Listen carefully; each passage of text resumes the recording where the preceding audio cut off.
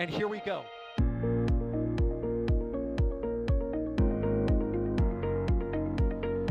There's the deluge. Here's ignition. Roger roll, Atlantic. Doubling up. Did it just do a kerbal? Back to the moon and beyond. Put that in the big bag, you know. Back at home, we all have a lot of work to do, but from here, it sure looks like a perfect flow. Propulsion continues to be normal. We did have an observation. Equalize. 343 unfolds to go. It's orange. Water towers can fly!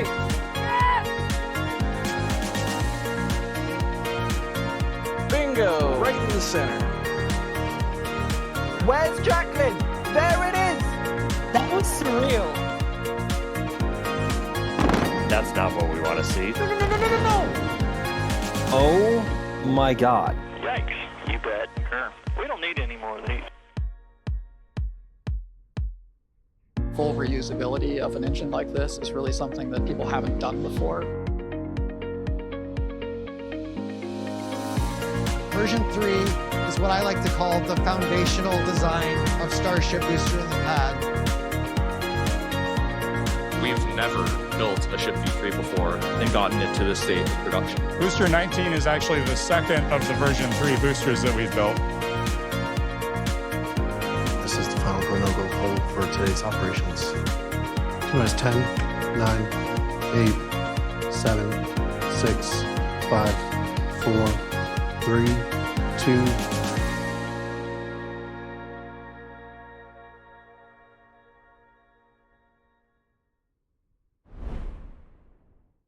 Hello everybody, back again. It's the second attempt. It's a rare scrub turnaround for SpaceX Starship. It's something I envisioned would happen a lot, and it never really did. We had like one, I think it was in the previous, but it's attempt 2 for Starship Flight 12, Boost 19, Ship 39. It looks like they're going for it today. We are waiting for official confirmation of that, of course. I would not tell you as a fact this is definitely happening, but it certainly seems that way because overnight we saw workers on the SQD arm working on the pin that was the cause of the scrub yesterday, and they've not been on it since, and all the tankers are arriving at the tank farm to fill up the tank farm. So everything is pointing towards an attempt today, and we'll obviously be covering it live, as you can imagine, from what is now currently T-minus 9 minutes and 30 minutes. 9 hours and 30 minutes even. Crazy. Luckily, you don't have to just listen to me babbling on. We've got Alex. Hello, Alex. Hello, Chris, and hello, everyone. Yeah, let's try this again. Part 2. Indeed. We're also joined by EJ. Hello, EJ. Good morning. How's everybody? And we have Ryan Caton in the background doing the production, and you'll actually see him on the launch stream later. So there we go. You lucky people. You get double Ryan Caton if you think about it. It's kind of fun, actually, because we do a countdown for when I start talking, so that'll be in sync with YouTube. And it's at the same time that our trailer is doing a countdown, which is off sync with what the countdown over at Ryan's telling me. So I was getting very confused for a second there, but never mind, we got there in the end. I tell you what, Alex, should we discuss what happened yesterday? Because it wasn't just the pin, was it? I don't think the pin was the only thing that was a problem. They had things with a flame diverter. Yeah, they had a few issues there, specifically with the earlier holds, right? We had first one trying to check for the pushbacks. So after propellant load is wrapped up, they do these things that are called pushbacks, essentially trying to reclaim the little bit that is reclaim / purge some of the little bits of propellant that are left in the lines to the booster and the ship. And so that was the first hold. Then there was a series of different little holds there regarding the water deluge on the flame bucket. Then there was another one about looking at the pressures on the quick disconnect arm, and then finally there was also another one at the end. Like there were two back to back regarding the quick disconnect arm. I'm mostly sure the fourth and the fifth hold were the same, and it's the thing that we're showing here on screen, that the hydraulic pin that locks the arm to the tower did not release, did not retract, and therefore it was impossible to retract the arm. And without that retraction, Starship cannot launch, because I mean, you might be able to. The problem is that you roast the tower arm. That's not a great idea. And so yeah, that thing needs to swing out at T0, and it was physically locked in place. There we go. Yeah, we had a few questions asking around those two subjects, the actual pad itself and the pin on the tower. So I put them into chat, literally onto the ticker, in fact, when they were being answered by Alex there, which is the important thing.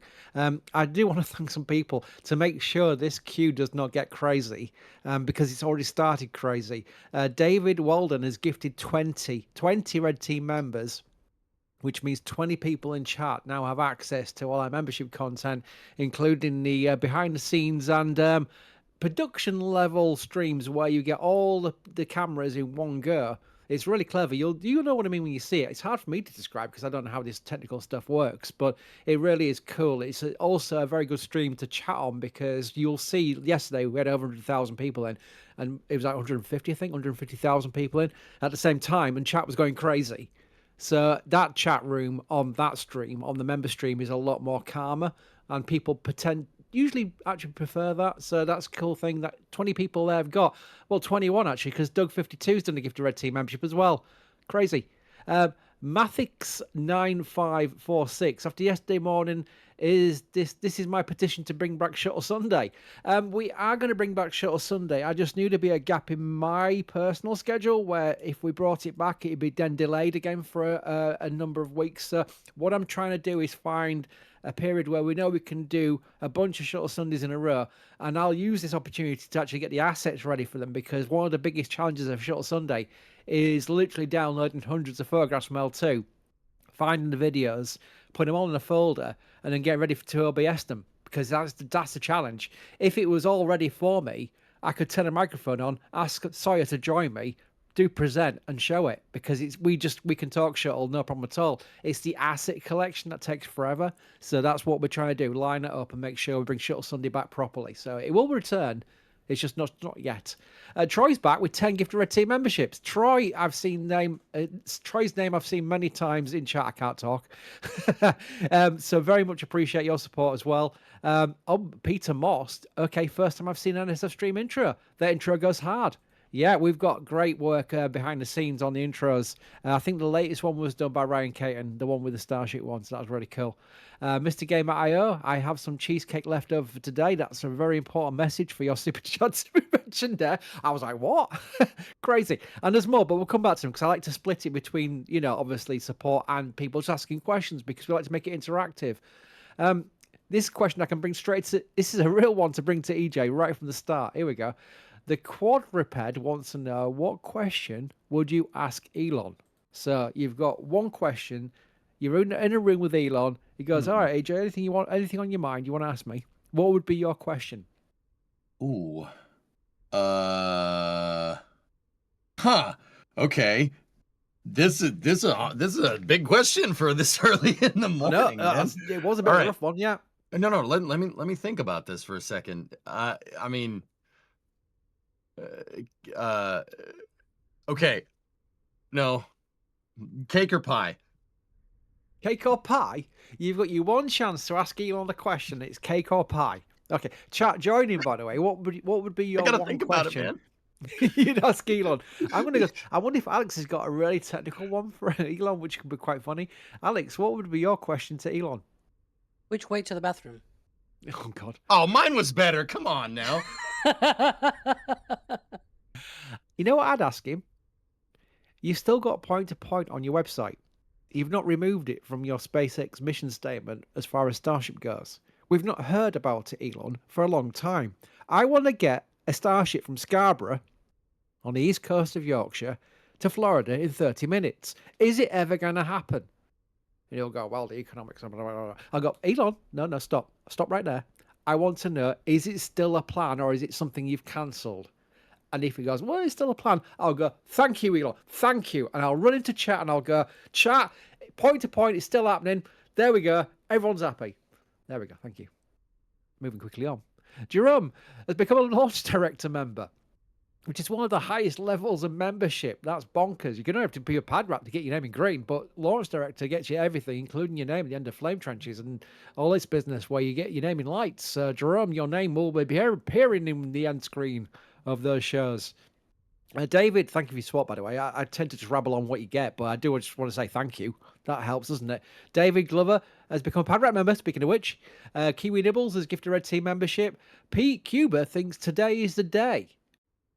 Well, that's a very positive way of thinking things, so I like it. Ian, if NSF could change one thing about space operations, what would you change and why? Oh, that's a tough one. Because I always default into SpaceX knows what they're doing. And some numpty like me is not going to make any revelation of something that would help them as far as the change would go. Chris, I got one there. Yeah, go for it, AJ. But like the thing is that they're already basically doing it. The one thing that I would like more from SpaceX is just having them have it a peek, more of a peek behind the curtain. If you remember back in the day, they were just like, yeah, this is what happened. It blew up. We got to fix that. And like kind of go, and I'm not saying they're not transparent now. And, you know, we have the Test As You Fly, that docuseries that they're working on with Starship, which I feel like is a return to form. That's how it used to be back in the day.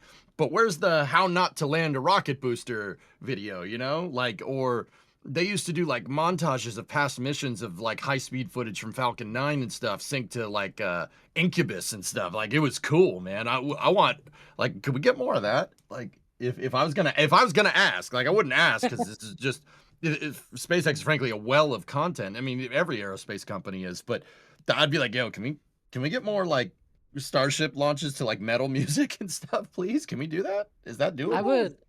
I would ask for like some sort of blog or something like that, day of launch sort of blog for each of the launches and things like that. Mm-hmm. And that cannot, like, it doesn't need to be a human anymore because they have Grok now, right? Gork. Yeah, Gork. Is this true? Exactly. And so look, it's rather informative when I see, like, it's a pity that the company that does this is ULA, because I kind of want this to be a SpaceX thing. ULA does it really good when it comes to that part of things, where it's like they start like a blog on the day of launch, but they launch once every month at best. And so man, like today, for example, we are a little bit over 9 hours to go. It will be really, really good if we were to know things like, okay, tanker trucks are on track for deliveries, blah, blah. We fixed the quick disconnect arm overnight. We are attempting a launch and things like that. Like, it would be nice to have like a little snippet of info every now and then as they get ready for a launch. Doesn't need to be every single day before launch. It just needs to be like day of launch sort of thing. It will be nice as we get ready for a launch. I always thought it will be rather interesting. And again, now they have all the AI stuff. Might as well rely on all of that if they really believe on it, right? So, just saying. Well, that's what Ryan K wants. Before you even said anything, Ryan K was saying daily press release, plan for the day. I beg. All in I'm not even capitals, by the asking way. about that. Oh, but that's similar, though, isn't it?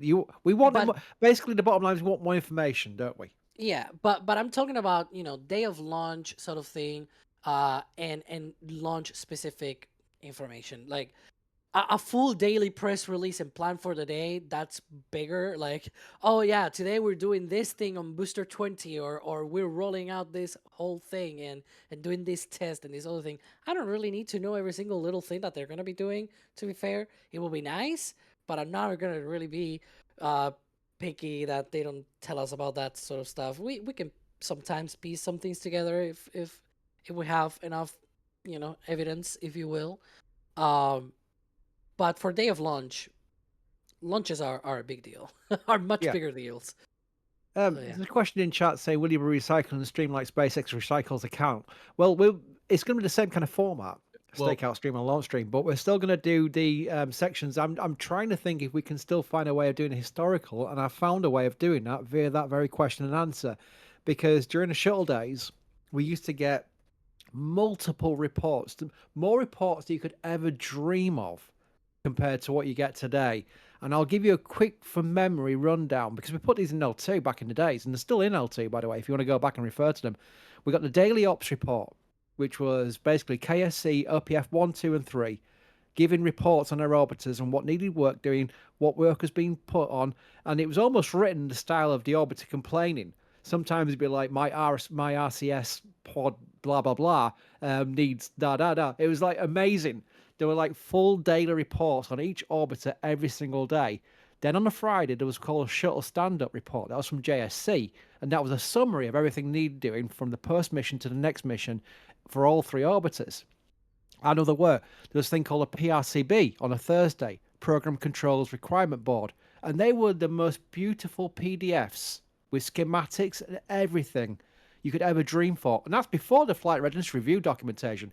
You got everything. I would think Alex would faint if that was SpaceX level information. If SpaceX did something they did like they did in the shuttle days, Alex would faint.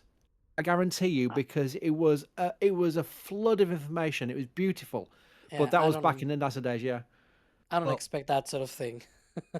No, but that was amazing. I mean, to answer the question, are we going to recycle the stream? Well, yes, but no. Wait, yes, no, yeah, yes, no, yes, no, we're not. We're not. Yes, no, not no, hold. yes, no. No, are we doing a pun about the T minus 40-minute second hold? Dude, was that a roller coaster or what? I'm sitting there going, no, yes, Yeah. no, yes, no. Could you have not waited for Sawyer? Hey, someone's got to fill the quota, and I hate that it's me, but somebody has to, okay? That was a mess, because, like, I was trying to listen in to their updates, and then I saw the clock running, then stopped, then running. I heard twice the launch director saying the go for launch. Yep. Yeah, we go for launch. Go. Like, yeah. It's all funny until you start looking at your Apple Watch for your heart rate. It looks like the Swiss Alps because it's up and down, up and down, up and down. Yeah. Yeah, my word. Still, you know what? It also taught a lot of new people, because we do get a lot of new people in for the highlight of the big launch. That's fully expected. And they got to see what holds are about. So that was kind of fun. That, it's not like everyone, a lot of my friends assume they literally start the count at T minus 10 seconds because they've seen movies and they've seen highlight clips and they've only seen a T minus 9, 8, 7, 6. They don't understand it's like a multi-hour countdown. So that was kind of interesting to educate people into what it really is like at the business end of a countdown, where there's an issue and they have to kind of recycle. So that was kind of fun for me, that people were learning that at the same time. Hey, Chris, I got a question for you, dude, real quick. So for me? we had a Starship launch yesterday scrub out because swing arm hold down pins got locked into position, and that scrubbed the launch. Does that mean that Delta 4 is back? Oh no! Yeah, yes. You know what? I do kind of like. I don't lose love for cancelled rockets, but Delta 2 and Delta 4.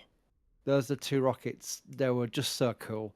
I mean, Delta 2, you think you've seen some like Vega launches and what have you probably these days. I'm talking to chat right now, where they just jump off the pad. Nothing jumped off the pad like a Delta 2. It was hilarious. Go back on YouTube and just type in Delta 2 launch. They literally jumped, and I'm not even joking, off the pad with their ring of solid rocket boosters around his aft. It's amazing. So yeah, I do like deltas. I'm making sure this queue doesn't get crazy before Sawyer takes over and then shouts at me for leaving this queue so long.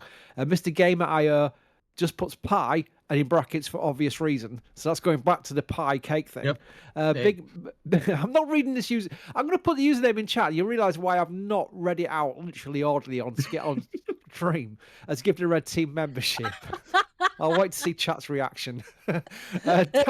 Daniel Russell has become a pad rapper. You know what? One day someone's going to catch me out. I'll be like in the middle of a really busy period, and I'll just read out the worst username possible. Daniel Russell has become a pad rapper. Welcome, Daniel. Still to wear. Chat's just worked it out. There we go. I bet you love a scrub. You get double bubble. Oh, he sounds like a Londoner. Negative ascent specialist. Well, hello again. Good morning, NSF and my fellow space nerds. Same question as yesterday. Where are you on a success out of 10? I'm still 7.5. Ooh, good. Because I thought the rocket performed pretty well during loading. And that gave me a lot of confidence. Alex, are you feeling a bit more confident about Block 3? Because the way it just fully loaded without a problem, it wasn't really the rocket that caused any scrubs, was it? Well, at least not on this on this one, I guess. We'll see what happens. It's one of those things that we'll figure out once it actually launches, and see what's going to happen with that. Yeah, EJ. Do I think it's gonna go? Yeah, I think it'll go. I think you know what me, Max, and Ryan, and I want to say that Max and Ryan jinxed it with their negative juju there, right, yesterday. But we were talking about this yesterday, and everyone's like, "Oh, the weather." I'm like, "No, the weather's gonna be good," and the weather was good. Okay, Max did say though, to be fair, and I don't want to give him credit, but he did say that it would be something wrong with ground side, and yeah, he called it. He called it, but also I don't want to. Well, I mean, let's give them some context here because a lot of people may be thinking, "Oh, it's a Starship launch on Flight 12, and they're still having pad problems." It's a brand new pad. It's pad 2. So it is the pad where it's the template going forward for not just pad 2, but pad 1 eventually. But before then, 39A, which is the next pad that we'll be launching from after pad 2. And also 2 towers are going to be building at LC 30. Is it still Slick 37 or is it LC 37? Yeah. They called it Slick yesterday on the webcast. Oh, there we go. Then still Slick 37. Then cool. So that's where we got pads of the future coming. It's all this template. This is pad 2. This is the pad that we're going to see a lot of around both South Texas and in Florida. So it's going to be fun to see. And Louisiana, apparently. I mean, EJ, explain to me Louisiana. Does that make sense to you? Yeah, they SpaceX purchased 130,000 acres and change. That's like 212 square miles in Vermilion Parish, Louisiana. It's on the very most southern coast of Louisiana. It's actually not the most southern. Like Port Fourchon is more southern, but yeah, it is. I mean, Chris, that area is. That area is like as big as Merritt Island Wildlife Refuge. It is gigantic. Like, it's if you guys kind of look at that picture right there and look at, it's kind of rectangular, but in the bottom right corner, there's a little bit sticking out. Like that little bit sticking out is like the size of Starbase. It is ridiculous. And also it has access to a heavy dock and the intercoastal waterway too. So this is, I don't know what they're doing there. My gut's telling me launch site, but we don't know for sure. But that is a gigantic parcel of land, enough to like launch a lot and not have to worry about like, I mean, like Chris, going back in the day here, like, overpressure notices to people. Like, no one lives in that. No one lives down there. There are some houses here and there, but like, the distance from like the shore to the back of that parcel of land is, it's as big as KSC. It's gigantic. I'm hyped, dude. Like, build like 20 pads down there, please. I want to see like, you remember you ever look at the original plans for like Complex 39 with like 5 launch pads? Like, I'm kind of about that life. I want like 5 gigabays down there with like 5 launch pads. Please do this. That'd be great. It beckons a question: why didn't they pick Louisiana first? I know that Starbase was originally going to be a Falcon launch site. That was the original plan. But does this make more sense than Starbase, or is it just nice to have this as a second option? I think they chose Starbase because they already had the land down there. Chris, I honestly don't think that Starbase was supposed to be as big as it ended up being. Like, that's just personal opinion. It was supposed to be just an overflow launch site for Falcon 9. Because SpaceX was worried about launching a lot of Falcon 9s out of the Cape.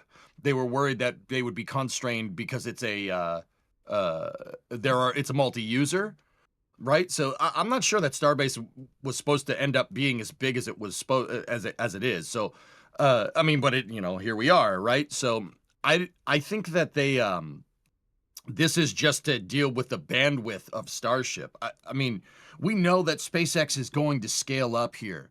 They're scaling up big time. That's kind of the reason for their initial public offering and stuff, so they can get capital funding to And keep in mind, I'm not an economy guy, like I'm not finance bro too much, but I do believe that the IPO is there to get the capital that they need to scale Starship to the size that they need for the AI data center Starlink sats, and that's going to require a lot of launches. And Chris, I don't know if you saw it. They teased the a lunar optical relay network yesterday on their cast, and oh man, you're gonna need some serious infrastructure to make something like that, more than what Starship pads are available right now. So, to answer the question, dude, I think that Starbase kind of just grew into its own thing organically, and this is kind of gonna be a more like purpose-built Starship facility rather than something that's retrofitted from like an old Falcon 9 pad. Like, the way I like to think about this Louisiana facility, like I said, it's Complex 39. Like, Complex 39 was there after what, NASA learned about the Gemini program and the Mercury program before that, right? It was a purpose-built facility. I think this is going to be a purpose-built Starship facility here, and it's going to be glorious, man. There's also the matter... point. Sorry, Alex. No, go ahead, Chris. No, I have nothing important to say, Alex. You carry on. I was going to mention that there's also the matter that if you launch the AI data centers thing from Starbase, you have to perform a very massive dogleg. Same deal if you did that from Florida. From Louisiana, you can very much just launch south and get to that polar orbits that they want to do. The extent of land that they want to buy is huge. It's big enough to fit something like 4 or 5 star bases, right? So you can imagine having, I don't know, up to 10 launch pads, a handful of star factories and gigabays just right there. Please. Can you imagine? I need it. For the 1 million AI data centers that they want to launch, you kind of need that kind of number of launch pads and production sites and everything. As you mentioned, it's close to the intercoastal as well. Like, it has access to that. They could, in theory, also use that to barge ships and boosters and things like that as they start building up that facility. Because let's be honest, I don't think they're gonna build everything at once. It's probably gonna be a phased sort of thing, right? Especially based on what we've seen, for example, at Florida, where they first building the Gigabay. Eventually, they'll build their own star factory. That's part of the plans at the very least. And they started building 39.8, then 37. 37, they do seem to be at least building the 2 towers at the same time. We don't know if the second tower will be a catch tower or a proper launch pad. We may see soon whether that's the case or not, because we're basically at the point that if it is a launch pad, we will see the flame trench work happening in the next few months. So we'll figure out if that second tower that they're sort of putting together as well will work for that. But yeah, that is basically, yeah, there we go. That's the one of the most recent pictures from NASA. They did a flyover of the area with one of their sort of employee flights and whatnot. And so to the right, you can see the existing base of the tower and everything. All of the different equipment there to prepare for that stacking. All of the tower sections for that tower are on the left. But if you look where those tower sections are located on the left, behind it, there are at least what I can see 2 continuous flight auguring drills. My God, I cannot talk today. And so those 2 are right now placing foundations for a tower. But again, it could be that tower might be a catch tower, or it could also be that it's going to have a launch mount as well next to it. We will figure that out once we are closer, because they'll start excavating. As you can see also on the right-hand side, you can already see that they have excavated the flame trench for the other tower. But yeah, I would expect Louisiana to be very similar, a phased approach. It's bonkers, but it's also fun. It's the future. It's what we're expecting. People are getting excited about a flight every 3 months, which with the change from V2 to V3. But eventually it's going to be like Starlinks, and then Starlinks will look like very slow in comparison to what Starship's launching. That's the envisioned future. Right. We have a lot of questions and a lot of support I need to speed run this because I don't want people thinking we're ignoring them. We are about 28 minutes behind in the panel. So bear with us because we started like 35 minutes ago. I will try and catch up as best I can. I'm going to speed run some support and then some questions best I can here. But we are not ignoring anybody. We're just spending 10 minutes on each question. Speed Light 5 has become a pad rep member. Kiwi Nibbles has gifted Red Team membership. Quintin says, go Flight 12 guy. Finally got some stickers from the store. And then 2 points there. You got many stickers, in fact. Patrick Bob has arrived. And when I say Patrick Bob has arrived, you know what that usually means. Oh, not this guy again. Yeah, this guy again. What's up, Patrick? $5 tip. Jeez, again, man. Now, that on its own, for the only time he ever does it, would be amazing. Patrick does this every week, and sometimes several times a week. It is crazy. Patrick Bob literally is buying us cameras for, because that's what we do. We put our spot. We're not owned by some big company. We own ourselves. We're independent. We are not owned by some publishing house. A lot of spaceflight orgs, they're run by like advertising companies. They're basically basically bought by them. We own ourselves. So it really does get put back into what we do, and I'm not even joking. I can attest to that as someone who started NSF. Literally, my overdraft will attest to that as well. So it really is very much massive support that I never get across properly because I'm a Yorkshireman for our appreciation for it. But Patrick knows. I've talked to Patrick about Chris, it. It really is crazy. Let me ask you another question while you're here. Okay. While you're here gracing us with your company. Did you ever, maybe you can answer it like this. Did you ever think NSF would get this big? No. No, No? no, absolutely no. not. No. No. All I was right. on the old. Oh god, we're gonna get delayed on this, but I've got to give this story now. Do it. I was on the oldspace.com forum back in the early days of the internet. This is really internet. This is dial-up time. And we were talking about shuttle and stuff, and that's where you'd ask questions because there's a couple of shuttle guys on there, and that was where you would ask things.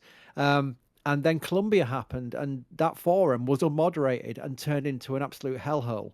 And a lot of the guys knew, because I was a journalist by trade, said, "Why don't you set up a news site and have a little forum attached to it?" Oh, well, I could do that, but I don't know what the first thing about it. We worked it out. We got the forum set up. We got the news site set up, and we're just doing after work.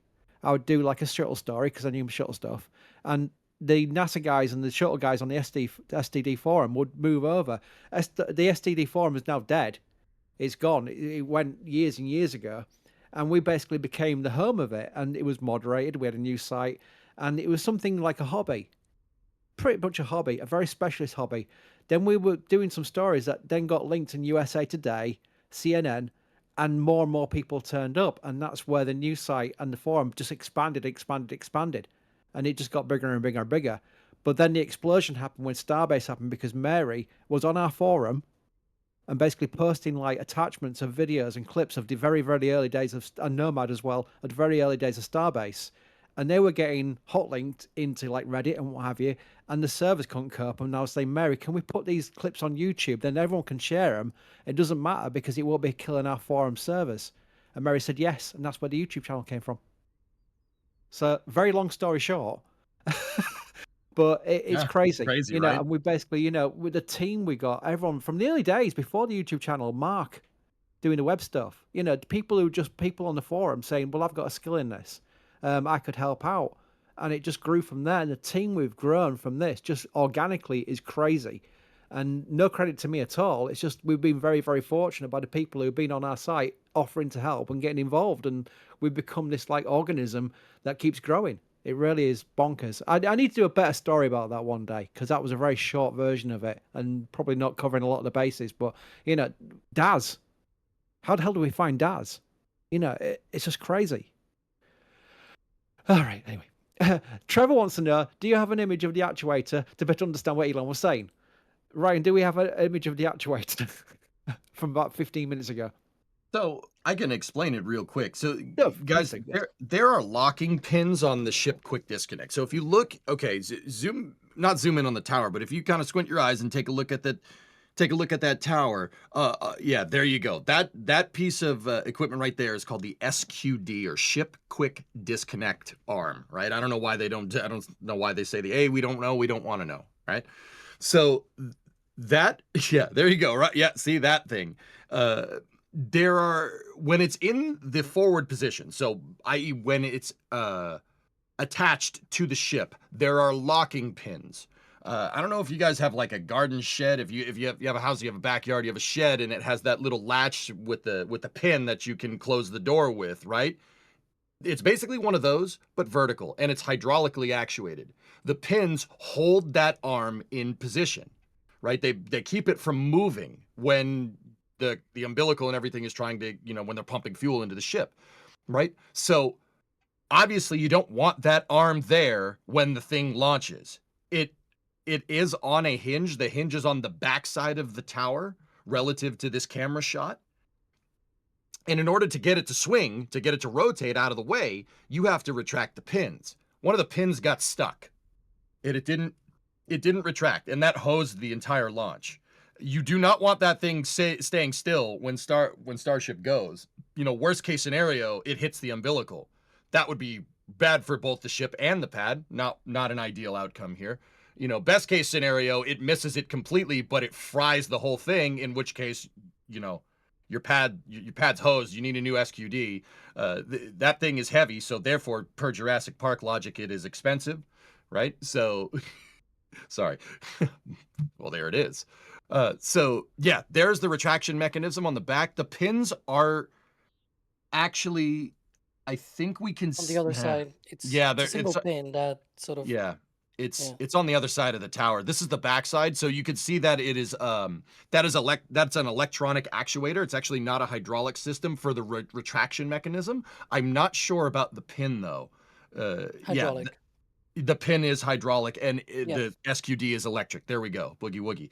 All right. So yeah, the thing that Ryan just circled is not the piece that malfunctioned. It's actually a locking pin that's kind of 90 degrees around the tower from this angle.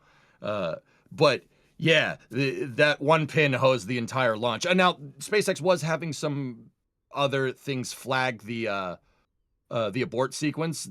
They were having something go awry with the diverter, which is down underneath the rocket. That's the thing that shoots water.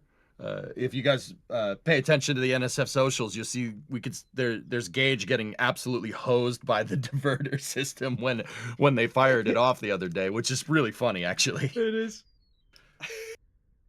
Right? So to give a bit more context exactly where the pin is, you can see, so the QD arm is sort of split in two segments because it's too big to be installed in one go. And so you've got, from the previous image that we saw, the sort of the part that connects to the tower, we call it sort of like the shoulder of the arm, right? That shoulder goes sort of around the two back columns that you see there in this view. So there's two columns on the front and two columns on the back. The two columns on the back, it sort of goes around one of them. That one on the left, on the back, it is that is where the pin is located. It's sort of internal to the tower. This is why there's very hard access, like visual access to this pin, because it's internal to the tower. And so you might see there's like some kind of platform sticking from the right hand side there of the arm and sort of going into the tower.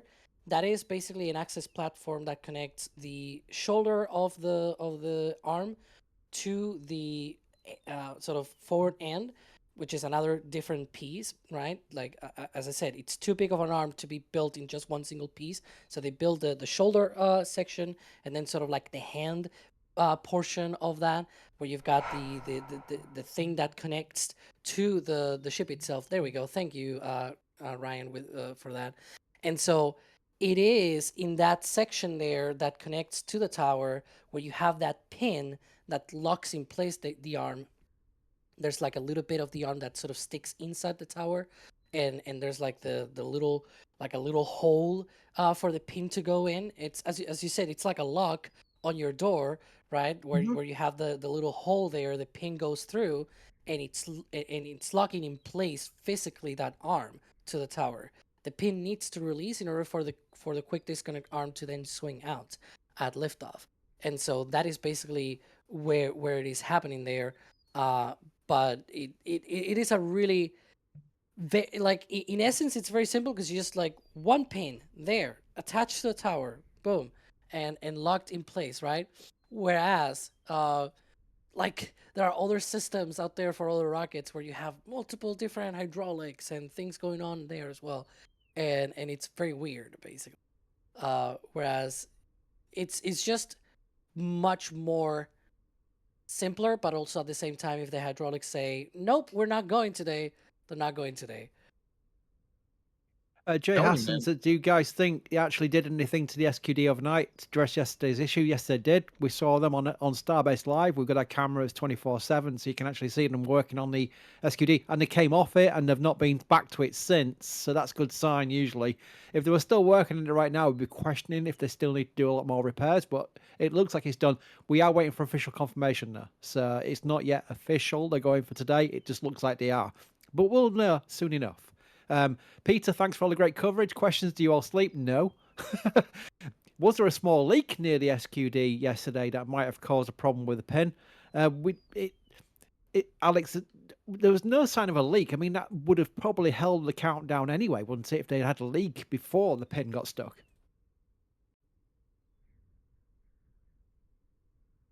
Yes, Chris, that's probably true. Oh, yeah, I was rereading the question because it appeared on screen very late, and so yeah, I don't know if there was a small leak or anything like that.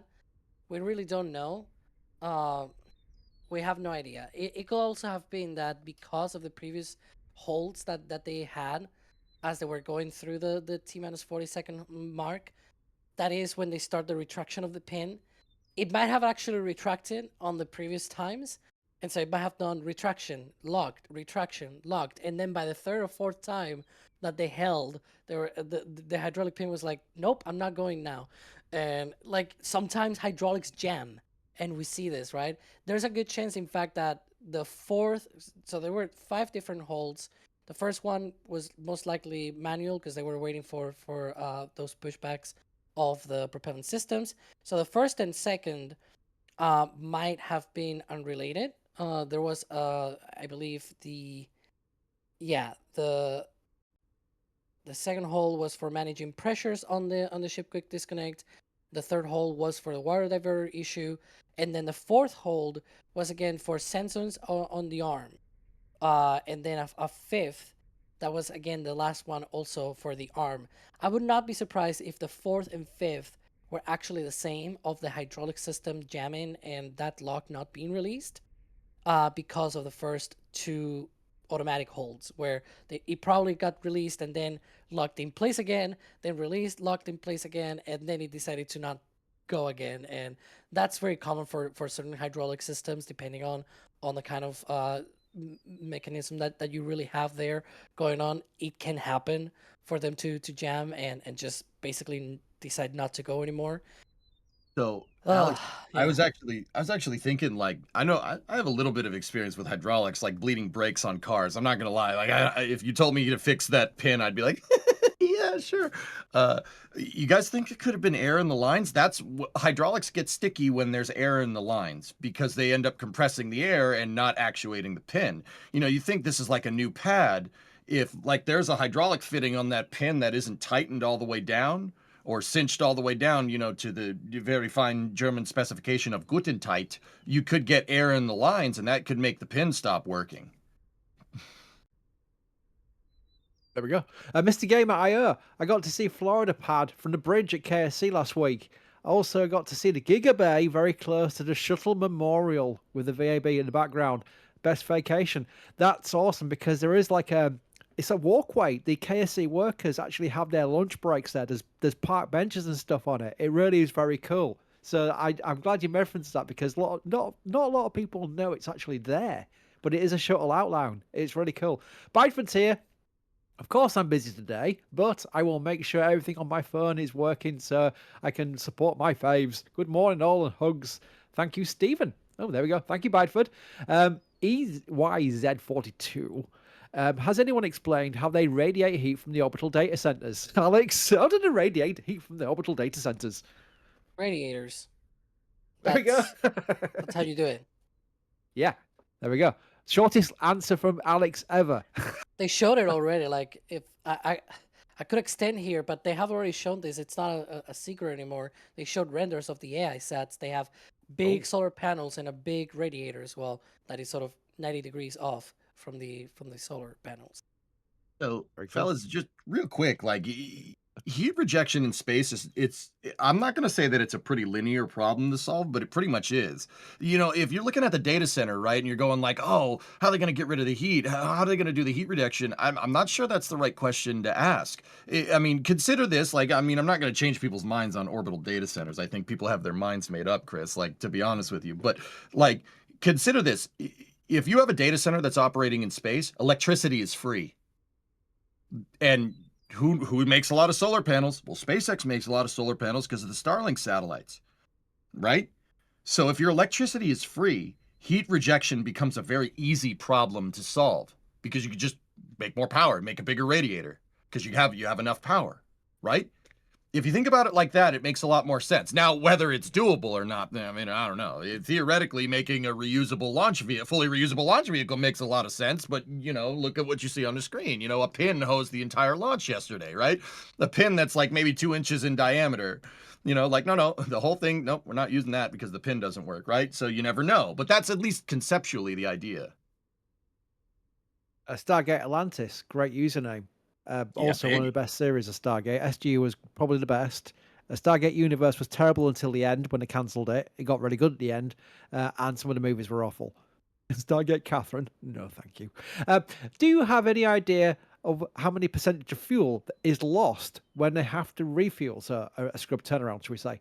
The tankers ran shuttles to fill the tanks again. Shuttle reference there, but not shuttle in the sense of the orbiter, but in the sense of the amount of tankers we're seeing on screen right now, which is a lot. Chris, there's two shuttle tankers. The two shuttle tankers are on the right side of the Alex, screen. how much do they need to refill, basically? We were guessing the other day. So the great majority of them are liquid nitrogen. There can be today like hundreds of trucks today that are nitrogen. Basically, there is probably a few dozen that are oxygen, and then maybe a dozen, no more than that, that is methane. Again, it all depends. It's not just the fuel. Nitrogen is not even a fuel, but it's used in the tank farm, right? It's heavily used in the tank farm, in fact. So the whole percentage, it's a little bit complicated to explain because if you were to do that for nitrogen, well, that's infinity because the rocket doesn't use any nitrogen. So it's whatever amount of nitrogen over 0. So that's infinity for you. And so that really doesn't work that way, does it? So it's like it's better if I explain that it's a few hundred tankers for the nitrogen and like many dozen tankers for the oxygen and way fewer tankers for methane. That's basically how I take it. Now, it does seem like a lot of tankers when I talk about, you know, a bunch of dozen tankers for oxygen. The thing is, this rocket holds a lot of oxygen. And then there's a bunch of other oxygen as well that doesn't even get loaded into the vehicles because it's used for like chill downs and things like that, which is why it is the second most thing that is sort of lost and they need to replenish. And so again, if I were to do a percentage of how many fuel or how many oxidizer or whatever is lost, nitrogen is infinity percentage, right? Oxygen, the one that is in the tanks, I will say probably 80% it's drained back and it's reused and it's something that they can take back. But 20% of, I think it's 4,000 metric tons that they use here. I'm gonna take out my calculator right here, right now, and do the math because I'm really curious about this. It's 800 tons, which is a lot of tankers. It's dozens of tankers. So yeah, plus the oxygen that gets lost as well during chill downs and whatnot. It really adds up to a lot of propellant that they need to replenish. Very good, right? I think they're booting me off, so I'm going to say we're going to have a video to play you while we do the handover where I jump out of my seat and Sawyer jumps into it. I don't know if that physically works, but they will do it this way where Sawyer Rosenstein will be taking over the hosting duties after this video. While Flight 12 will debut a new rocket version and a new pad, a lot of the pre-launch procedures are still the same. After all, you don't want anyone close to the rocket when it's time to go. For that reason, there are a series of maritime, aerial, and ground closeout areas that are enforced on the day of the launch as the clock counts down to 0. In the air, a set of temporary flight restrictions and notices to airmen are issued for the day of launch. On the water, a similar set of restriction areas and navigational warnings are issued as well. These areas are not only noted to cover the initial rocket's ascent, but also to cover the ship's re-entry area halfway around the world in the Indian Ocean. SpaceX works alongside the U.S. Coast Guard and the Federal Aviation Administration to coordinate their clearing ahead of launch. On the ground, a set of 3 roadblocks are set up along Highway 4, the only road that leads to Starbase and its launch site. The first of these is called the Soft Checkpoint, and it's located about 15 miles from the pad at the intersection of Highway 4 and Oklahoma Avenue. Beyond this roadblock, only those with property there and law enforcement officials can pass. This also includes SpaceX employees. A second roadblock, also known as the Hard Checkpoint, will be set up much closer to the launch site at the intersection of Highway 4 and Richardson Avenue, rather close to our own river site. Beyond this roadblock, only SpaceX personnel and law enforcement can pass. A third and final roadblock is set up at the intersection of Highway 4 and Lyndon B. Johnson Boulevard, which is located right at the end of the Starbase Village. This roadblock will be helpful to coordinate the clearing of Boca Chica Beach, as it's the last intersection before reaching the launch site. Once that clearing is complete and the launch site tank farm is ready to start propellant load operations, the roadblock will be vacated as it's too close to safely remain there during launch. Speaking of the tank farm, despite being new for this flight, it still needs to be chilled down and conditioned ahead of its use for propellant loading. This process is now much faster and much more efficient thanks to the use of vacuum-jacketed lines that prevent them from being warmed up as quickly as the previous tank farm. The tank farm is split into a liquid oxygen side and a liquid methane side. From what we've seen so far, the chill down of the oxygen side could start several hours before propellant load starts, while the methane side often starts later. During the conditioning process, we'll see vents, just like last time, but they'll be a bit different. In this new tank farm, all of the venting from conditioning the liquid oxygen pumps and subcoolers is routed to a single location where a fan blows this venting upwards. In the case of the gaseous methane created as a result of chill down of the methane side of the tank farm, it'll be condensed back into a liquid and returned to the storage tanks. This reclaiming system will also be visibly venting and will give us an indication of when this process is underway. With the tank farm conditioned, it'll next be time to condition the propellant lines that go to the launch mount and tower. For the previous pad, there was a vent on the launch mount that indicated when this happened. Now, instead of venting it off the mount, there are a series of pipes located closer to the tank farm that vent when this process is underway. There is still a tower vent, though, and while we're still learning its behavior during countdown, it appears to work similarly to the one that we saw on the first pad. It first starts weak and vents for a few minutes, then dies out and nearly disappears for another few minutes, to then return again much stronger. The vent will then completely disappear right before propellant load starts on the ship. But for that, everything needs to be go as we count down to launch. Thank you, Alicia. And somehow I magically transported into a chair in Yorkshire, so I don't know how that happened. Oh, wait, no, I'm joking. I'm Sawyer Rosenstein. I am taking over here as host for this portion of the Stakeout stream from Florida, near the Space Coast, near where hopefully we will see Starship launching from in the not-too-distant future. As you can see, the rocket there on the pad, still have the cars going by where that roadblock will be set up. Of course, that means we've been seeing tanker trucks as well, refilling up all of the commodities that were lost or not reclaimed or used up during yesterday's launch attempt, and hopefully we will see this thing fly today if all goes well. I don't know about you guys, but the excitement is still there after everything yesterday. Still, in fact, the excitement's there kind of even more today because it's like, oh man, we got so close that it's like now we needed to go this time. I don't know if you feel the same way, guys. Amaze. Statement. Rocket big, rocket launch. We want to see that. Let's go. Statement. Nice. Alex, yes. Same thing? Yes, I'm ready, Sawyer. Anyway, Alex? Rocket big. That sounded like you more than Rocky. But anyways, yeah, I mean, sure. Let's launch this thing, I guess, and see if it happens today, I'm really excited for it. A bit tired today because after all of the hours that we were live yesterday, it takes a little bit of a toll, right? I tried to sleep as much as I could, and the excitement also took over me a little bit every now and then.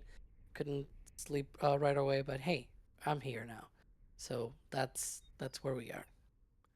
I'm in the same boat. I mean, I'm technically on a little bit of sleep here, but it's not much. So it's a good thing that we're not on for another 12 hours or anything plus today to get. Oh, wait. But or with you guys. So that's what makes it fun here. Now, I see people talking about the SpaceX website saying TBD instead of a time or a clock or something on it. I do want to note that it does say that they are still targeting Friday, May 22nd, the 90-minute window opening at 5:30 p.m. Central Time on the website. And Alex, you were saying we've seen them do this in the past. This isn't unusual. Yeah, I know a lot of people only tend to tune in to Starship Flights. They are the most exciting ones.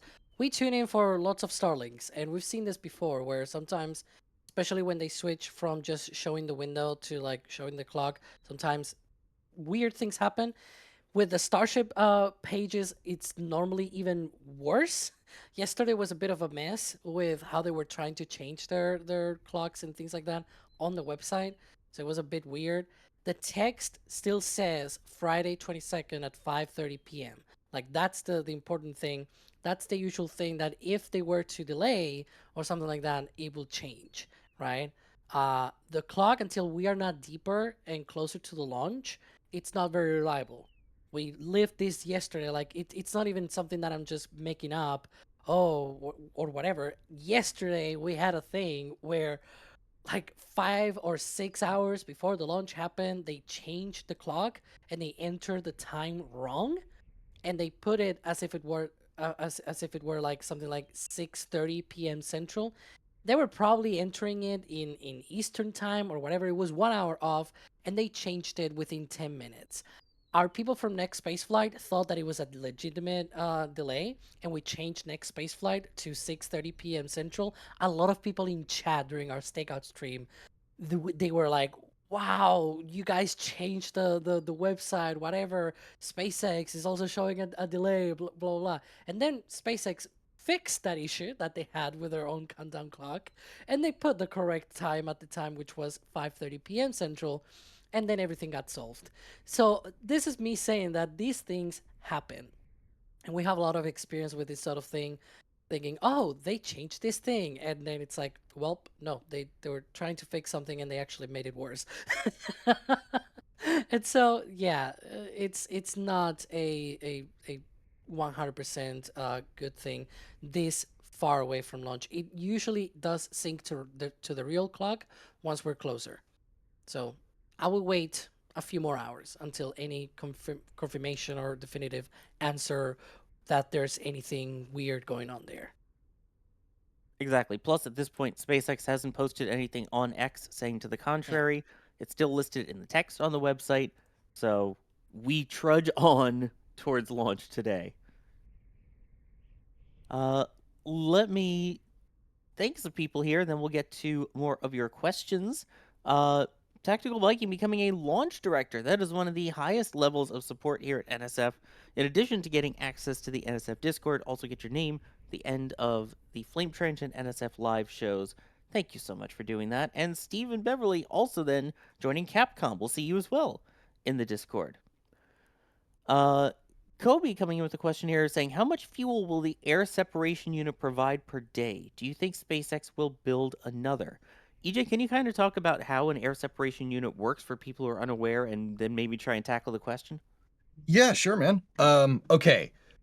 So in terms of numbers, just first and foremost, Ryan had much better numbers. Ryan Weber had much better numbers for it yesterday. I'll have to ask him. But okay, so I can tell you what it does though. So an ASU, if you hear us tossing that around, it's an air separation unit. If you look between the two Starship towers there's kind of a smaller tower that's kind of a straight rectangle. It's not like a hollow building, right? In between, just to the right of Starship in this shot here. That is the air separation unit. Oh, tanker shots. Rubber ducky, we got you. The liquid methane, liquid oxygen, liquid nitrogen coming in. Come back over. That's a bush. All right. So the air separation unit, what it does is it pulls in atmosphere. So what's in Earth's atmosphere? What you think that's air you're breathing now? No. Okay. What you're breathing right now is mostly nitrogen. It's about 79% nitrogen, 20% oxygen, 1% stuff you probably shouldn't be breathing, give or take. So it's like argon, CO2, greenhouse gases, stuff like that. What the ASU is it's going to pull all that air in and then it's going to separate it. It's going to separate it out. So it's going to separate the oxygen from the nitrogen. It's going to separate argon. It's going to separate CO2. And what they're going to do with the oxygen is they're going to pump that right into the pads. Now, in terms of what that one can do, Ryan's telling me 900 metric tons of LOX per day or so. So that's not the biggest ASU around, but it's pretty big. It's pretty sizable. I think in the future, SpaceX will probably build another one. That's just me speculating. Can't say that enough. They'll probably build more because the sheer scale of Starship launches that we're going to need here, like, yeah, we'll probably see more. But, I mean, that's cool too. But yeah, that's kind of the high level overview of what an ASU does. It pulls in the air and then rips it apart with electricity. It's pretty cool. Yeah, it saves on a whole bunch of those tankers that you see coming in because, of course, you need the liquid methane brought in and liquid oxygen. And liquid oxygen is used in a lot of other fields that need it. In particular, in the medical field, it is used quite often. Yep. So you don't want to try and take away from the supply if you don't have to for places if you're going to be launching as much as Starship is slated to. So at that point, just use the air, right? Exactly. But it isn't because it's engineering and because thermodynamics and entropy and stuff, Sawyer, right? It isn't without its trade-off, right? So you make the ASU and you can make your own liquid oxygen, but the power bill is going to be a little substantial. Like I was saying, they're basically using electricity to rip nitrogen from oxygen, which is that's a little bit power intensive. You need a lot of electricity to do that. It's not the most efficient thing around, but for the scale here, it makes sense. And you still don't have any methane there because about 1,100 tons of the propellant of this rocket is liquid methane, and you need that. Now, with the air separation unit at about 900 metric tons of liquid oxygen each day, you get about one full launch of liquid oxygen every 5 days or so. It's technically 4.5, but you also take into account the chill downs and blah, blah, blah, all the little things here and there. It's probably about 5 days or so. So with that air separation unit, you have enough for a launch every 5 days. That means that you need a source of methane that can also get you methane for enough like every 5 days or so. Where do you get that? Well, right now they're trucking it in. That's how they're doing it. In the future, they plan to have a pipeline of liquefied natural gas down to the launch site. They'll have a sort of like a purification plant and also like a liquefaction plant as well. They're going to be separating the methane or purifying the methane out of the liquefied natural gas, LNG as it's often known, and then being able to put the methane in storage tanks at liquid, basically in liquid form, in order to be able to store that for launches. But yeah. There you go. And of course, we're not only talking about ones at Starbase, because keep in mind, they have 2 other launch pads that will be launching Starship. And we've seen from the plans that have been filed for when they start building them over at Launch Complex 39A and Space Launch Complex 37 at the Kennedy Space Center and Cape Canaveral Space Force Station, respectively, those will also have air separation units within the pads. Because I think that's one of the things people don't realize, especially with the Florida pads. Like, 39A is massive. Of course, you see the fixed service structure, which is where shuttle launch from. That's where Falcon launches from. Well, now just Falcon Heavy. But there's that whole part to the side where they built an entire Starship tower, and that's only half the pad, are those 2 things. There's the whole other half of the pad where there's more tanks, there's more water areas, and eventually, from what the initial filings looked like, Alex, that's also where they want to put another ASU. So we are already seeing at Slick 37 next to the ULA horizontal integration facility. Oh my God. We are already seeing them clearing the area and might actually have already started with foundations for the air separation unit. I'm a bit loose here on the details, but that's basically a thing that they are already underway, that they are already basically almost getting to the point of actual construction, which is rather interesting because they have not started the one for 39A, as far as I know. So this is one of those things that it's a bit weird why they're starting the one at 37 before. But hey, look, that's how they roll, as they call it, right? Yeah. But yeah.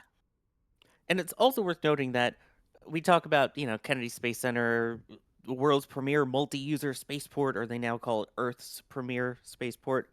But there are shared lines. It's not like, oh, SpaceX has their own pad infrastructure that only they use their own nitrogen, and then ULA only uses their own nitrogen. There are shared lines that run all the way throughout the complexes so that it's not, oh, we have to truck in all of our own liquid nitrogen or things like that. It can kind of be shared.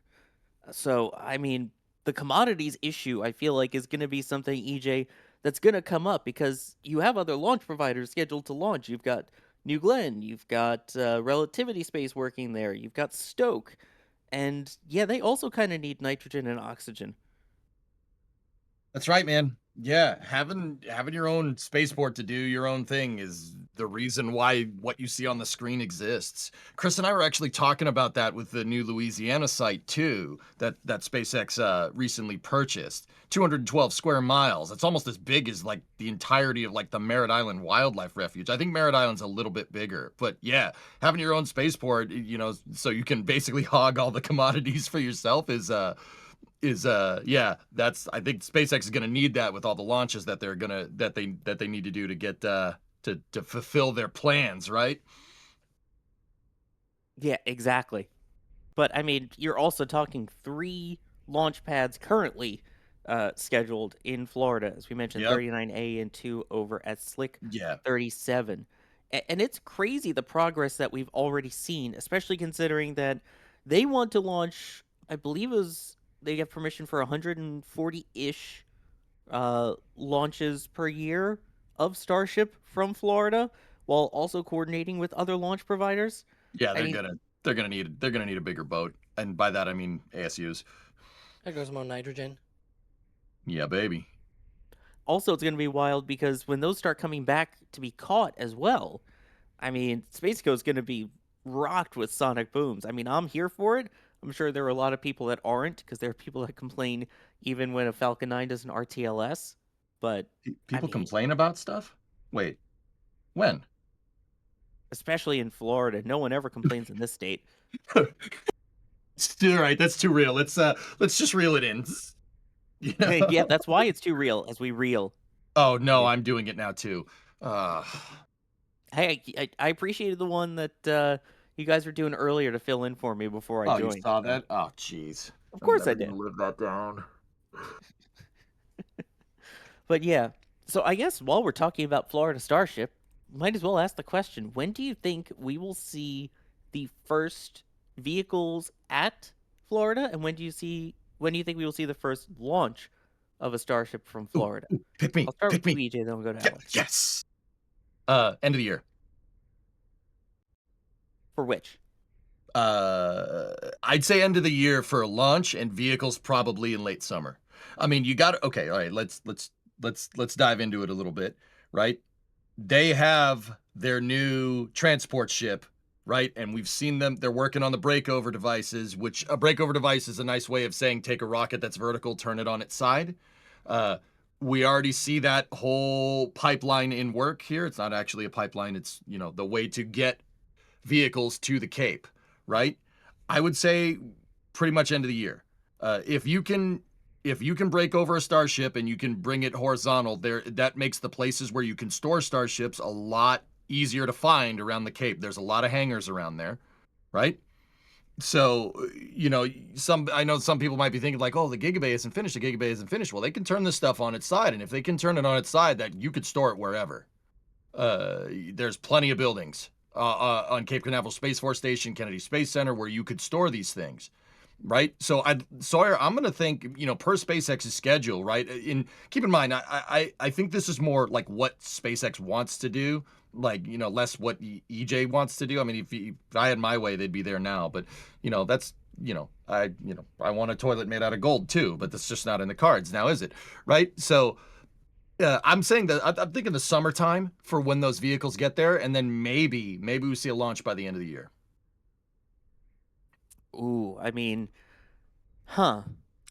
Sorry, looks like we got the clock back real quick. Yes, the clock is indeed running again on the SpaceX website. The TBD has been replaced, and it is counting down to the same clock that we have in the top left of our screen here of about 8 hours, 22 minutes exact. So, Bam! I mean, I think it's going to take a little bit longer than that. I'm going to implement Berger's Law here to what you said. So I'm going to go with fall and then the first launch in early 2027, like January, February timeframe. At least they now have vehicles to transport it. We have You'll Thank Me Later that is actually on its way over to the port of Brownsville currently, albeit not for a Starship vehicle, likely for pad infrastructure and tanks and stuff like that. But that is now on its way. Just read the instructions. The former Falcon 9 landing drone ship is actively being worked on. We expect that to be converted as well to a transport vessel to be able to bring things from Starbase to Cape Canaveral. So, I mean, the fact that we haven't seen Starship Flight 3 fly at all yet, or version 3 fly at all yet, I think that might be why it pushes a little bit. I think it's a lot going to depend on how today's flight goes. Once they prove that and shows that it works, maybe one more flight, and then they start sending the hardware over to Florida. So hopefully we see that very soon. But I think we will absolutely see a full stack in Florida before the end of the year. And I think we'll see launch early next year. By the way, that is You'll Thank Me Later with its recently installed canopy covering. So unfortunately, we won't really be able to see Starship as it's being transported. Totally wasn't planning on going with a photographer friend and taking a boat and going alongside it as it was coming. Totally wasn't doing that, and now have to change plans. But that is You'll Thank Me Later. Temu edition. Yep. Hey, Sawyer, I have a question. Yeah. If I give a date for when I say I want something to happen and you Berger's Law me, is that like betting $1 and Price is Right? Did you just Price is Right me with Spaceflight by invoking Berger's Law? Is that what just happened? If you bet 350, I bet 351. Oh, it is. Oh, how dare you? Alex, what do you think? When do you think we'll see the first Starship vehicles arrive in Florida, and when do you think we'll see the first launch? I think it's going to be late summer, early fall, or at least in fall time frame for delivery, and then launch, I think either way at the end of the year or next year, like early next year. I mean, that seems to kind of be most of the consensus. But you just did it too. Man. Well, no, Alex is just agreeing with me. Yeah, he did it too. Well, at least he didn't bid like 352 if I bid 351 and you bid 350. Yeah, that's fair. That's fair. Joke's on all of us. We're all overbidding and we're going to have to rebid again. That's the story of life, isn't it, with predicting timelines here? It really is. Never Another know. thing that's unpredictable is the generous amounts of support that we've been getting here. Jerwa with a $100 super chat saying, you've heard of the 24-hour Le Mans? But shout out to SpaceX for inventing the 48 hours of Le Pad. I like that one. That was good. Thank you, Jerwa. Good to see your name. Thank you for the pun. Marek, thank you for gifting 10 Red Team memberships. That it's awesome. If you got one of those gifted memberships, definitely make sure to give them a thank you. And also, be sure to check out once they go live, the members multi-view and the members behind the scenes. So you can see all the production side of things. And yeah, for the multi-view, see all of the cameras we have because we have a lot of them. out there. If you want to know what that's kind of like and you got a membership, just kind of check out the ones from yesterday so that you can get a vibe of what we'll be doing again later. Wilbo Baggins asking, who is up for the duration? Type me if so. I mean, it depends on how much you count the duration. I got it's like 3 hours of sleep-ish. Oh, I was supposed to type it. Oh. Yeah, I mean, they also don't have a microphone that we can hear for in chat. So otherwise, 8,000 people talking at the same time would be quite a lot. You can't hear chat? I mean, yeah. Wouldn't be any different than what's going on in my. It wouldn't be any different than what's going on in my brain any other day. There's just a million things going on up there to the point it gets tiresome. That's why I like chat so much. Yeah, no, that's what I mean. There are doctors that can help you with that. Ron Smith, Starbase is starting to remind me of a real-time strategy game with a tech development tree. Somebody make that, please. Oh, I kind of get that. I mean, Kerbal's kind of like that. I guess. I mean, there was a Kerbal save that I did a long time ago, guys, where I built the launch pads for the rockets to reuse them. So, like, I'd have boosters that go up, turn around, come back and land Falcon 9 style, and then I had to build I built all the cranes out of rocket parts and hydraulics to break over the boosters, bring them back to the pad, set them back onto the pad, and go. If you really want a challenge, do that in KSP. It is really, really, really difficult. Yeah. Was that Condor? Yes. Yeah. It's Falcon 9. I just picked another bird. Which, by the way, if you don't know, EJ streams over on Twitch. You should totally go check him out. Twitch.tv/EJ_SA. Thanks, man. Ooh, here's a really good question. You're going to love this one, EJ. Carson Phillips asking, what happens first? Giga Bay in Florida? Or Starship in Cape? Or EJ comes back down to Starbase? Who's Carson Phillips? I recognize that name. It sounds like an abandoner. Happens first. Giga Bay. I'm afraid to go back down to Starbase. The last time I went down there was 2 like catastrophic failures. So like, I don't want to go down there. Yeah. Also, what's up, Carson? How you doing, buddy? I will pay for EJ to stay home. Wow. Yeah, dude, I just shouldn't go anywhere. I just shouldn't go anywhere near that place, like, at all. I'm sure Carson is also appreciating that you're staying home. Yeah, Carson is also like, don't come here. But, I mean, I guess if I had to go with the original part of the question, though, I think we'll see vehicles here before we see the Giga Bay complete. I wouldn't be surprised if they end up literally just storing them out at 39A. Just have them hanging out going, we're waiting or anything, because they don't really have anything in the VAB. They don't have a high bay for that. They don't have the Giga Bay ready yet. And even so, especially if you're just doing initial testing and things like that, I wouldn't be surprised if they just build a tent. We've seen SpaceX use tents before. Change it up. Asking, what is your reckless speculation for the land in Louisiana that SpaceX might buy? Yes. I was thinking, I was speculating here, and this, okay, we're gonna go reckless speculation. I'm thinking an end-to-end Starship complex. So another Star Factory over there, right? But Star Factory optimized, no Highway 4, right? Optimized to move starships quickly from the Star Factory to a Giga Bay to a launch pad, to like a multi-launch pad complex. What I was thinking, Sawyer, is that the Louisiana complex to SpaceX is going to be what Complex 39 was to the Apollo program. They were figuring out Saturn at Complex 34, and then they figured out Saturn 1B at Complex 37, right? And then they built out the big complex for the big dogs, like a fully integrated facility, turning basin, VAB, transfer aisles, et cetera, the mobile launchers, crawlerway, double pads, and go from there. But I'm thinking SpaceX is probably going to need like 5 or 6 towers there at the very least. And once again, fellas, we're doing rapid and random speculation. The place is big enough to do that. You're going to need to dredge a lot of terrain, right? And you're going to need to mess with the water table a little bit because you're in the swamp, right? But that's no different than Boca. I'm thinking a fully integrated complex where steel goes in one side and rockets launch out the other side of this factory complex. Ooh.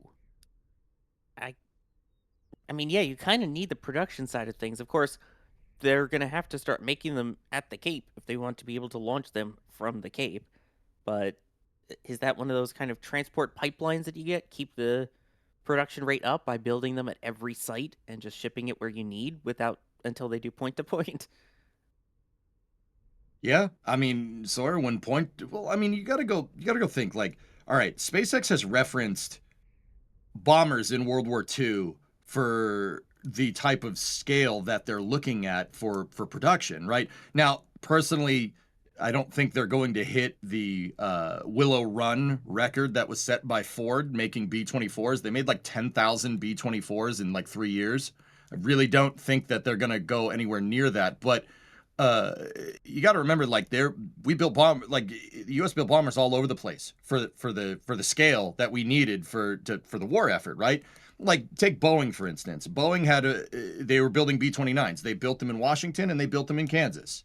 Multiple facilities really makes a lot more sense in my mind when you can hop from one facility to another facility, right? When you can do that, that makes a lot more sense to me. You know. If you look at like 747s too, I mean, 747s were made in Everett, Washington, at the big factory that's up there, but they had parts coming in from all over the place, right? Like 747s were made in other areas too, but I mean, it's mostly sub-assemblies, but you know, maybe sometime down the road, you know, some facilities are doing propulsion and maybe some facilities are doing tankage, right? You got to remember, like the other thing is that this Louisiana, I want to say Louisiana Purchase, but that was a couple hundred years ago. You know, what is it, 100 and, or no, 223 years ago?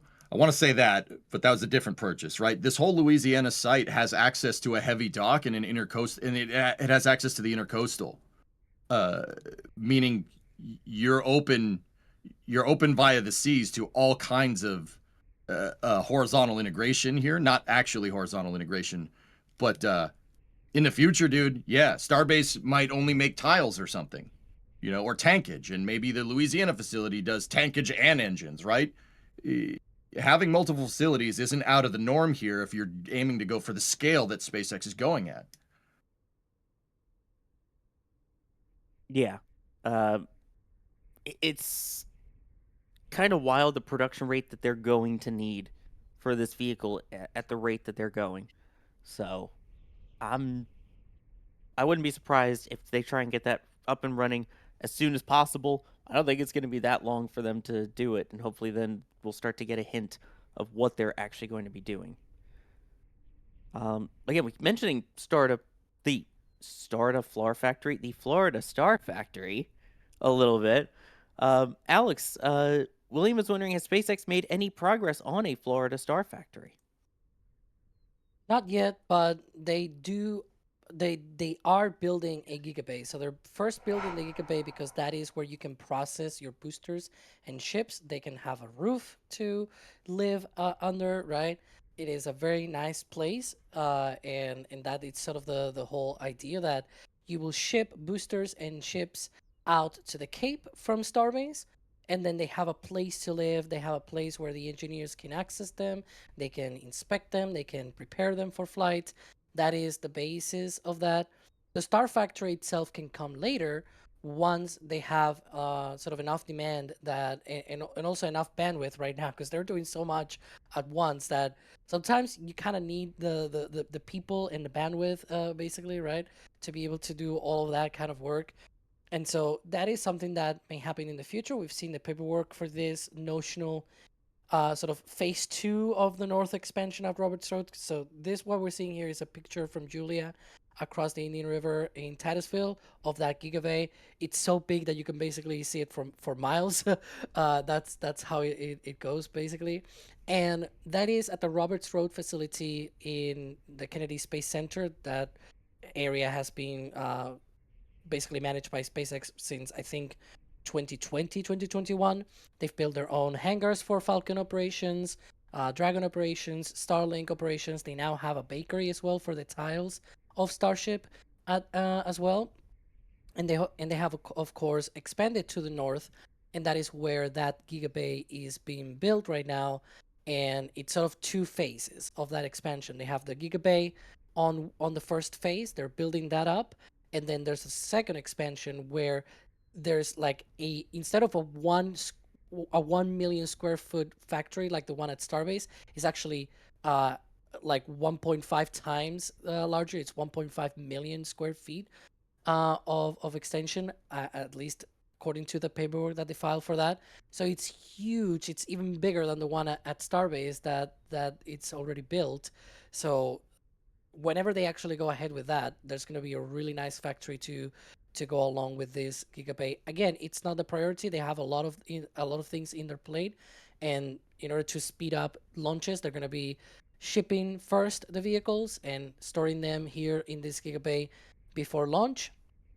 In the future, they will actually have there a factory that rolls out, barrel sections and whatnot, and then you stack them in the base, you weld them and integrate everything together.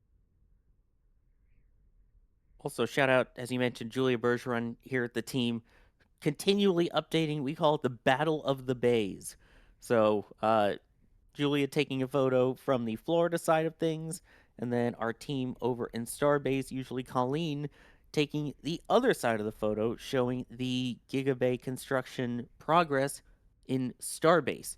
And I have to say, it's amazing. It seems like the progress at the Florida Gigabay has surpassed the Starship Gigabay. Although I guess a way to look at it is they already have, the megabays that they can work with here, whereas Florida has nothing, so they kind of need to build the other one pretty quick. Here, at least, they have other buildings they can house vehicles in the meantime. But I will say, you mentioned how much more prominent it is, I guess, in the skyline there. If you ever go on a cruise out of Port Canaveral and you take the road towards the cruise port, you used to be going over one of these tall bridges, and you would look over, and it would just be the VAB staring at you. Like, oh, wow, there's the VAB. Now you see the Gigabay before you see the VAB, partly because it's also further south, but still, it's that prominent that you notice that before you notice the VAB behind it, at least to me. Let's see here. Let me just thank some people real quick, and then we'll get to more of your questions. Tag is at NASA Spaceflight or at NSF, and it appears in the background here. It makes it easier for us to see those questions, because obviously when there's 8,000 of you joining us here, we want to make sure we can see all the questions coming in. Parsec, thank you for becoming a Capcom member. Capcom and above, getting access to the NSF Discord. We will see you in there. Sergeant Vosh saying, chat may be generous, but NSF is generously sharing cameras, knowledge, puns, facts, theories, and entertainment. What is our confidence level with the pin fix? More hold roulette today for stage 0. I know you guys were talking a little bit about this earlier, but what is your confidence in that? Alex, I'll start with you and then EJ. Okie dokie. Well, they were actuating yesterday, so it should be fixed already. It seems like they had worked on that overnight, and then they were able to retract it and sort of put it in place back again. Yeah, it already works. We will have to see whether it's actually still working by the time lunchtime comes around in about 8 hours from now. But it worked when they did the fix overnight. So hopefully, again, it still works. Maybe later today. EJ? I'm with Alex. Guys, hydraulic systems are pretty dang straightforward. If there's air in the lines, get the air out and go. I'm going to go ahead and guess, because this is a new system, there probably was a slight leak somewhere.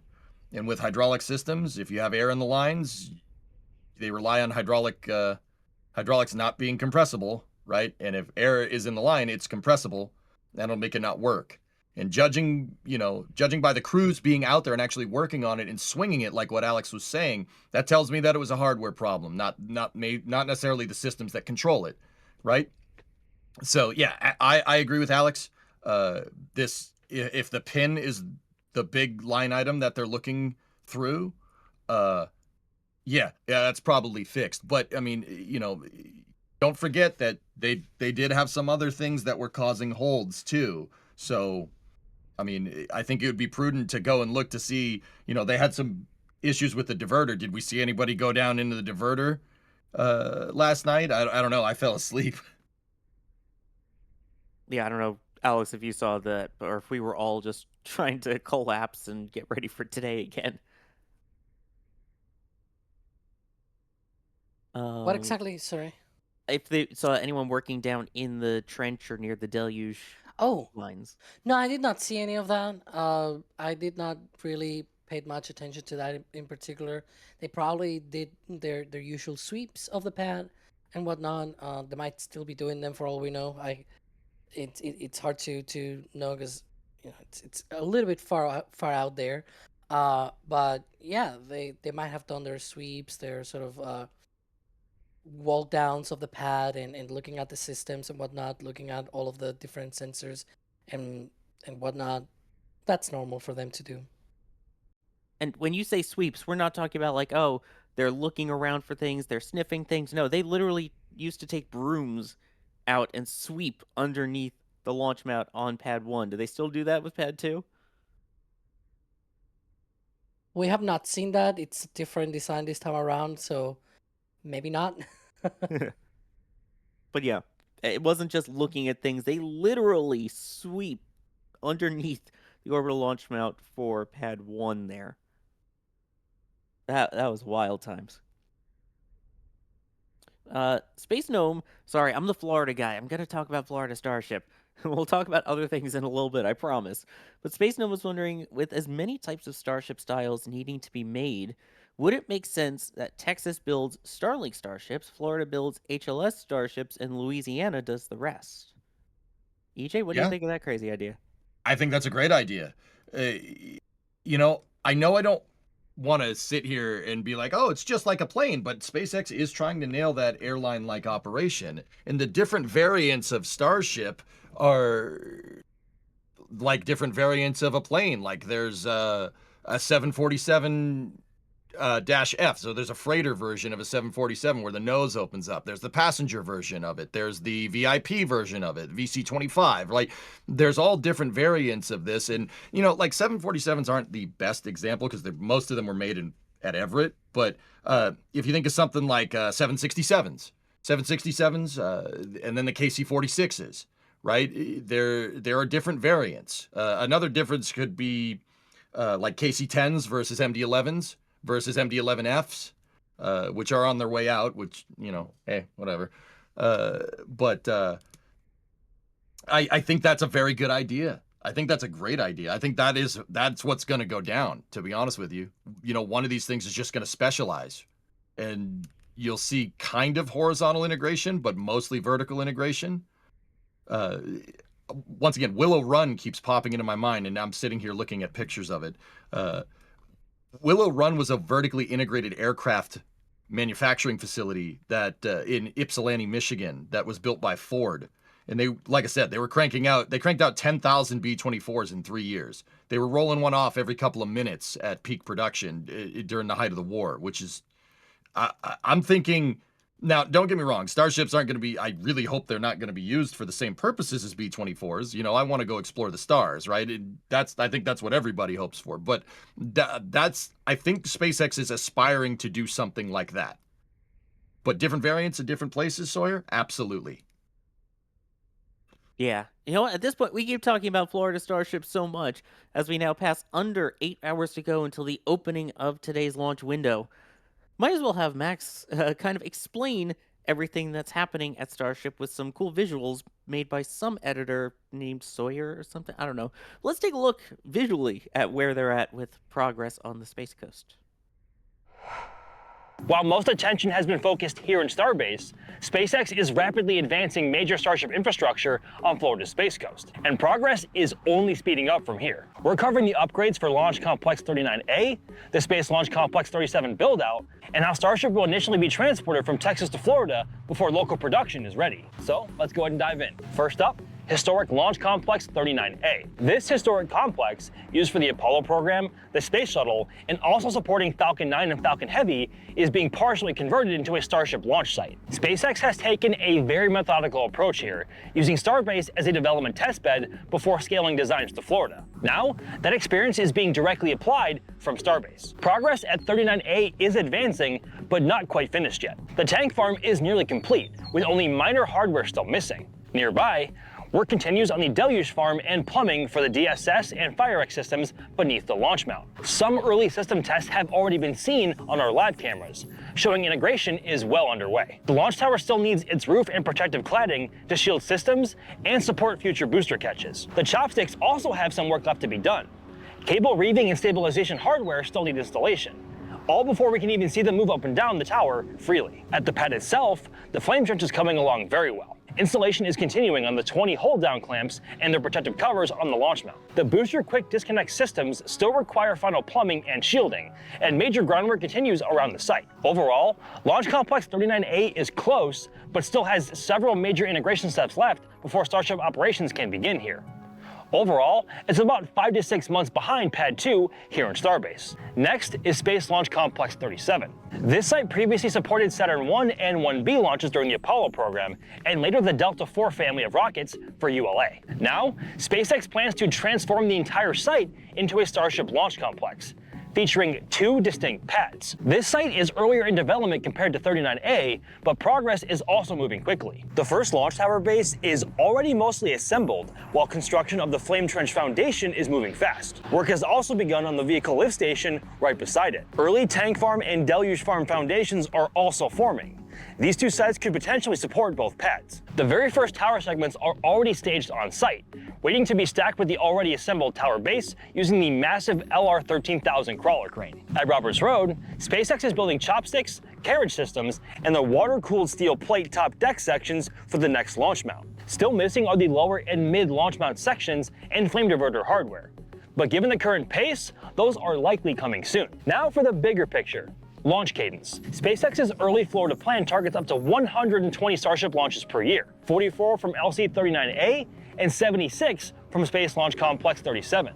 That's just the beginning. If Starship is to support Mars missions, Starlink expansion, lunar operations, and future large-scale AI infrastructure projects, launch rates could increase even farther than that. To enable this, SpaceX plans to build an air separation unit and liquefaction plant at each site to produce liquid oxygen, methane, nitrogen, and argon directly on site, essential commodities for rapid turnaround operations. Now let's talk logistics, and more keenly, vehicles, because launch pads are only useful if there are vehicles available to utilize them. At Roberts Road, SpaceX is building Florida's Gigabay for stacking and processing of Starship's boosters and ship upper stages for flight. However, a full Star Factory in Florida has yet to begin construction, so initial vehicle supply will come from Starbase. To bridge that gap, completed Starship vehicles will be transported horizontally from Texas to Florida using 2 barges. Marmac 31, aka You'll Thank Me Later, and the Just Read the Instructions drone ship formerly used for Falcon 9 operations. This has been confirmed by SpaceX themselves and their VP of Launch, Kiko Donchev. Preparations are already underway. Just Read the Instructions is currently at Port Canaveral, where equipment is being removed ahead of modifications for Starship transport operations. You'll Thank Me Later is also at Port Canaveral and is now sporting a protective canopy following modifications at the Cape Canaveral Space Force Station. Breakover systems to rotate Starships horizontally and their transport hardware is believed to be under assembly here at the Sanchez lot in Starbase. One remaining unknown, though, is where final breakover operations will occur before Florida's Gigabay is ready. But with the program's first targeted Florida launch aiming for later this year, we may find out soon enough. So while Starbase is still dominating the headlines here, Florida is quickly becoming just as critical to Starship's future. Once production ramps up at Roberts Road, Florida will become one of, if not the busiest Starship launch hub in the world. But there is still a lot left to build, and of course, timelines can shift. But progress so far is undeniably fast. Max Evans with the update there. Thank you very much. And just because of how quick SpaceX moves in the 3 days since that video was finished, yeah, as we mentioned, You'll Thank Me Later is currently on its way to Starbase, or at least the port of Brownsville there. So that's the only thing I have to update because things happen in real time and they happen fast. But still amazing to see the progress there. So for those just joining us now, as we are under 8 hours to go till the opening of today's launch window, SpaceX is indeed counting down to the second attempt of the 12th flight of Starship and the first of V3, as well as the first launch from this new launch pad, Pad 2 in Starbase. We did have the issues yesterday, multiple different issues, but a lot of it relating to that SQD arm, the ship quick disconnect, and the one Elon posting about the final one. I would say the nail in the coffin, but I guess it was the pin in the SQD that didn't retract when it was supposed to there. So right now, though, it appears that they worked on that overnight, and everything continues to proceed towards a launch. This is indeed, just like yesterday, a 90-minute launch window. So if something happens, they have plenty of time to work through it, as we saw yesterday, where they initially went 60 minutes into that 90-minute launch window and then were able to hold for about 10 or 15 minutes while they tried to figure that out.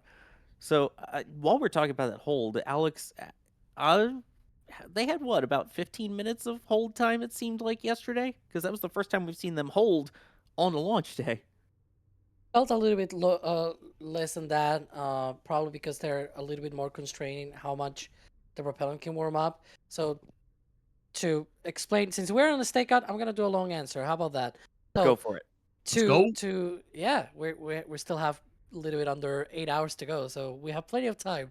So the whole reason why they can hold with Starship instead of with Falcon 9, Falcon 9 is a small rocket. They densify the propellants, right, for both Falcon 9 and Starship. And densifying the propellant means they make them colder. They make them colder because fluids, unlike water is sort of the really bad example of this, because water, depending on which side of the temperature scale you are, if you cool it down, it actually turns into less dense fluid, and then when you turn it into ice, it actually bulges out and becomes even less dense, and that's why sort of ice blocks sort of float in the ocean and things like that, icebergs and all that. But generally, every other kind of liquid, except for a couple more exceptions, when you cool them down, they get denser. And getting denser means in the same amount of volume, you can fit more of the thing. You can fit more mass, basically. So what happens here is, if you were to compare this to a plane, is sort of as if you got an extra tank of fuel on your plane that has zero volume, right?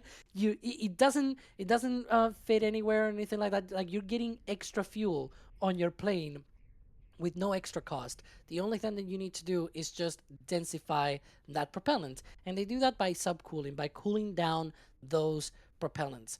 So the problem is, if they were to wait for too long on the pad with those propellants on board of the rocket, they will warm up. And as they warm up, they lose that density, and so that means you're carrying less propellant, and therefore the rocket carries less payload to orbit. It has less performance, right? In the case of the example that I gave, with, like, you have extra fuel on your plane with no extra tanks, that's a miracle. Every aviation company out there will pay you if you were to fit more fuel on your plane without having an extra tank. It will probably be Nobel Prize sort of thing even. Because they really like their performance and having more fuel margins and things like that, and having you cramped into a very small seat. That's the sort of thing. But now imagine you are a Starlink satellite inside of that pest dispenser. I think we can relate all with that kind of tight fit inside of a vessel like this. And so that is key for them to be able to carry as much payload as they do. That gain in performance can be up to 20%. And that can be the difference between having a fully reusable rocket or having to dump the booster every single flight. Basically, those 33 Raptor engines will have to be dumped otherwise if you were to fly the same payload performance. And so this is why it's important for them to check on those temperatures. But Starship is big. it takes a while for that propellant to warm up. So they have a few minutes of leeway there, of margins, where yes, it might warm up, but it might not warm up enough for them to lose a lot of performance. They have some window, if you will, of those temperatures to occur. And so that is exactly what they were looking at yesterday. Dan Hewitt from SpaceX was explaining that as they were holding the count, they were looking at the temperatures, looking at their simulations, and whether they could hold for a little bit longer with the different temperatures that they were looking at on their sensors. And so that is why they have that hold opportunity for Starship that we do not see on Falcon 9. Falcon 9 is way smaller. It's got less than 10% the propellant mass of Starship, so it's a lot smaller. It's much easier for that propellant to warm up rather quickly. And so there's no margin there. There's no hold opportunities. Starship is a whole different beast, and that's why it can hold. But as we were saying, with a much more perfected, so to speak, flight, where you've got new booster, new ship, much increased performance. Now they're probably looking for much more performance on this vehicle. The window of opportunity for that hold sort of tightens, and it seems more like it's like 7 or 8 minutes instead now than the 10 to 15 minutes from before. And this is why it was a little bit shorter this time around than we saw for previous versions. But that's a long answer. I hope you liked it. Oh man, that was a good nap. Thank you, Alex. No, I'm kidding. But yeah, like you said, if anyone can figure that out, you got a Nobel Prize in your future. Yeah, imagine if you got 20% off on your planes, right? Of performance gain. Boeing will be jumping all over the place. All of the airlines out there will be amazed by that. They will be amazed, rocket style, right? Yeah, and so you get it for free on. I mean, not for free. You still have to subcool the propellants, and it takes a while. But like just like that, you get 20% performance boost. How about that? I mean, that would be amazing. Could you imagine if all the video editing that Ryan Caton and Thomas and I could do if we had a 20% boost in productivity? Jeez. Yeah. Let's see here. Mr. Bozo is asking while we're talking about the pin. EJ, can you explain the importance of the hydraulic pin that was stuck that scrubbed the launch? What does this pin do? So it holds the arm in place. If you look about halfway up the tower, you see some kind of bulging off the right of the tower. That's the ship quick disconnect, or SQD. When that thing is in the closed position, they lock it. And the reason why they lock it is because you're going to move propellants and stuff through it. You don't want that thing swinging around, especially when it has the fuel and oxidizer lines going into the ship. If you look at this shot here, just to the right of Starship's aft flap, relative from our position, you could see all the pipes and all the what they're called commodity lines that go into Starship. You don't want this thing moving when you're going to fuel. And I know what people are going to think, like, it's going to sway around a little bit. Yeah, a little bit. But think about this, guys. They loaded this thing up in 35 minutes yesterday, fully fueled, from nothing to fully fueled in about a half hour, a little over a half hour. There is an insane amount of propellants flowing through those lines. You do not want any deflection there. You don't want that thing moving around at all. So they have locking pins that hold it. They basically latch it into the hold position. The locking pins go vertical. They're going up and down instead of like left, right. The locking pin exactly is kind of behind this camera shot. It's kind of behind the tower in this shot. And what that pin does is hold it in place. Now they retract it because the ship quick disconnect arm has to swing out of the way. That arm, if it looks like it's kind of wrapping around the tower, well, it's because it is. You can't have it on the front side of the tower because the chopsticks will get in. It'll impede the chopsticks and the carriage from going up and down. Can't have that. So the hinge for the ship quick disconnect is actually on the back of the tower, right? And it swings out of the way with a hydraulic arm. I had said it was electrical before, but that system is actually still hydraulic. It's the chopsticks that have electric actuators. Those are the things that pick up Starship and Super Heavy and put them on the pad and also catch them eventually, right? But that pin is used to hold that arm in place so it doesn't move around during fueling. you need to retract that pin with the hydraulic system to get it to move out of the way. And you need a hydraulic ram to swing that arm out of the way, because you don't want the arm there when Starship goes to launch. You know, like worst case scenario here, if it doesn't go and Starship launches, it hits it and that's game over. You know, best case scenario, right? Starship misses it, and the 33 engines, when they fly by that ship quick disconnect, absolutely roast the thing. And I don't think SpaceX is looking to damage their brand new pad, right? So that one pin hosed the entire thing. I mean, we don't know if that was the only problem for sure. Like, we don't know if it was gonna, you know, the hold was gonna flag other things, but that was the one that ultimately got them yesterday. But yeah, it's you know, if you want a little bit of specs on the pin, it's about, I don't know, like 4 to 5 inches in diameter. And yeah, it's actuated on a hydraulic ram, so it goes up and down. It's pretty beefy because you need a lot of material to hold, you need a lot of pin to hold that arm in place. But yeah, there you go. I mean, Alex is gonna give a long answer. I'm gonna give a long answer. Let's go. Yeah, we're on the Stakeout stream. We can afford that, right? Yeah, dude, we got plenty of time. Yeah, You say let's that's why we go. are here. You say let's go, but soon it will be let's not go, as you can see the first sheriff's vehicle there arriving at one of the roadblock sites. So the tanker's still going through. Some employees obviously still going through. It's not fully closed yet, but you could see them setting up in preparation for it. Guy's a legend. Sorry. You know who else are legends? The people that help support us here at NSF. Right? Thank you for becoming a Pad Rat member. Drunar, 13.5-hour shift today. Great day for another NSF marathon launch stream. Go SpaceX, go NSF, go coffee. Let's go. Need plenty of that. CJ, thank you very much for the support there. And then Sebo Kaji, I believe, saying Battlestar Galactica theme intensifies. So say we all. One thing that I found interesting yesterday, and I want to talk about this for a moment, because you mentioned coffee, and now for some reason I'm thinking hot dogs. Also, Alice yesterday was saying they should have been called the Monster Dogs instead of Dodger Dogs, but you got to talk about the Starlink satellites, which turns out are just modified V2 minis that sounds like are kind of just extended into a longer version of a hot dog kind of deal. EJ, can you kind of explain what they meant by the Dodger Dogs for people who might not be sports or baseball fans? Okay, so the Starlink satellites are flat packed, right? And they have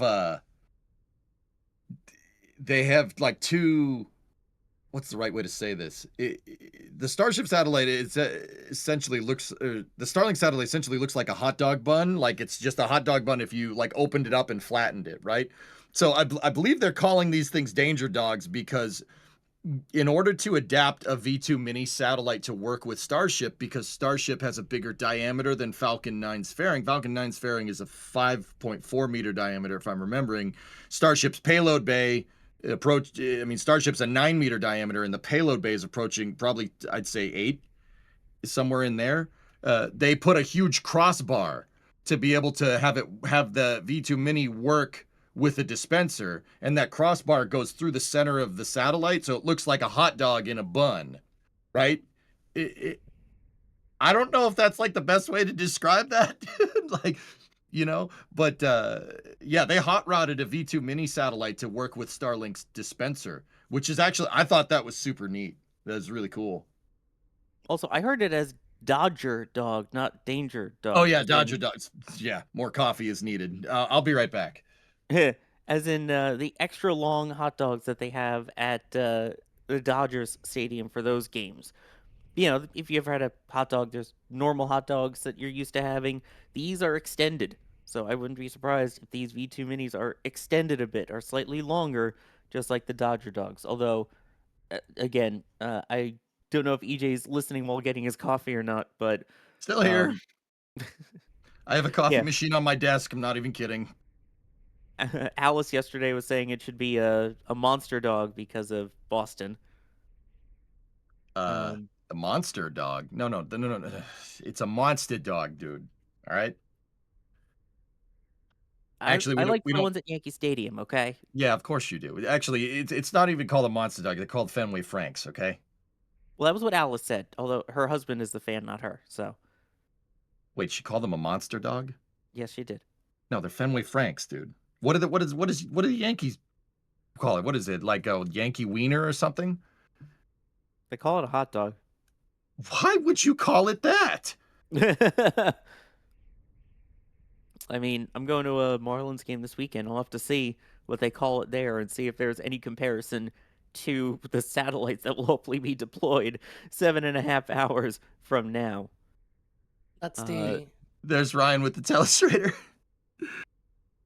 Really, Alice? It was a monster. Alice is in the back channel. It was a monster last time you were at Fenway. Huh. I've never heard it called that. When you and I were there, EJ, it was the Fenway Frank. Yeah, that's weird. But yeah, weird. also the monster dog, I'm guessing because of the green monster, the wall. Yeah. Interesting. Also, I don't think you guys, Sawyer, I don't think at Yankee Stadium you call them hot dogs. You call them hot dogs, right? Oh yeah, it's a hot dog. Exactly. Like I'm a freaking hot dog, dude. We don't emphasize that much, but yeah, it's a hot dog. It's a dog. Yeah. Yeah, the dogs. You gotta get the dogs. You put it in the bun. You put it in your mouth, right? Like that's how it works. We need Chris Bergen back here now to do the his version of the accent with it. But yeah, so if you're wondering why it's called that, thank you for the illustration on there. Did he call it a sausage? Yeah, because it's in the bar that goes out to the pest dispenser. But it's the sausage isn't a hot dog though. Oh, come on. No, here we go. But sorry, I'm not doing it. We have we've got 7.5 hours to kind of joke around still here, so that's why we're doing that. The familiar phrase as well there, but anyways. Alexander, those are the ones out on the street. Those are the dirty water dogs. I don't know if those are dirty water dogs technically in Yankee Stadium, but yes, if you were to get a hot dog on one of those carts on the side of the sidewalk in New York City, we do call it dirty water dogs. And I'm sure you can guess why. Anyway. Love that dirty water.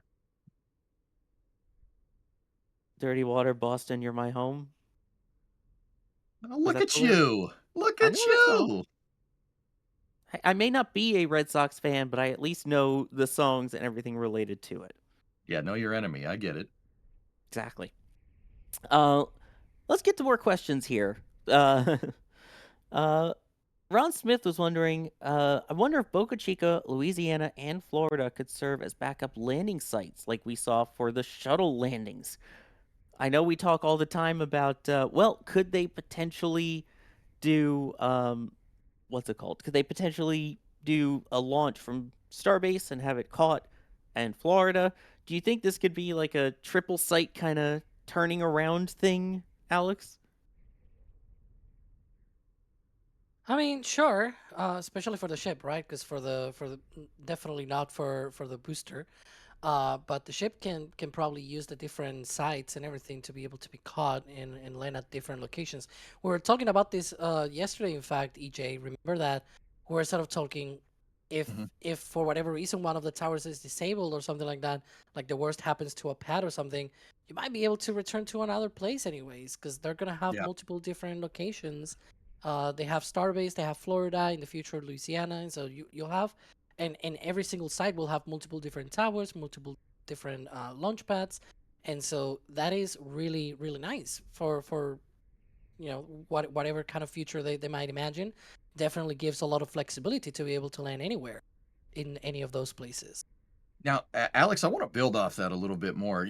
We were kind of speculating, and the question was to give us some wild speculation that like Boca Chica might be Starlink starships in the future. Louisiana might be human rated starships, right? And then maybe the Cape makes HLS or something.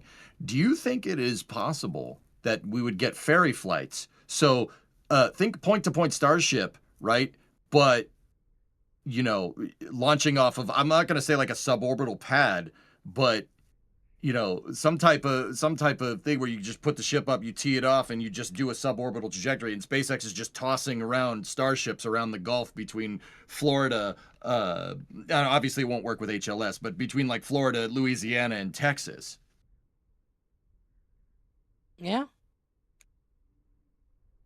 Ooh, interesting idea. I mean, Yeah, I was thinking like you have something like Massey's, right? But just let it go, and then just oh, we need a Starlink one down the Cape, or oh, we need a passenger one at Boca Chica. Just just hop them around, just when hops. I mean, that would be a nightmare for dealing with air traffic in the area.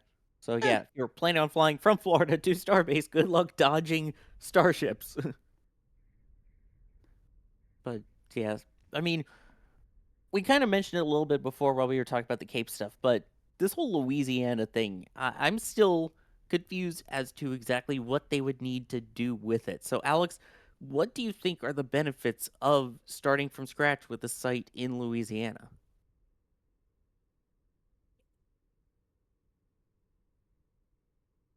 I don't know if Alex heard the question or not. I'm trying to process because, Yeah.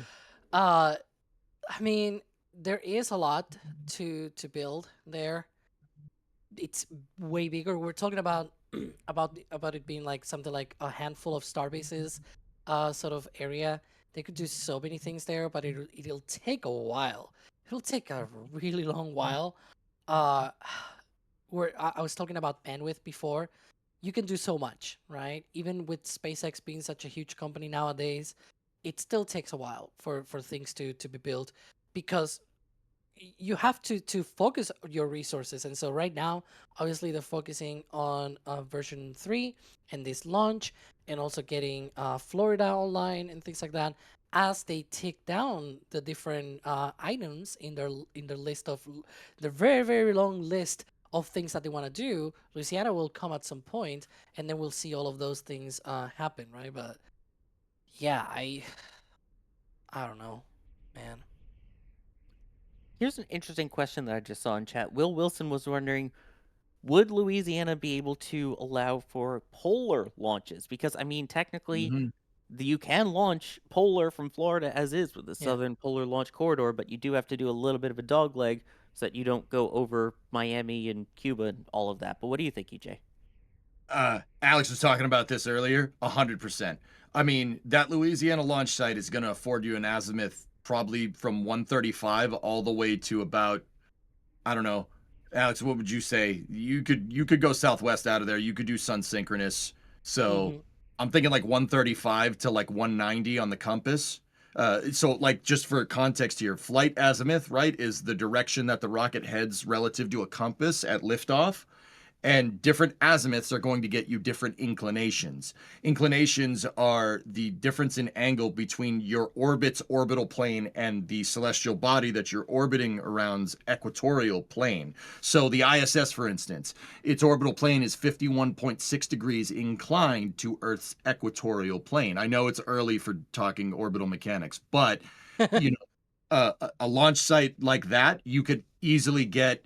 You could probably, dare I say it, you could probably get to ISS orbit if you did a dog leg. You could definitely get to Starlink orbits. You could definitely do sun synchronous. Absolutely. All day. And night. If SpaceX has And that rhymed. you can, in theory, also thread the needle between Mexico and Cuba, sort of like today's flight. The difference is, of course, if you launch from Louisiana, then you achieve a much higher inclination. And I think in that case, you can get to something like in the order of 50 something degrees from there. Yeah. Very similar to the ISS orbit. So it's rather nice that, if even if you just take all water, right, as your downrange area, you still have a really nice and interesting sort of orbit, because they also launch a lot of Starlinks to that sort of orbit. So Louisiana can also work as well for Starlink launches. I mean, more launch sites, more better, I guess, right? Yep. Yeah. So I'm out here on Google Earth now, and like once again, you guys can't see this, and I'm just using Google Earth to try and look at flight azimuths, dude. You can.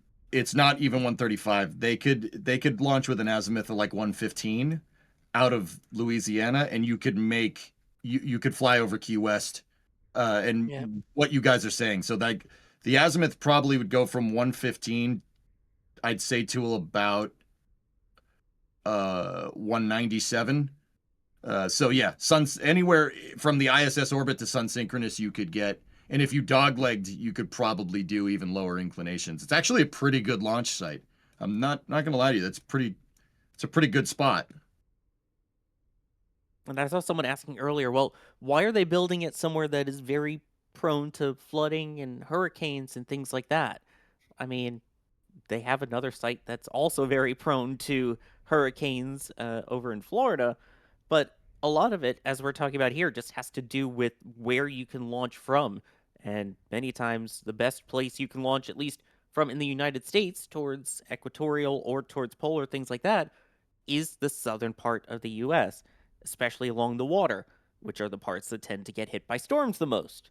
So it's something, if you want the best shot at getting to orbit with the least amount of resistance and the least amount of inclination changes needed while in space, you kind of have to go along the water. Yeah, I mean, sorry. The other thing is, yeah, water is not where people are necessarily. You know, that's probably for the better. You know, And then if you this, also get hazard areas specifically where they try and keep people out. So, for example, this is the one for Starbase here for today's flight, which is different from the previous trajectory that went near Florida. And then the splashdown, by the way, for those wondering, if we go all the way around past Madagascar, right near Australia, that is the reentry hazard area. Again, like you pointed out, not a lot of people in water. So it makes it less likely that if something doesn't burn up or if something breaks apart and has issues, that it doesn't land on people or, say, the Turks and Caicos. I mean, what? yeah, exactly. That's exactly what we're trying to avoid here. Uh, yeah, that's probably for the better with rockets. Oh yeah, they are absurdly loud. Like we're not talking like, oh, sorry, we'll go back to New York City. Like, oh, Newark, it's right there. Like, oh, it's loud from time to. No. Rockets are way louder than airplanes. You do not want to be near them when they go off. I'm sorry. Did you say let's go to Newark? Yeah, let's. Yeah, you know what? Second thought, let's not go to Newark. It's just a silly place. By the person saying water is not where people are. Florida beaches. Yeah, haha. The beaches aren't beach. Sand isn't water. Last time I checked, man. But here's an interesting thought then from OMG Rockets. And Alex, I'm going to throw this one to you. With all the benefits of Louisiana, why didn't they build Starbase there instead of Texas?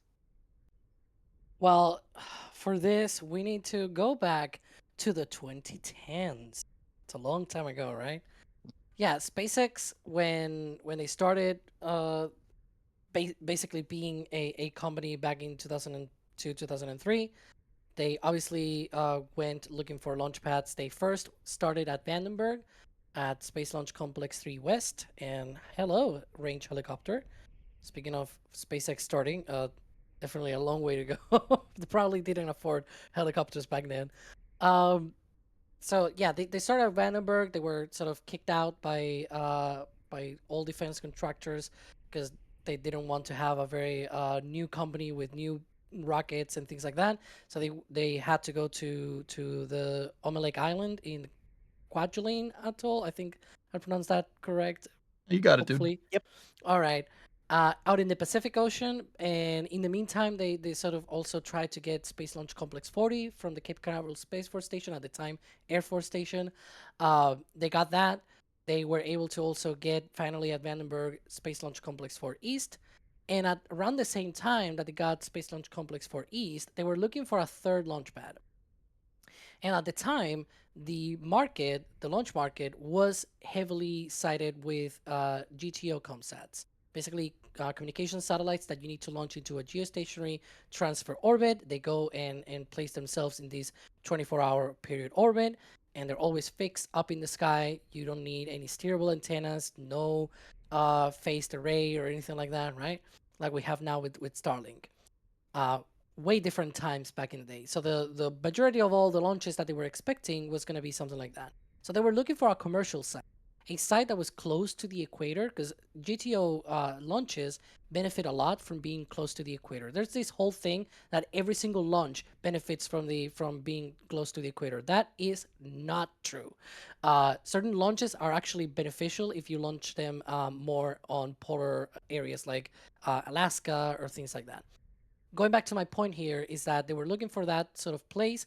They searched for different locations between Puerto Rico, Georgia, and Texas, and they went to Texas. And this is why they started here in this place for that. That was the original purpose, to have a fully commercial Falcon 9 / Falcon Heavy launch site that they could launch from in order to be able to go to GTO. Now, there's also the point that, ironically, or rather fortunately for SpaceX, it's also very beneficial to go to Mars to be close to the equator, because you want to be in a sort of low inclination orbit, and you get a boost also from the Earth's rotation. So you can have more payload. You are in a low inclination orbit, which means you're more prone to be in the good orientation for your planetary windows and things like that for longer. And so it also served as a great location for their future to also launch their, at the time, Mars Colonial Transporter. And so Starbase at the time, Boca Chica, it was basically branded as a commercial Falcon 9 / Falcon Heavy launch site for GTO missions, and a future site for their MCT, the Mars Colonial Transporter. Over time, they did not develop that Falcon 9, that commercial Falcon 9 launch site, because they were able to lease the Launch Complex 39A pad at the Kennedy Space Center from NASA. And so they dedicated that to Crew, to Falcon Heavy, and they were able to then basically have an extra launch pad without needing the commercial one. For a while, they were still filing paperwork for a Falcon 9 launch pad in Texas, basically. And so they were sort of putting that in the back burner as, maybe we do this in the future, we don't know yet. By the time they were actually with a good enough cadence of Falcon 9 that they might have needed it, the GTO ComSat market dropped. It was no longer a thing, and they actually were pivoting very rapidly into Starlink. That's LEO satellites, low Earth orbit. You can launch from everywhere. You can launch from Vandenberg, you can launch from Florida. You don't need to be necessarily close to the equator. Therefore, Boca Chica no longer is where you need really a Falcon 9 launch pad. It turned all into that MCT, that Mars Colonial Transporter vehicle that is now Starship. So that's why they started in Texas rather than Louisiana or anything like that. Louisiana will not have been a very good place for that sort of thing, because you will have to overfly people if you were to go equatorial, basically. There you go. That's the long answer. It took the time for this thing to take off. Took the entire length of a helicopter landing, switching crew, and taking off again in that one answer. Which, I mean, that's an important point while we're talking about the helicopter and things like that. Like you said, they want a fully private spaceport, which they now have here. And EJ, that includes the range. So all the range helicopters and everything. This isn't like the Coast Guard. This isn't the 45th Space Wing. This is all private by SpaceX, right? Yeah, these are all these helicopters. What these copters are doing, guys, is just they're patrolling the pad perimeter. Make sure there's nobody around. You do not want people near this thing when it goes.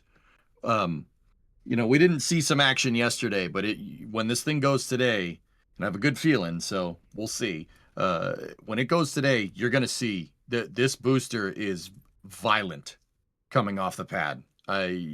Just by looking at that static fire, Sawyer, that we saw the other day, oh my word. You do not want to be near this thing when it goes off. Oh my goodness, yeah. It is going to be wild. But it's all about safety too, and same with the, hazard zones and keep out areas. In case something catastrophic happens, which of course we don't want, but if it does, you have to be prepared for it and be prepared to keep people safe. And that's part of the reason they have these keep out areas, why they have the road closures. And I mean, I'm sure they'll change over time. Like, same thing with when we saw the ones for Slick 37 and 39A. The blast danger area that they have for those is absolutely massive to start. But I'm sure over time that will shrink. We've seen that with Falcon as well, or Falcon Heavy especially, where it was a larger blast danger area, but as it flew more and they learned how the vehicle is and were able to understand the risks associated with it, it shrunk to the point where you actually can occasionally have the beach open over at Playa Linda to see a Falcon Heavy launch, whereas originally part of that area, if I recall, was closed off. Right, Alex? That's something that they can do over time, is change the blast danger area. Yeah, they could shrink it eventually if they are more confident in the rocket itself.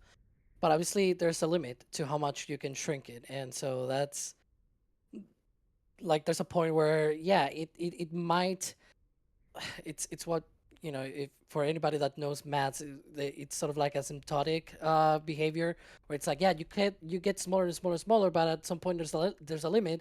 You cannot get any smaller than that, and that's your limit, right? And so that's basically what will happen over time.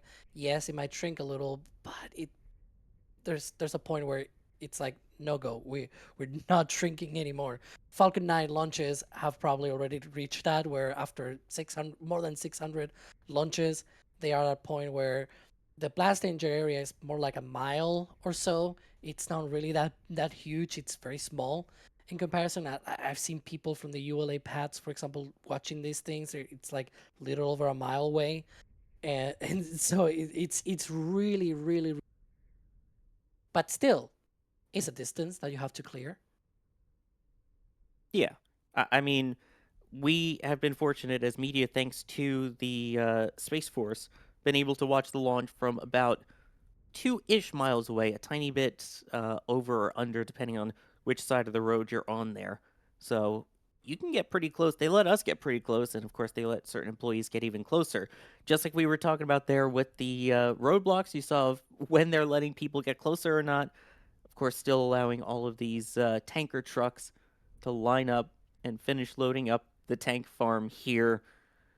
They still have a little while before all this has to clear out, right? I mean, we've seen them, with tanker trucks still 4 or 3 hours before, Alex?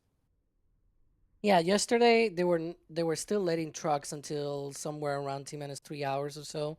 I think even down to T-2.5 hours in the countdown. So yeah, it was very much down to the wire. Whatever you got to do to load her up. It's so cool to see that. What's also cool is to see the support queue filling up. So let me make sure I thank some people from here. Iwalja with the 20 euros saying thank you for the facts, info, streams. I love it. Also, wow, the close up of the quick disconnect arm really emphasizes the scale of Starship. Yeah, as Elon said in his technical update that one time, Starship is big. Let's see here.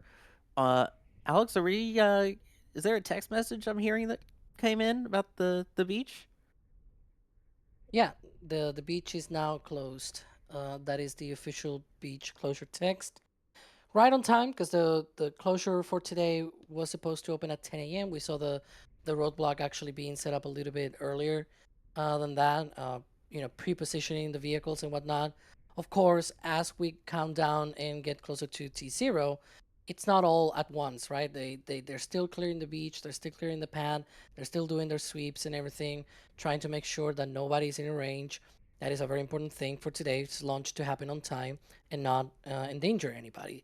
And so we'll see more and more cars leave over time. They'll eventually go away. We'll be left basically with just the tanker trucks and a couple more trucks from employees and whatnot. But we can see there one of those security cars already placed in the roadblock. This is one of the or at least main 3 roadblocks that are located along Highway 4. We were talking about this earlier as well. That is the one at the Lyndon B. Johnson Boulevard in the Boca Chica Village. That intersection with Highway 4, that is where it's sort of like the last time before you can turn around and sort of go into other roads and things like that before the launch site. Because after that, there's no more intersections, there's nothing else. It's just you go all the way down to the launch site. That is where the roadblock is located. You can see the stretch of road there all the way to the launch pad. Once we get closer to the launch, this roadblock will move up to that alternate closure point. It's like a right outside of the blast danger area. There's the one here at Richardson Avenue, the one that we're showing on the right hand side. And then there's one that is sort of called the soft roadblock right at the intersection between Highway 4 and Oklahoma Avenue. That one is, as if you will, the last portion of Brownsville connected to the access to this beach, to the Starbase area. And so that is the soft roadblock where, regular population is not let through normally.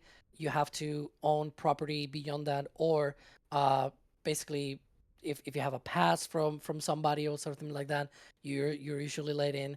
But regular people, they are not let in. SpaceX employees, of course, they do go in. Law enforcement officials. The other roadblock, the one that we're seeing on the right, that is usually only law enforcement and SpaceX officials. And then, of course, the one for the launch pad, it's just SpaceX and law enforcement again. And there's a point, as I said, where it's not even that. They have to clear the area at all. It's yes or yes. You have to clear, no matter who you are. Also, I appreciate in the other roadblock, despite the beach being closed and them sending all these tanker trucks in to load up all the propellants and everything into the tank farm, they're still doing the landscaping. You can still see the person that was out there with the weed whacker trimming the area around the road. So what is he trimming? There's only dirt there. I don't understand. there's Trimming the tiny dirt. patch of grass, it looks like, by the sign. Isn't that what a shower is? Trimming the dirt. I've never I was trying heard to make a joke about moving dirt off you. It's I a get really it. mad. I got it. I ain't laughing, but I got it. Glad you get it. Alan getting some stuff from the shop saying, keep going, guys. I don't know if it was intentionally spelled this way or not, but coffee is a must. I don't know if it's meant to be like coffee, like the New York way, the coffee, but... Taffy, dude.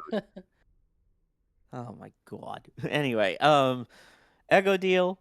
Starship Stakeout. I'll have medium rare, please. Nice. And if they want their steaks well done, we ask them politely but firmly to leave. I love King of the Hill. Can't wait for the new season again. Rick Thor saying Louisiana is perfect for polar/sun synchronous launches for the 1 million computer satellites Elon has proposed for SpaceX's space-based computer constellation. So, Sawyer, I was futzing around here with Google Earth a little bit more, and I was saying earlier that, where there are in Vermilion Parish on Pecan Island is one of the southernmost points of Louisiana. The only thing that's more south is Port Fourchon, right? And that Port Fourchon is basically it looks like Venice, but it's like an industrial Venice because it's a port on the Gulf for oil rig tenders. So it's supporting the oil and gas industry, right? And I was looking at this, and if you could overfly Port Fourchon, right, coming out of their launch site, you can hit azimuths close to 90 to 95 degree flight azimuth if you can overfly Port Fourchon out of their SpaceX's Louisiana supposed Louisiana launch site. It's not, dude, that is almost as much like an azimuth range that's on par with like Kennedy Space Center. It's pretty crazy. That is, I never really noticed that you could absolutely fly out of there. But once again, it's overflying Port Fourchon, which is a huge facility to support the oil and gas industry. So I'm not sure if that's going to be cool, but if they could, you could potentially even get to probably like a 95 degree azimuth. So almost what's the north latitude on this launch site? So 29 degrees north latitude. So you could get into it's low of inclination with a dog leg is like 29 degrees. Maybe even something on par with Kennedy Space Center if you launched southeast first and then dog-legged around Port Fourchon, right? You could absolutely match orbits going out of Kennedy Space Center, which is pretty crazy to me. I didn't even realize it. I'm sitting here looking at it now. I'm like, oh, okay. It's pretty smart. Not too bad. Yeah. Ethereal Swordsman, what are the towers for? Wait, why are there only 2? And did they get fat? Maybe they need to put less locks on their boring donuts. I mean, bagels. I like it. Yes. The 2 towers, aka Pad 1 and Pad 2. Or A and B, or this and that. This pad and that pad. Dan Hewitt called it that pad on the webcast yesterday. Just saying. I noticed. I holding. noticed. I I'm had holding. you in my Yep. mind. Yes. Yes. Dan, I'm As soon holding as you he to said that. that, as soon as he said that, I was like, "Ooh, EJ is happy." Yep. That's right. That's right. That pad, baby. Maybe he was getting that name from you. Maybe he watches. Yeah. I'm not cool enough for Dan Hewitt to watch my stream. I don't think.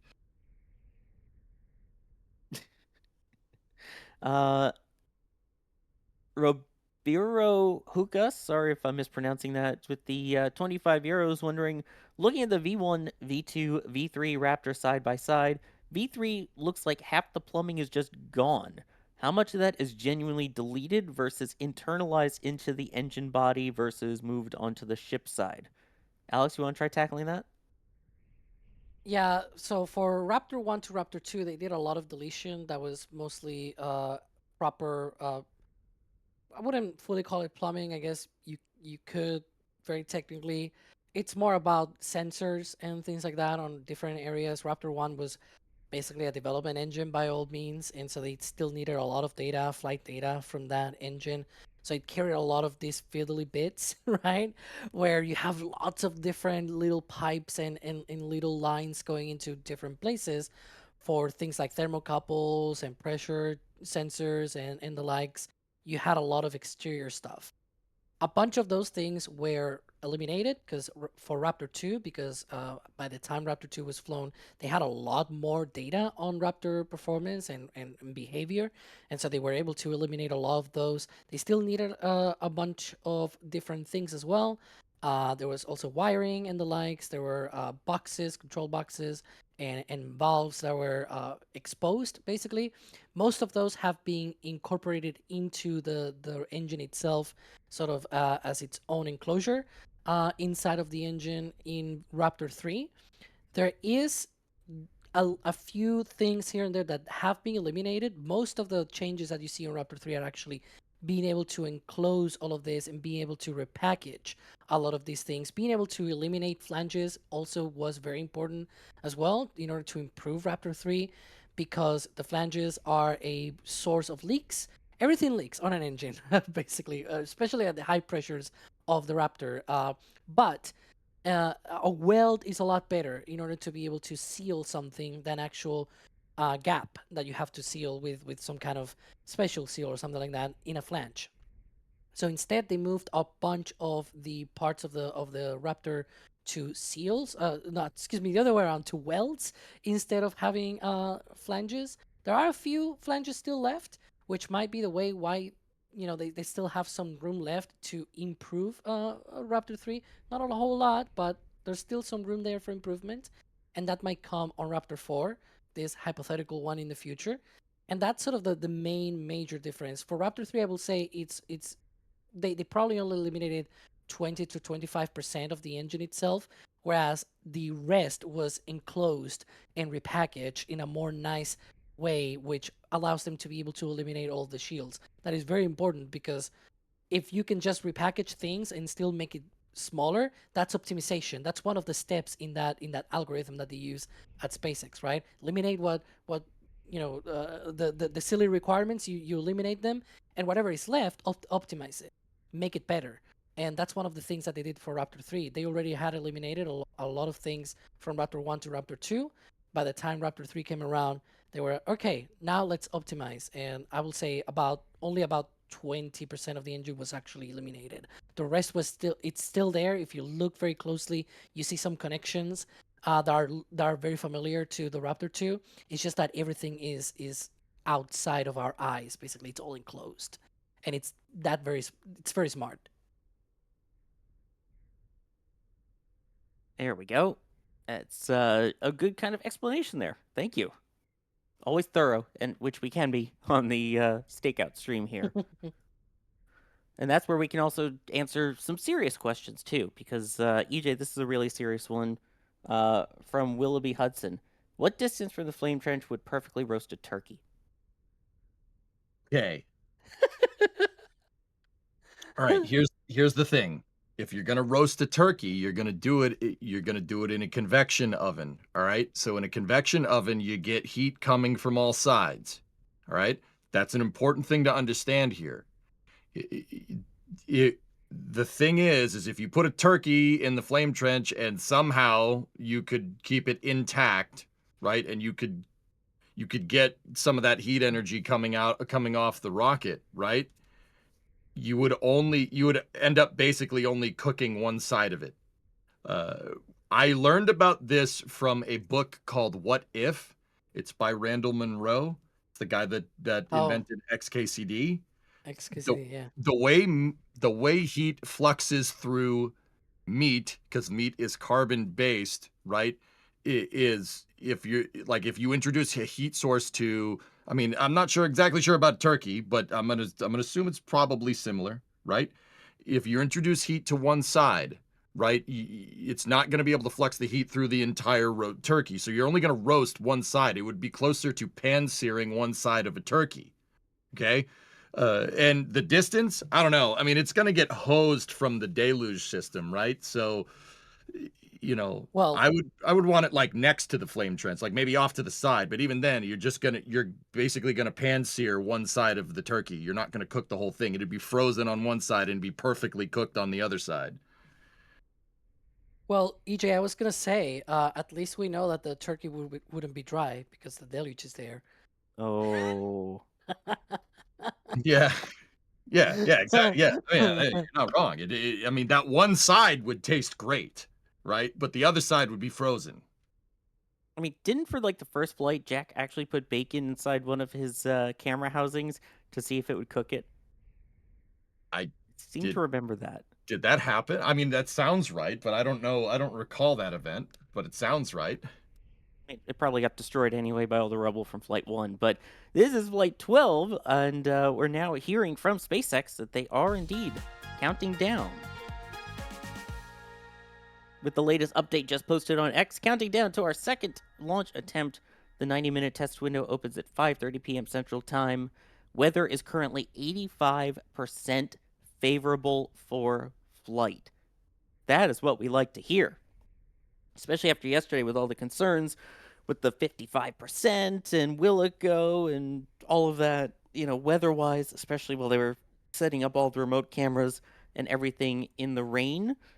I mean, 85% looks pretty good, and from what I can tell, the skies are pretty clear. I love it. Man, this is exciting. And it's pretty cool, the work that they've done on this. I mean, you compare this thing to version 1 and 2, like you were talking about, it doesn't look that much different, but it really is. There's so many little things that they worked on and improved. And yeah, how about we take a look at some of the issues that may have happened that has led to some of these changes as we take a look at how we got to this version of Starship.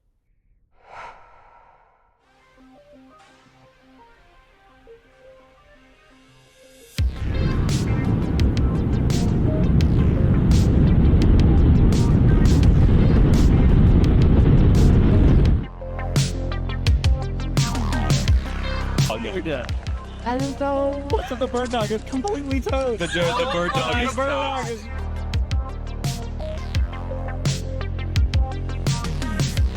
Did it just do a Kerbal?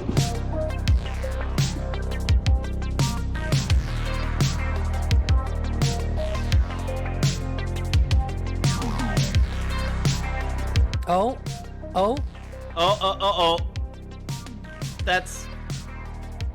That's a ship rotating, Alex.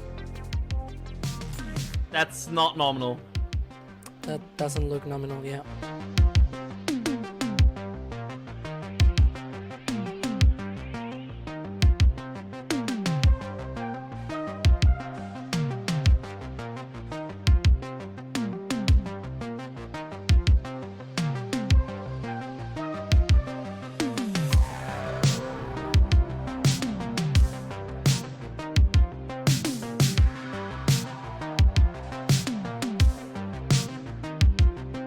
Cargo bay door. We're waiting for confirmation on whether or not that has been closed properly. The other things that we can see is that this second one, the one on the back, usually struggles to get out in the right orientation because it's like the one back. And it hits a little bit the door.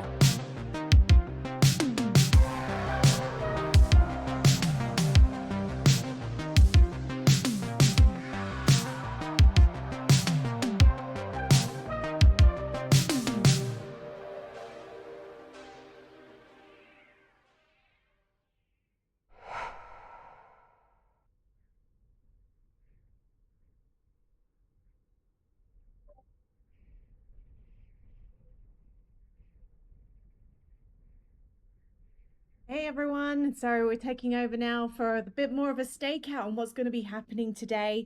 I'm Alice Carruth, joining you for the next hour or two, and I believe EJ is sticking around with me, and Ryan will be joining us as well to talk about what is happening with the Starship launch. Is it going to happen today? If you joined us yesterday to watch the stakeout, we were very excited to see that things were going and progressing the way we thought they were going to. Then we got all the way down to T-minus and 28 seconds on multiple occasions before things were stalled and scrubbed. But, and that's a big but, it sounds like we are on track to be launching again today, which is very exciting for all of us. EJ, I have been listening in over the last couple of hours. You guys have been talking all things hot dogs, turkey, bacon. What else have we been missing out on? Keep us up to date. Breakfast. I mean, hi. No, we pretty much got a good confirmation from SpaceX. They, when we started this morning, the launch was TBD, right? But now we have a good update from them, and we're looking good for a launch. As far as I can tell, Alice, and I'm no Ryan with the weather behind me, right? Like, I think the weather is looking good. SpaceX said they were 85% go, and I went and checked the METAR out of Brownsville, which is the weather station at the airport. It's a little ways away from Starbase, but yeah, everything's looking good. You got winds coming 130 at 14 knots. That's no big deal. It's hot down there, and that's about it. Clouds 2,400 feet, and that's about it. Weather should be looking good today. 85% favorable by the looks of things from what the last post was shared on X. Yes, ma'am. Good morning, Ryan. What have you got to keep us updated with? It is time go. It is time go. Amaze. Statement. Yeah. And according to SpaceX, they're counting down. It's time go. It's time to, get this rocket off the pad, and I bet they want to get it out of the way as well. Couldn't do it yesterday. I know you guys talked about that already. Stuck pin on the SQD arm. It happens. Mechanical things break. If you didn't know that, I know EJ knows that all too well, like I do. And sometimes things jam. Sometimes things don't work right when you want them to. You never have an explanation. It just happens. And unfortunately, it caused an entire rocket to scrub. So, well, what can you do? But Ryan, yeah. you were telling me that it's a hydraulic system, right? And all it's going to take is an air bubble in the wrong spot in that hydraulic system, and it could have been working. It could have been working just fine throughout the night. All it's going to take is one air bubble to go down the line, and some air to get trapped in the wrong spot in that line, and then it won't work. Like, it's just not going to work. It's not going to do anything. I also think it could have been that maybe the SQD arm had some loading on it in one way or the other. Maybe because it could have been propellant on board, although the line should have been purged by that point. But maybe it was tweaked slightly and jammed. I don't know. They haven't had a wet dress rehearsal, like a fully completed one, since they adjusted the rod end on that actuator. So when they did their first wet dress rehearsal, they went all the way down to like T-minus 10 seconds or so, or something along those lines. It was like just before they would have activated the top deck deluge. They didn't finish the wet dress rehearsal 2 days ago. So maybe they could have caught it then. But between that first wet dress and the wet dress before and the launch attempt yesterday, they disconnected that actuator off the arm, and then they adjusted the rod end, almost like they were bringing the rod end out slightly. I don't know why they did that, but maybe they adjusted it too much to where the arm itself was kind of a little bit wonky, and maybe that's why the pin didn't release when it was supposed to after everything got cold, because they've done retraction tests without loading prop on it. Maybe with the prop on, with the adjustment, something was a little bit wonky, and then they fixed it. They didn't disconnect the actuator overnight, but they might have tweaked something in the arm in order to fix that or something. That could have been a reason why. Don't really know. Either way, they messed around with it for a while. It looks like they were doing some retraction tests.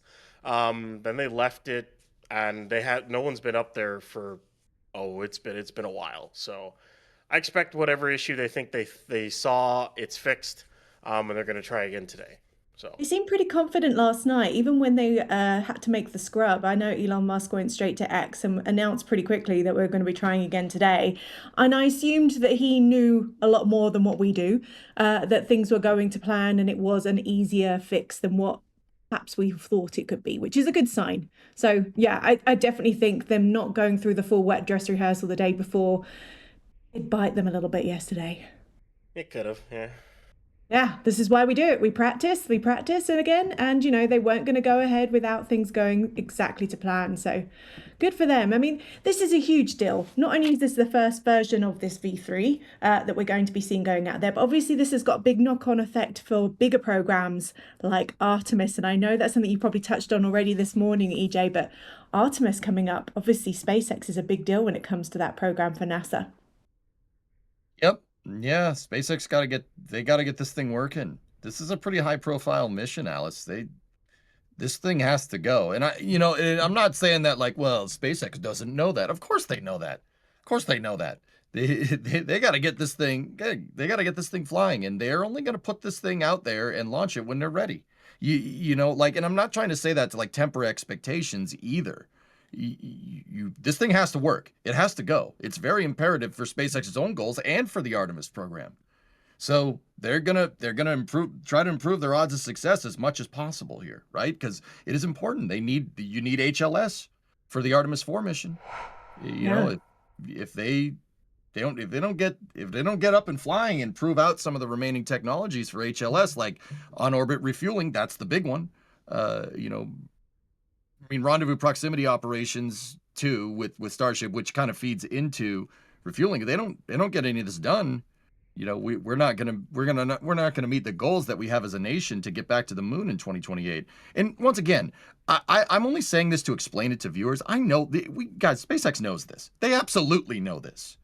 It's not like they're just like, I don't think we're in the phase, Alice, like, go back 5 years ago, you send it, it blows up, all right, whatever, it's fine. No, I think they know, and I think they're really, really shooting for a good mission success here. I have faith. There's no way they don't know this, right?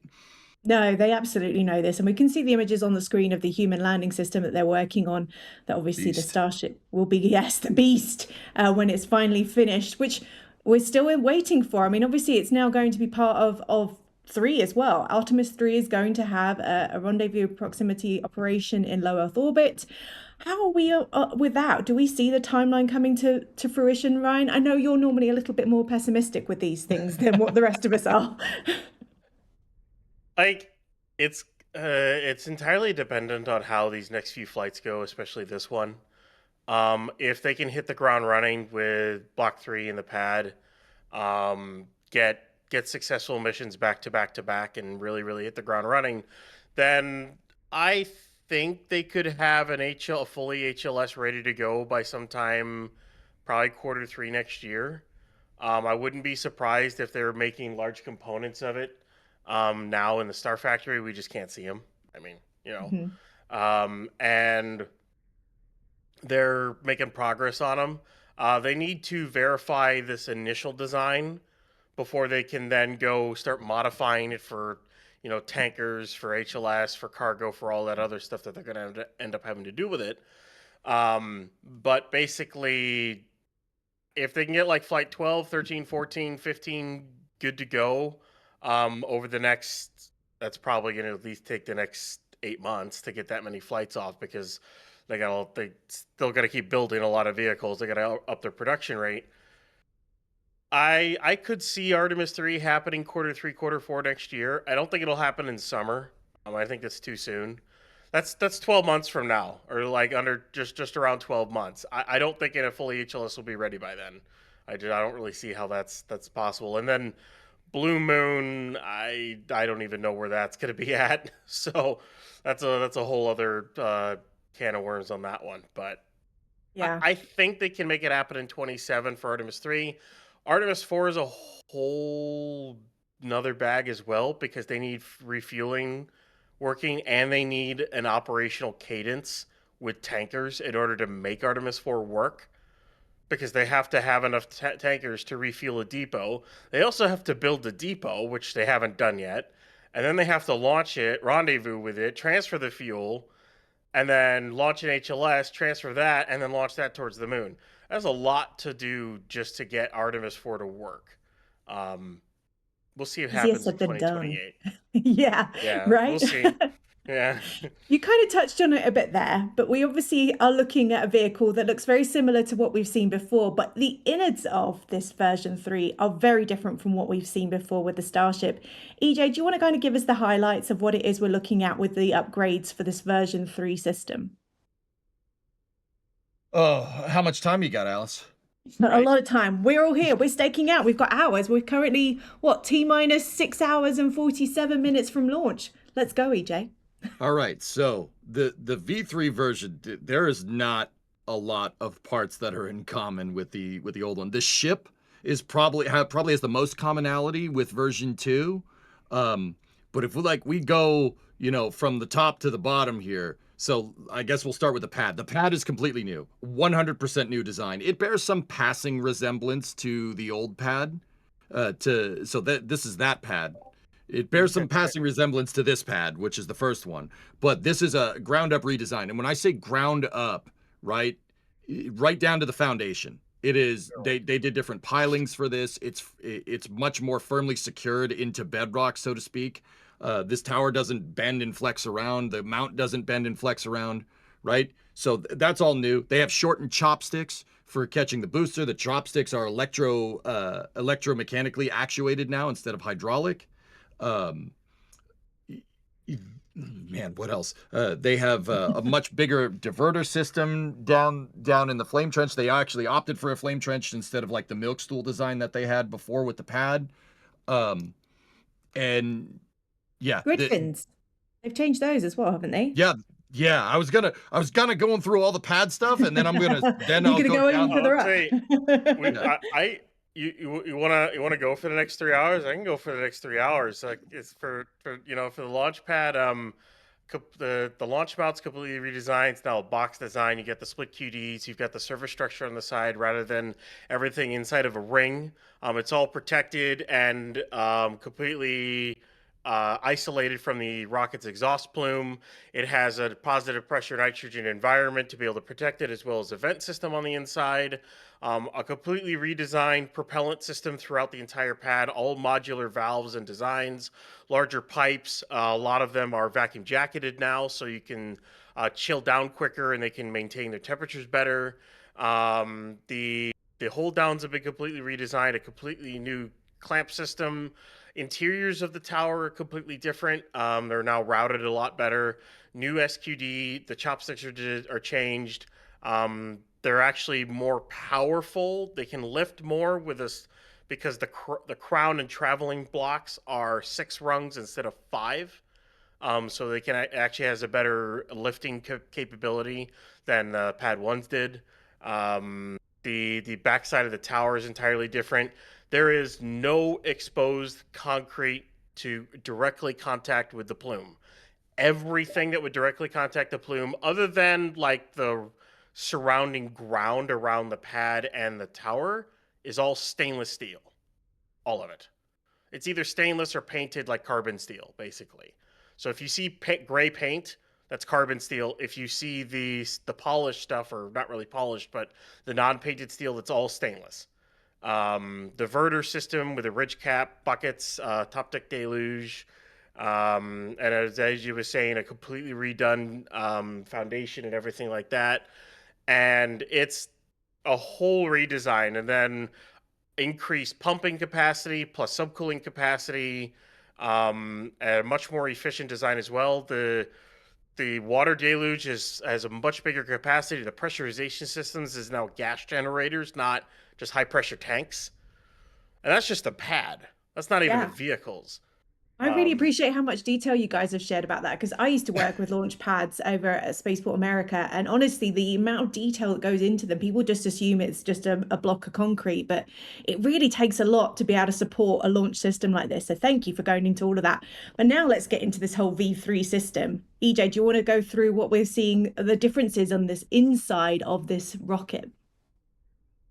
Okay, so if we start up at the top, the tiles are basically it's not necessarily redesigned, but they are much more succinct in the design here. Now, Starship up at the nose still has its header tanks, and then you have your tube lines that go down to the main tanks. V3 is, well, V2 and the V3 ship has a little bit more tankage, a little smaller payload capacity.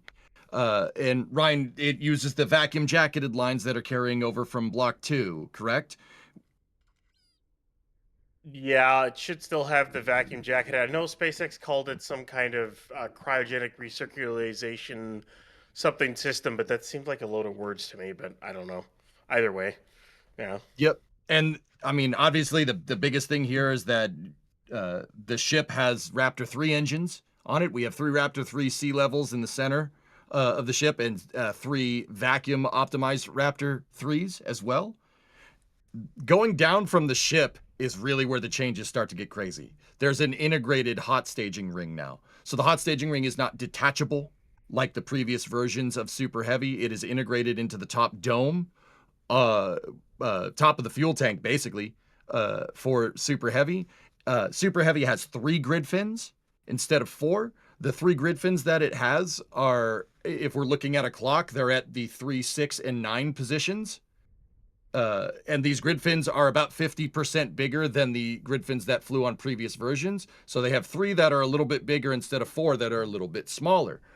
And once again, the clock positions on the grid fins it's asymmetric. There's 2 on the sides, right? And 1 at the bottom of Super Heavy, so to speak. Like on the bottom side of the vehicle on its long axis, which is crazy. And then, like the previous versions had to jettison the hot staging ring. This one doesn't need to do that. And then on top of that, these grid fins actually are the catching points for Super Heavy.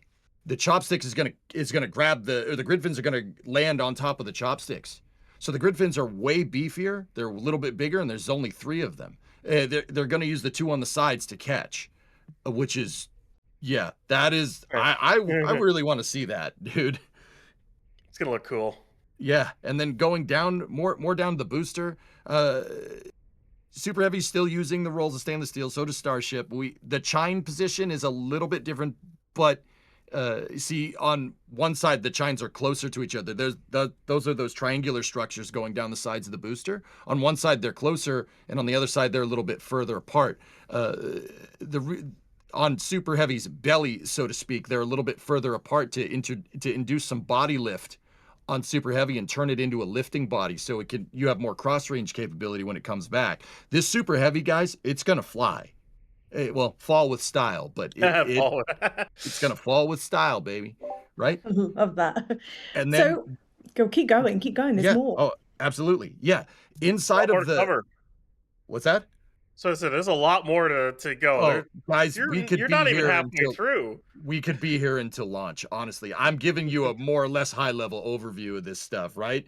Like inside a Super Heavy's liquid oxygen tank, SpaceX is now incorporating what they're calling a transfer tube. If you think of the liquid oxygen tank, right, as a cylinder, right, they punched out the center of the cylinder, kind of like a donut, and the methane tank, right, goes through the center of the LOX tank. And now, when I say like goes through the center, I mean that transfer tube that they put in there isn't just a pipe that goes from the methane tank down to the engine section. The thing is the size of a Falcon 9 first stage. So that's about 50 meters in change, right? So we're talking about a transfer tube that's 3.7 meters in diameter, about 12 to 15 feet. Well, and it's not that size. It's 3 by 50. It's 3 meters wide. Yeah, it's more or less the size of a Falcon 9 first stage. Exactly. A little bit smaller. A little bit smaller. A little bit smaller. It's the Falcon 9 first stage is 3.7. The transfer tube itself is 3. So, just making sure. Yeah. So, guys, for some reference here, that's about a 15-story building of transfer tube inside of the LOX tank. The LOX tank looks like if you took a donut and if you like took a bunch of donuts and kind of stacked them like on top of each other, that's what the LOX tank looks like. It is toroidal at this point. It's a toroidal tank. That's what it's called. So it's like donut shaped. So that big transfer tube is going to, it allows methane to get down to the engine section a lot quicker. And the reason why you're going to need to do that is at the bottom of this engine section, guys, we have 33 Raptor V3 engines. 33. Now, don't get me wrong. The last boosters had 33, but these are Raptor 3 engines. Raptor 3 engines are about 1,000 kilos lighter than their Raptor 2 counterparts, and they produce more thrust. These Raptor engines are pushing out about 2482 kilonewtons of thrust at 380 seconds specific impulse. That is, okay, that's pretty dang good considering the total mass of the engine is about 1,525 kilos.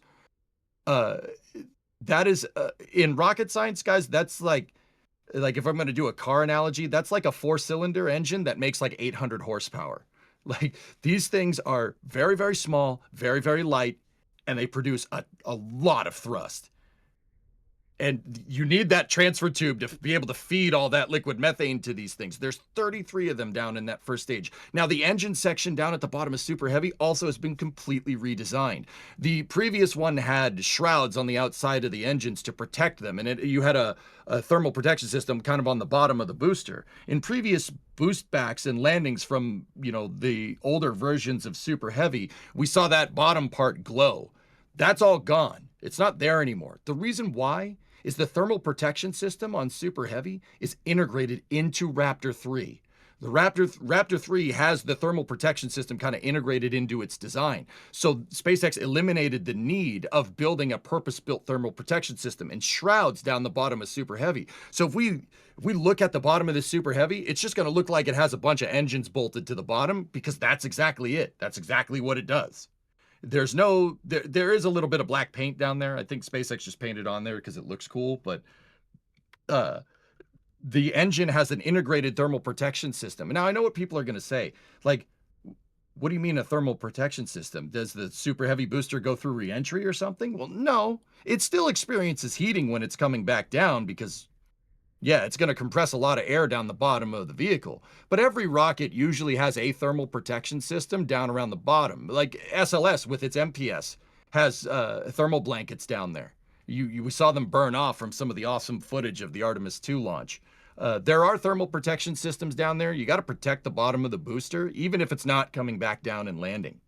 But SpaceX wanting rapid reuse and obviously, boost back, no SSRP, no supersonic retropropulsion with Super Heavy, but boost back and landing, you want to make a reusable thermal protection system down there in itself. What better way to do it than integrate it right into the engine? The engine can just tank the heat. And since Starships and Super Heavy are made out of stainless steel, the stainless steel can also tank the heat. So you're eliminating parts. So this version of Starship is a lot lighter and it has a lot more thrust. Obviously, you have one less grid fin too. So when I say this thing's going to cheech off the pad, it is going to go, and it's going to go fast. Cheech. I don't know if it's lighter, but we can have a whole debate about that. But dude, they also shaved 30 tons off of the engine section. It's lighter. They did shave that. They also added a lot with that. That transfer tube adds a lot. Plus, and one thing you did forget about too is then they now have a separate landing tank for the LOX, which hooks into all Center 13 engines, so that they can light those at any point during the landing burn and be used to, replace an engine out or anything like that, and whatnot. So that's also there. The aft of the actual booster the aft plate is covered in insulated metallic tiles, which will also help against heating on its quote-unquote reentry, which it kind of does anyways. And there's a ton of other improvements on there. They've added a boatload more COPVs. They've doubled or almost tripled the amount of COPVs on the booster because remember the older booster also had chines, but 2 of the chines were steel tanks for CO2. Well, those got deleted and then replaced with more COPVs. So and some of that seems to be obvious now because apparently they're going to do a 33 engine boost back burn, and you need enough spin up and start gases in order to restart all 33 engines for a boost back. So I guess that's where a lot of the extra COPVs come from. Plus, they needed to pressurize the main the LOX landing tank, since that's pressurized off the COPVs. We saw that thanks to B-18 blowing its guts out. We learned a lot about the aft section when that happened. It's fun when a vehicle blows up. We learn a lot. We learned a lot about Block 2 from Ship 36. Absolutely.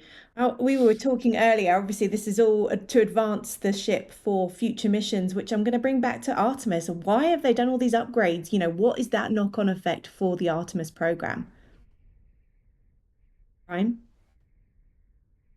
Sorry, what did you say? I was reading something. No, I was just wondering, they've obviously done all these great upgrades to the system. Why? What is the knock-on? What is it they're trying to achieve with all of this? Yeah, duh. Basically they're trying to take a R&D vehicle, which Block 1 and Block 2 and Block 0.5, 0.75, whatever you want to call it at this point, you all the way back to the old like SN5 and SN6, which were tanks with mass sims on top. They're trying to get this program into operational cadence and operational status. So the milk stool pad scrap it was a booster test stand turned launch mount in essence is what it was. And the older vehicles were really still R&D. Don't get me wrong, this is still R&D vehicle, still very much in the prototype phase. But they've taken the last 11 full stack flights plus all the hops and everything before that to inform on how to build a better vehicle. So the improvements on like an integrated hot stage ring, and then not only just integrated, but you can swap parts out. So that ring and the truss, all that can come off. It's literally just bolted on. The attachments that attach to the actual tank section, those are welded, but like the truss sections and the ring itself can be removed and replaced if they get damaged because it's just bolted. So that's like an improvement. The grid fins were improved upon from learning from booster glide backs and everything, and wanting to do a higher AOA. So they learned, well, we don't technically need 4 grid fins. We only need 3, because the way we're going to do this glide back means the other one's going to be out of the airflow. So why do we need it? Just delete it. Who cares? So they deleted it. They splitting the QDs and especially moving the QDs opposite of the tower means that you're not going to roast them anymore. They had numerous amount of problems with the booster quick disconnect on the old pad.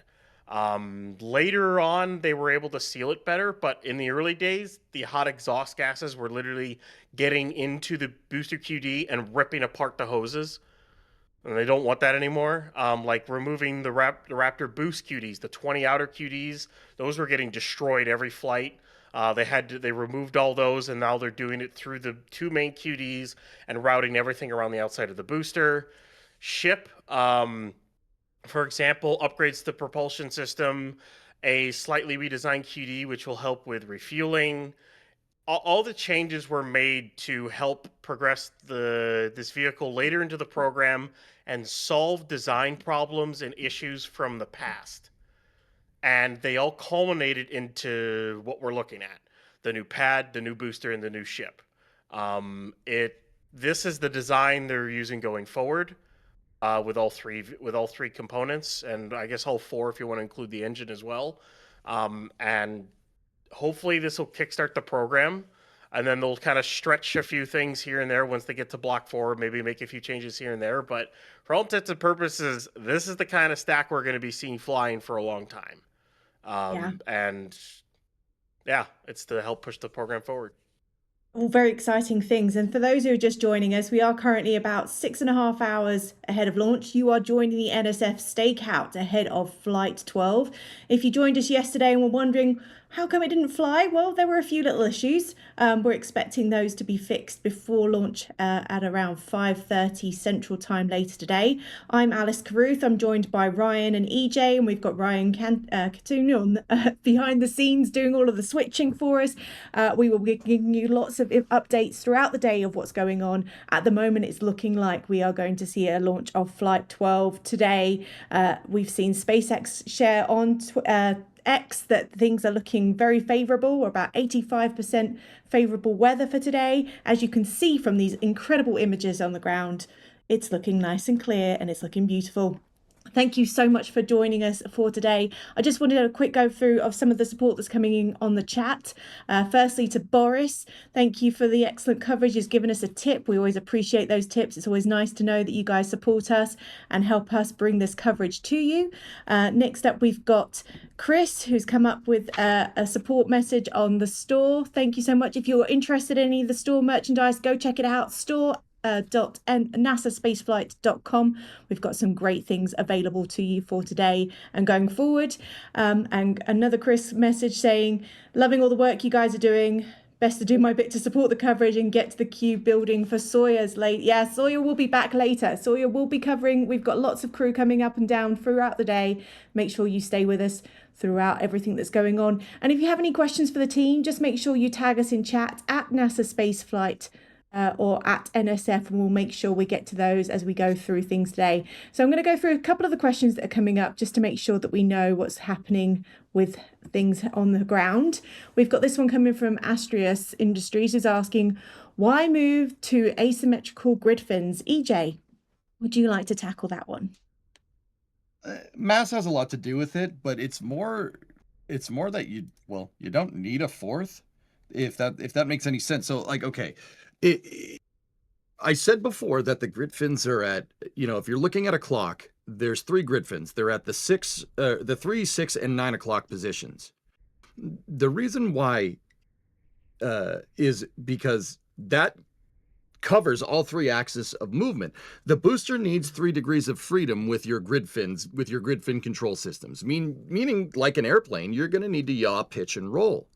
And just like an airplane has a vertical stabilizer and 2 horizontal stabilizers, the booster can get 3-axis control out of that. I mean, you need ailerons on an airplane, but we don't have wings on Super Heavy. We have chines. So it's not gonna do you any good. You can use 2 of those grid fins for pitch and roll control, and then you could use one of them for yaw. Or you could use one for yaw and roll. Either one. Like a rudder. Like a rudder, exactly. You could, Ryan, a lot of planes, if you induce too much rudder, you're going to get what's called a coupling force, and it's going to yaw and roll the plane. There's such a thing called a yaw damper. There you go. Why I call it a rudder fin, because it's supposed to, when it's going to glide back at a higher angle of attack. So you're going to have the 2 grid fins on the sides that are going to help with roll and pitch.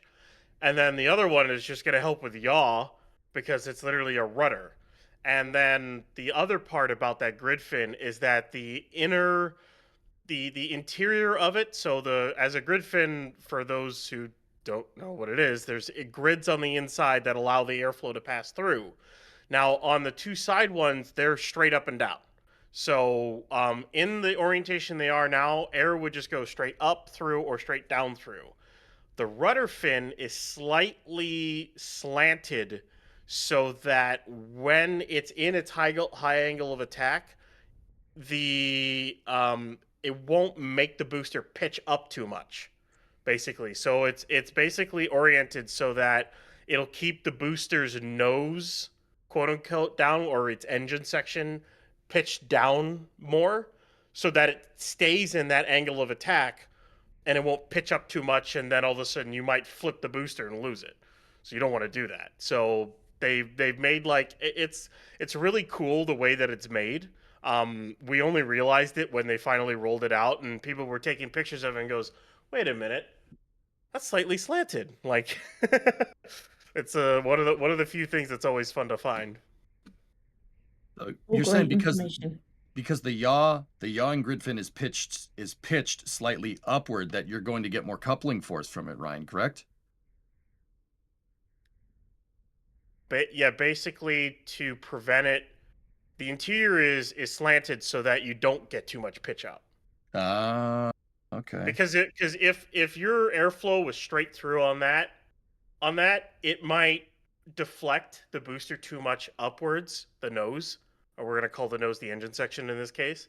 It might pitch it too much upwards, so you slant the airflow away so that put impart as much of a pitching motion on the booster itself. Interesting. Yeah. Great way of covering all of that. Thank you so much for answering that question. And I'm getting told off by Ryan Kenton in the back channel saying, you said store and not shop. You're right, I did. I'm sorry. It's still early for me and we were working very late last night and I'm still doing my day job too. So it is shop.nasaspaceflight.com if you're after merch for today. I'm going to go through a few more of the chats that's coming in and questions. I've got this one coming from Bone2412 who's asking, he's currently in Turks and Caicos on vacation. If the sky is clear, do we think we'll be able to see any of the launch today? Do you want to talk about the trajectory of what we're looking at for today's flight? Sheesh. Out that far, depending on how late it is when it goes, you'll definitely be able to see the gases from the ship. I don't know how well you'll see it because it's flying to the south of Puerto Rico, which is a decent way south of Turks and Caicos. I don't know how. I'd have to see exactly how Taking a quick look far at that away on it the is. Google Earth right now. There you go. Yeah. So for those who don't know, this ship is going to be flying a different trajectory. Rather than threading the needle between Cuba, Florida, the Bahamas, Turks and Caicos, Hispaniola, and then going to the north of Puerto Rico and the Leeward Islands, it is now going to thread the needle between the Yucatan, Cuba, the Caymans, Jamaica, go to the south of Hispaniola and Puerto Rico, and then go like right between St. Vincent and Grenada on the Leeward Islands, and then run over the South Atlantic. And then kind of, by the time it's in space, it goes north of South Africa, and then kind of goes just below Madagascar, swings itself around into the Indian Ocean, and that's the trajectory it's flying on right now. It's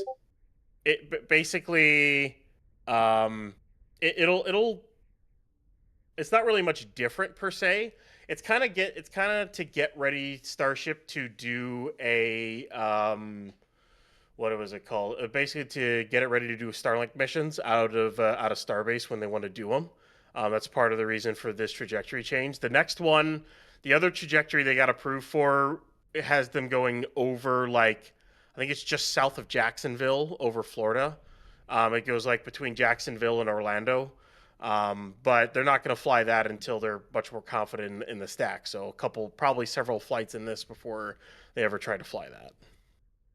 That was a great way of answering and a great graphic. Thank you very much for Ryan in the back channels for making sure we've got that to share with you all as well. Keep those questions coming. You can put them in the chat at NASA Spaceflight at NSF, and we'll make sure we answer those as we go through. I've got a few more support coming in that I wanted to give a little shout out to. Thank you to Diane for becoming a Red Team member. Thank you to Joe, who's come in with a store message that says, go 12, must thrust or bust. Very true. Marco's come in as a PadRap member. It's always exciting to see that. And Melody's asking a question that a few people have come in asking, what happened yesterday and what time is launch today? What are we looking at the moment, Ryan?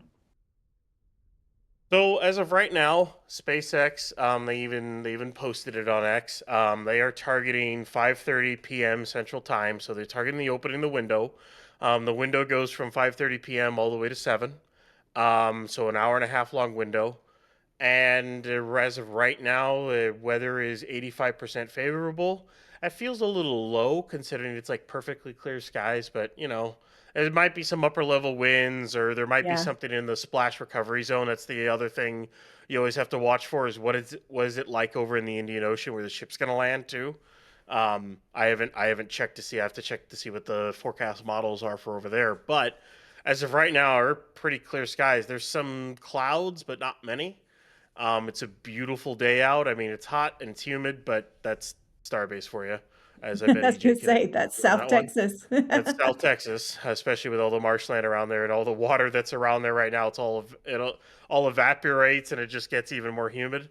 But everything currently is on track. The road is closed. The beach is closed. There's a bunch of tankers still offloading, but that's totally normal. We're still T-minus 6 hours and just under 19 minutes away from that 5:30 point as opening the window. Tank farm's not going to start till around 2 hours and 20 minutes, 2 hours and 15 minutes if they do the same thing as yesterday. So we're still 4 hours out from tank farm start, but we're here to talk about it because it's Starship, and it's, as we were talking about, it's Block 3, Pad 2, brand new designs, and we want to cover this thing, so that's why we're here talking with you all. We are very excited. We were so excited yesterday. We got so close. It got all the way down to T-minus 28 seconds on several occasions. And just a few little minor things caused the delay for today. But, you know, we're still looking like it's on track. Everyone seems to be pretty confident that today we're going to see it launch. We've had another question come in from Dig Doug, who's asked, Tower 2 orientation is different from 1, right? How intentional was that choice and what purpose might that serve? Do you want to tackle that one for us, Ryan? So yeah, the Tower 2 orientation faces more south than Tower 1's. Tower 1's faces out east. Now there's literally a singular reason for that. It's because SpaceX did not have any room to build that tower anywhere else and in any other orientation. They didn't have the expansion room yet. If they had had the expansion room, my guess is they would have put the tower, they probably would have put it out in the expansion area and faced it out towards the Gulf, but they didn't have it. They just got that expansion area a couple of months ago. So unfortunately, this is the room that they had. They wanted to build a brand new pad and brand new tower. They had the design ready. So their only option is to try to either wait for 39 to come online, which build a brand new pad and launch a brand new stack out of 39A first time. I don't know if NASA would have been okay with that. I mean, I know they transferred crew ops to 40, but I don't know. Probably not. So they wanted to do this in Starbase. Well, all right, you got to build it. Well, you got to use the room that you have available. So that's why it's built the way it is. Pad 1 will be the correct orientation. 39A is the correct orientation. And both pads at Slick 37 will also be the correct orientation out towards the sea. So they're just going to have to deal with the orientation of Pad 2. It is great for ship catches with the way they want to bring it back in. It's basically they have to do the dynamic banking maneuver is what they call it, where they have to turn ship and then bring it in. Without the pad oriented this way, they probably wouldn't even need the dynamic banking maneuver.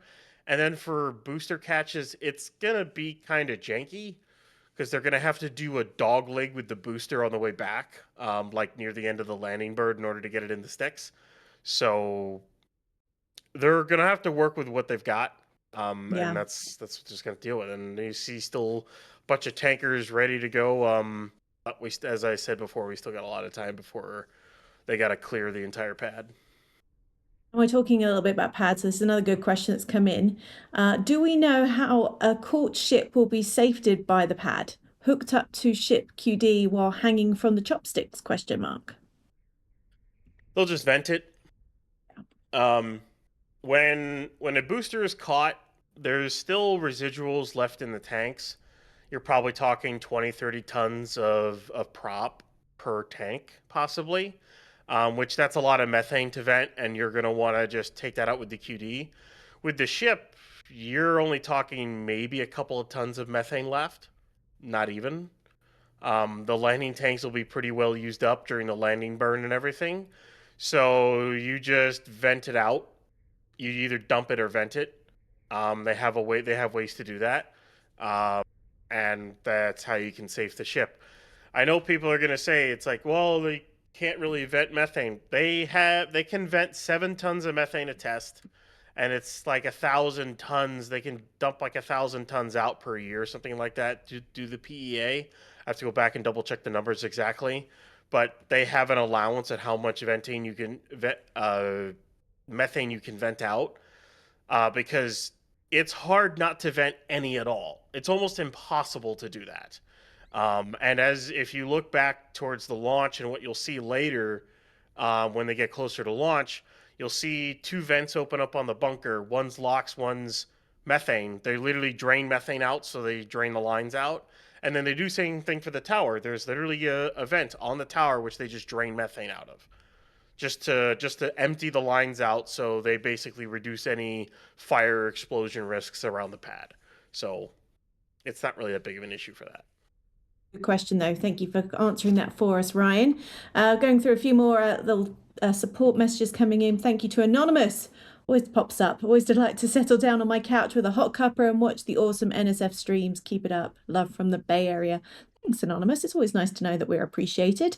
And a big thank you to Wuhan Clan, who's gifted red team memberships. Go grab those where you have the chance.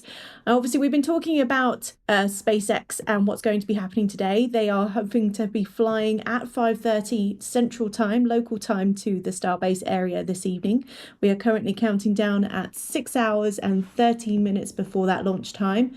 And they're doing all of this because they are obviously hoping to have their massive ship to be able to fly, but also because it's part of the Artemis program that's coming up, which obviously everybody is very, very excited about, thanks to Artemis 2 that launched not so long ago. We have a question that's come in, or a point of discussion from Mark Kimber, who says, I have a feeling that the first HLS Starship will stay on the moon, SLS Orion and Blue Origin for all crew transfers, so few or no refueling mission to LEO and no human flight rating needed for HLS and first moon base achieved. That's a good comment. What do you think about that, Ryan? Well, the first HLS that land on the moon is going to be the demo HLS. So that could very likely stay on the moon. They may not bring that back up, although they may want to test the ascent profile on it. And if they do that, I don't know if they have enough prop to land back on the moon again. That's a big question mark. If they have enough prop to land back on the moon, I would not be surprised for them to just land it back on the moon and keep it there. And then they safe it. Basically, they vent the tanks out, and then it just stays parked on the moon. Because why not? That's a large fuel tank to use for either storage or find a way to lower down and use as a habitable area. I don't know. That's a lot of raw materials to use for a moon base if you're able to get it back on the moon and just keep it there. So they may try that. That's basically my guess. And no, you don't really need a human flight rating for HLS, technically speaking, because, well, at least not for launch, because you're not launching with people on HLS. You're going to rendezvous, dock with it, and use it, but it still kind of needs a human rating for in space. So I don't know if there really is a difference between having it human rated in space versus launch. I don't think there really is. So if it's human rated, it's human rated. It's more of the fact that the Starship stack as a whole isn't human rated, so wouldn't be human rated yet, so you can't technically launch with humans on board. So I think that's where that kind of comes in. Interesting point there, Mark. We're going to know a little bit more, I think, about what's going on with the whole lunar base and what's happening next with NASA in the next few days. I believe on Tuesday we're going to be expecting an update from SpaceX. Is that correct, Ryan? I don't know if it's going to be Tuesday. I think it's some point next week. I assume we are going to get an HLS update from SpaceX some point soon, because the critical design review, the CDR, for HLS is supposed to be done in quarter 2 of this year. And if it actually is, then I am thinking the HLS update is going to come in the form of one of their videos. So the test as you fly, I always forget the name of it, but the video they put out about Block 3 is the first in a series. They've stated that. So there's a very solid chance that the next video they put out is all HLS, which would be awesome. Or maybe the video after that. We'll get a whole run through of the interior of HLS. They'll talk about the landing thrusters they've been developing, the Eclipse systems they've been developing, the elevator, the docking systems. We might get a whole 20-minute episode on HLS, which, please, dear Lord, I want. So badly I want. But, I don't always get what I want, so who knows? Well, we all want to see this candle light up. In fact, that's the messages that are coming in on our chat. Thank you to Mike Alpha Tango Sierra. Says take 2, or should I say stake 2? Yeah, it's exactly what it is. We were here yesterday and we were waiting for it, Mike. Ryan says, from the store message. As always, great coverage. Let's light this candle. I know, that's how we're all feeling right now. And we're coming up to just under 6 hours and 8 minutes, 6 hours and 9 minutes just under, till we're going to be seeing the launch happening. That's when the launch window opens. Obviously, SpaceX are going to be wanting to launch as soon as they can. So let's see. Let's wait and find out what's going to be happening. You were looking at the Starship version 3 currently waiting on the launch pad at Starbase over in southern Texas. We are hoping to see this version 3 take off today. It is the largest rocket that we will ever see launch. I feel like we kind of have to remind ourselves of that a few times, right, Ryan? So far, it is So the far. largest rocket so far. It is about 1.3 meters taller than Block 2, but Block 4 will be even taller because the booster is like 72 meters right now. It's going to go up to about 80. Ship is like 50, is about 52.3 or something along those lines, and it's supposed to go up to about 60 to 70 meters total. So the ship's almost going to be as tall as the booster is now, which is hilarious to think about. So it'll be, the whole stack will be taller than the tower itself, which is why I still don't understand why they haven't made the towers taller, but no, what do I know? Either way, it'll look weird to see the rocket taller than the tower that it's supposed to be servicing it. It'll be really, really weird. But that's kind of what we're expecting with Block 4. And that should be, at that point, they can't really stretch the vehicle anymore. That'll be basically the limit of what Starship can do. At that point, you need to start widening the rocket, and then your pad, all your infrastructure becomes useless. Your pad, your gigabays, your star factories, all the tooling, everything, your transport stands, everything becomes useless once you start increasing the width of the vehicle, because all your infrastructure is built around 9 meters. So if they were to try to go to like 10 or 12 or 18 for that matter, which that would be insanity to ridiculous levels. Yeah, they would have to change a lot. They would have to change everything, basically. Yeah, there's a lot going on. And we apologize. We've had a few people saying that they can hear some of the Discord noises coming through the stream. We are working on that. We will get it sorted for you as soon as possible. Stay with us. I promise we're not going to keep it going for too much longer. We've got another question coming from Mason, who says, why haven't we seen SpaceX building out any additional testing facilities similar to Macy's? Another static fire stand, maybe? That's a good question. We're obviously seeing them build out in other areas. Why have we not seen that so far, Ryan? Well, where are they going to put it? Well, that's the thing. So at Kennedy, they could put it inside their pad perimeters, inside 39A or 37. They have a ton of room. Slick 37 is gigantic. I'm just going to say this right now. Even with the expansion area at Starbase, Slick 37, I think, is about twice the size as the launch site is now at Starbase. It's huge. Mm-hmm. It's a massive area. So they could put ship testing facilities there. They might be able to get a location closer to Roberts Road, somewhere on Merritt Island, and build somewhere there for the Cape. But as for Starbase, they are currently trying to do another land swap for, I forget how much area it is, but there's a good chunk of area that's around Massey's, and like around Highway 4, right up against the Rio Grande. There's a land swap that they're trying to do to get this area and then build on it. So basically, they're working with the U.S. Army Corps of Engineers or other other regulatory agencies to try to get access to this land so that they can get it, and then basically they can like triple or quadruple the size of Massey's. So you can build another static fire stand or two. You can add a bunch more testing stands, because they've run out of room at Massey's, and actually what they're doing right now is they're reconfiguring the tank farm over there, because the nitrogen side of the tank farm at Massey's is from way in the early days. Like this is like SN25 or earlier when they first started building Massey's. And it's kind of really small LN2 tanks. They're spaced out. It's not really built very well. It's back when they were doing bespoke like tank farms for all their stuff. Now it's all their modular setup that they try to do now for everything.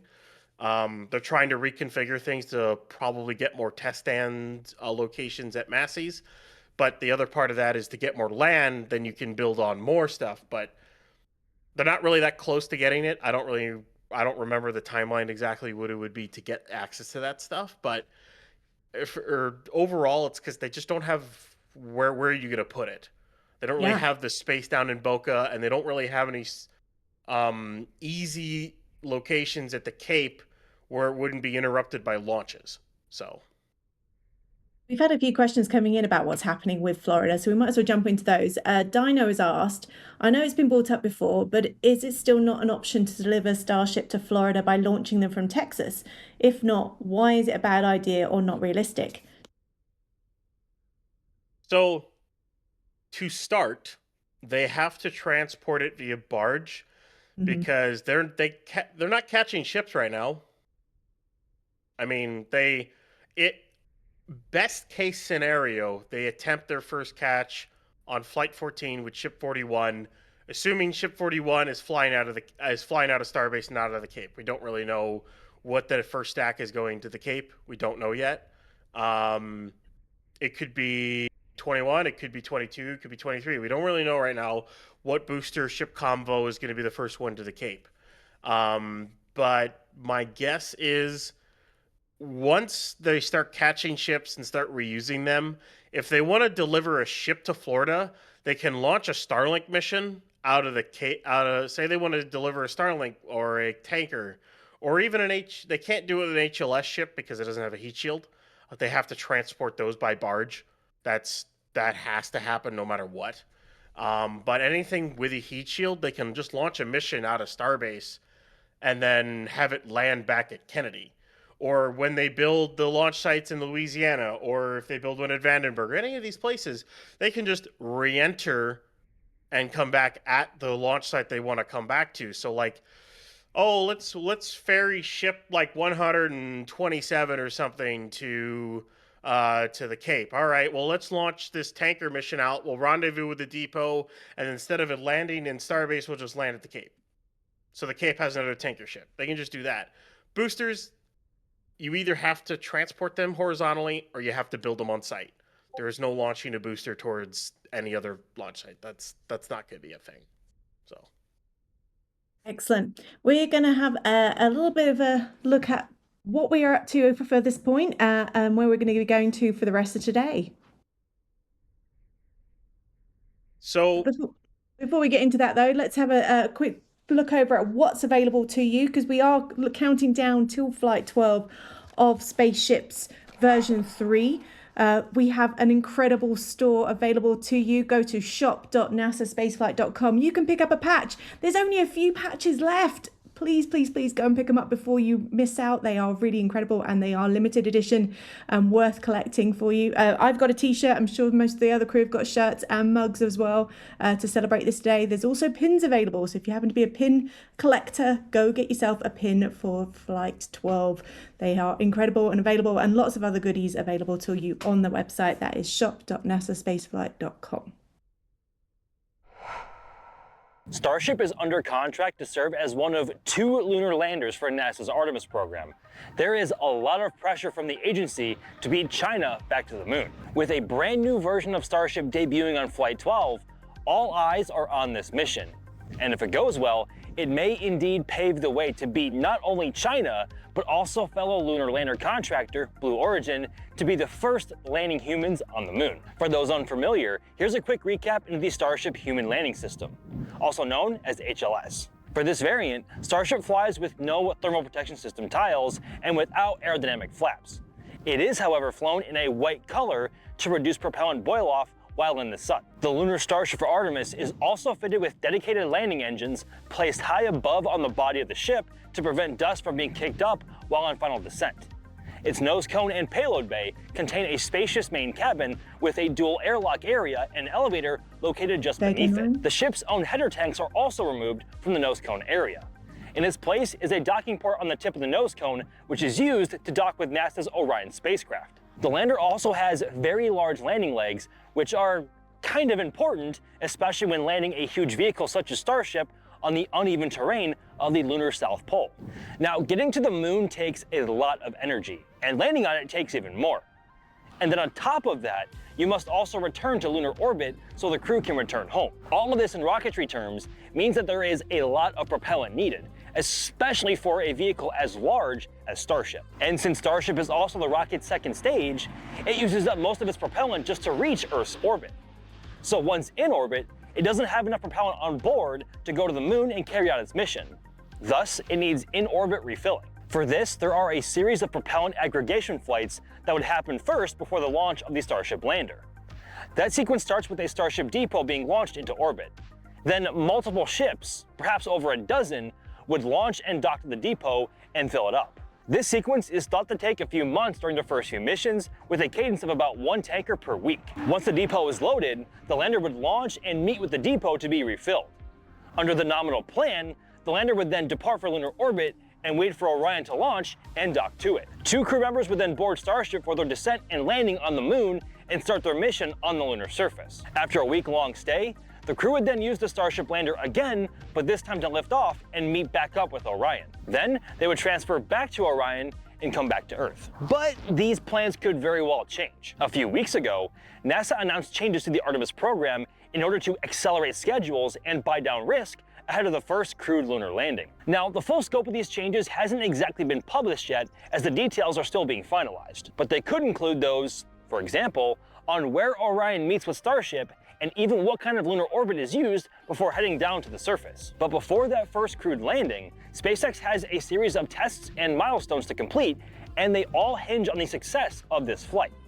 A solid result for Flight 12 means they can trust the system more to finally send a ship into a stable orbit, which is kind of important. This in turn opens up more possibilities, like bringing the ship back to Starbase for a landing and future reuse, which, again, if you're picking up a theme here, is also kind of important, especially if you want a high launch cadence of those tankers, as we mentioned before. Success on Flight 12 would also breed confidence that SpaceX can safely launch from Florida, where SpaceX is building 3 more launch pads for Starship. More launch pads, more better. Finally, getting into orbit will also enable them to conduct in-orbit refilling, and that is one of the key capabilities for HLS. For that mission, SpaceX will need to prove that a ship can loiter in orbit for a longer period of time, as that will be needed for the depot to survive the several weeks needed to fill it. SpaceX also has the Artemis 3 mission, which has now been modified into a test of Orion with one or both landers in Earth orbit, the other lander being Blue Origin's Blue Moon. Without orbital flights, this is not possible. And finally, prior to the crewed lunar landing, there is a planned uncrewed landing of the system, which will need all of the above to work. A negative outcome for Flight 12 wouldn't exactly mean that none of these objectives are possible, but it would most definitely mean delays towards said milestones. What do you guys think? Will Flight 12 succeed? There is one way to find out. Great info from Max there. We're currently looking at a helicopter coming in to land at Starbase ahead of the launch that's going to be happening in just under 6 hours. We're down to 5 hours and 55 minutes ahead of the launch window opening at Starbase for Flight 12 of SpaceX's enormous Starship version 3, which is very exciting. It's always great to see such a hive of activity going on down at Starbase, wouldn't you agree, Ryan? Yeah, it's always awesome to see, and get the range helicopters landing there. It's always funny to me that this happened like right at our right in front of our highway site, so we get to see them refueling the range safety helicopters. It's always fun to see that. It's been a treat. I'm trying to remember which flight they started this on.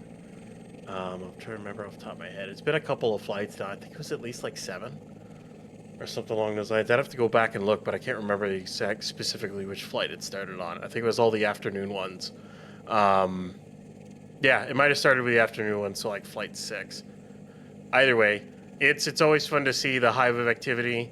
There's still tankers even coming up to the roadblock right now, but again, we're just under 6 hours away, so yeah, still a lot going on. Still a lot of time left. And a Cybertruck in the foreground as well. You can see we're often having Cybertrucks available around there. I believe that's where the security team around SpaceX has been driving of late. Always interesting. Yeah, they basically use Cybertrucks for just about everything now. They got a whole basically delivery of them. At the Cape has them, Starbase has them now, and I think they got them even at Hawthorne and whatnot. You can even see in the flyover images all the SpaceX labeled Cybertrucks around they do it for security, for moves, just for general work trucks. They still have some of the older work trucks as well too, because there are a lot of things that the Cybertruck can't do, like have tool caddies on the back. So one thing like a lot of trucks have is they'll have storage spaces on the back where you would normally have the actual the whole bed of the truck.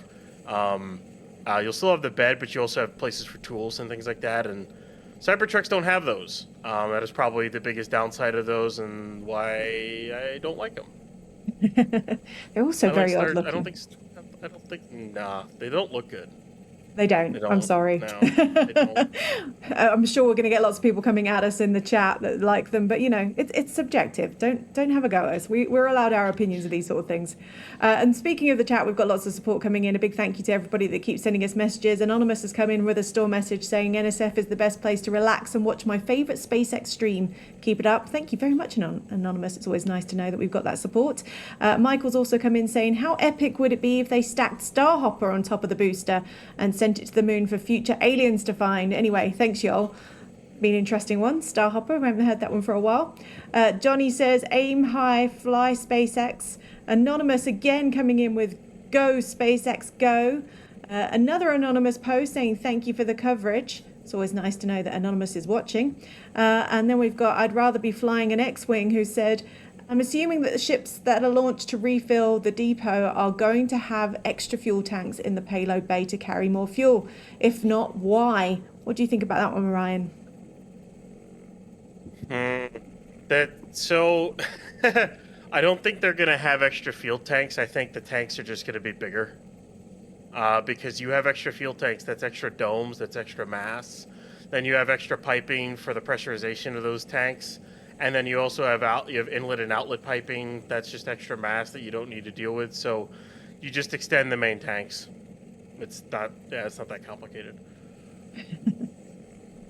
Still looking at that chopper there in your vision, so we'll make sure we keep those going. We've got some more questions that are coming in on the chat that I'd love to get through. This one's for you, Ryan. We've obviously been talking about this version being a new version of the hardware, and it's out. The Master Piano Services is asking, where are SpaceX at with hardware for Flight 13 and 14? So they're already looking ahead. They're saying we're going to be going way more.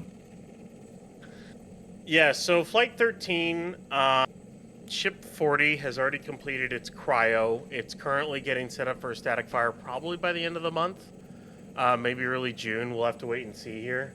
And then Booster 20 is in Mega Bay 1.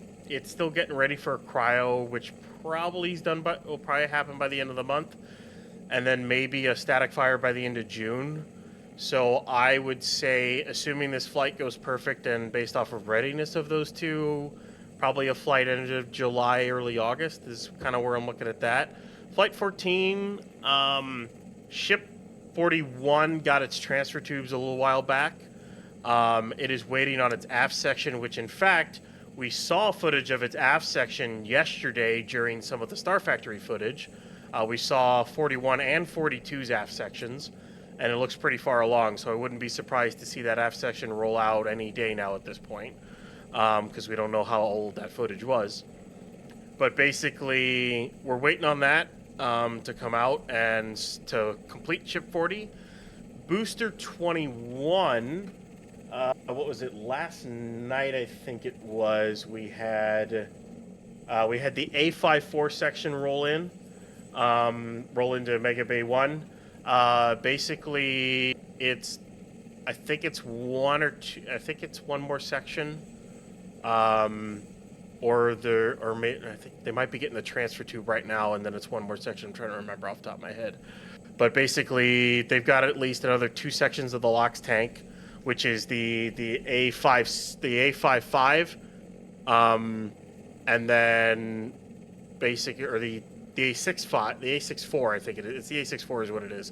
And then there's the aft section, but they got to get the transfer tube in there first. And then there's a bit of a landing tank they also have to bring in. They also have to get the LOX landing tank in there. So there's a couple more steps before the LOX tank's finished on Booster 21. Then they got to build the methane tank. And then they have to stack all that together and then get it ready for cryo. So I personally would not expect that booster to be flight ready until we're talking September, October. And that's assuming it's for Starbase again. We're expecting a booster and a ship to go to the Cape some point end of summer, early fall. And the only set of vehicles that would really be ready to do that would likely be Ship 41, Booster 21, if we're thinking that time frame. Because Booster 22 and Ship 42 are nowhere close to being ready. In fact, at this rate, they probably would be ready by November at this rate, considering unless they up the actual production rate and cadence that they've got. So there's still a ways away from a lot of that stuff, but it's progressing. Always good to see that it is progressing, and we've got Max joining us as well. Max is obviously there at Starbase. What are you seeing on the ground, Max? Well, good morning, everybody. Well, it is still technically morning here in Starbase because we are in Central Time here in the U.S. Overall vibe today, right now, is much more positive than it was yesterday. Certainly at this point during the day, when we were still getting rained on a bit in the late morning. But overall, I think considering why considering the issue that was fixed last night and the fact that the forecast for today overall is much more favorable than yesterday, I think today very well could be the day that Starship version 3 shows us exactly what it is made of. Got some low-level clouds passing through right now, but still tons of blue sky behind them. I think we are expecting these to clear out in the early afternoon. But overall, we are looking good here on the ground. But we are hoping it stays that way as the countdown progresses. Just over 5.5 hours left until the window opening. Very exciting. Now, we've had a few people come in on the chat recently asking about this new danger zone area of cameras. Could you explain to them, those that missed the danger lot that we were calling it yesterday, for the new coverage for this launch today? So danger lot is lovingly referring to the lot where Starhopper is, literally across the road from Pad 2. It is in very close proximity to the launch mount. I want to say it's around, I think it's 600 to 800 feet, somewhere in there distance-wise from the launch mount, which is about as far or as close as our cameras have ever been to a Starship vehicle before or during liftoff. So that's why it is lovingly called Danger Lot, because it is in very close proximity, and we have no idea how the exhaust is going to interact with the launch mount once the vehicle begins to rise during the initial moments of liftoff. Either that lot is going to remain A-OK, or it is going to get blown to smithereens, along with potentially Hopper with it. We have no idea to this point. We'll have to wait and find out, and there is only one way to find out, of course. But we have our trailer over there with a ton of cameras on it, getting the action while we can, hoping they survive the points beyond the first few seconds of liftoff. But yeah, we call it Danger Dune, or Danger Lot, I should say, just because of its very close proximity to a vehicle that is said to produce over 18 million pounds of thrust, which is 3 times more than the Saturn V moon rocket used during the Apollo program. So hoping those cameras, I really am hoping the best for that area and for those cameras, and because I also have 2 cameras over there in particular, but those are older bodies that if they do end up departing us today, I'm not going to be the most upset about them. But if they do work, they will be incredibly good bonus shots. But nonetheless, we are hoping for the best, and depending on how the Starship maneuvers off the pad, either they will be fine or it'll be blown to smithereens. I don't think that there's going to be much of an in-between there. And where are you watching from today, Max? So I'm currently stationed over at our river lot just off of Richardson and Highway 4 for this portion of the Stakeout stream. Once this is all over, I'm going to be migrating back over to the Rocket Ranch outpost to get my camera set up, as well as these tracking units as well, and also for some infield hits over there. And that is also where I will be for launch. The view over there is immaculate, I do have to say, especially with how the weather cleared up yesterday during the last 2 hours in the afternoon before the window opened.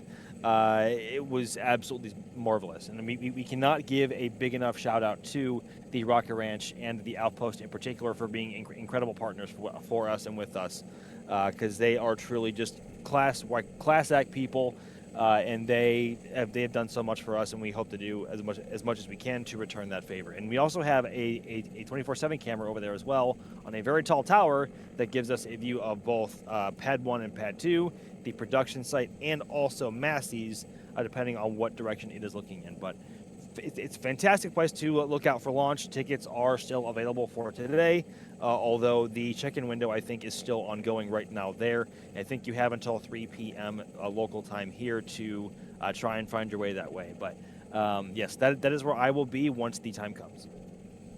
What a great place to be. Lucky you, Max, and lucky for the team that are on the ground there as well. Being able to count down until the launch, which is expected to open, or the flight window of opportunity will open in about 5 hours and 42 minutes, counting down right now. We are very excited, and we will be bringing you the latest and all the information that we are getting as it comes in for this Stakeout today. I believe EJ is back and joining us as well. EJ, what are you most excited about when it comes to today's launch? What is it you're looking forward to seeing the most? Well, yeah, it's good to be back. Sorry, I had to take a little bit of a break there. I'm back here. So what I'm looking forward to is, if Chad and Alice, if you look at the right-hand picture on your screen, you see that big old flame diverter down there, right? Mm-hmm. This pad, or that pad, I should say, has a bidirectional flame diverter.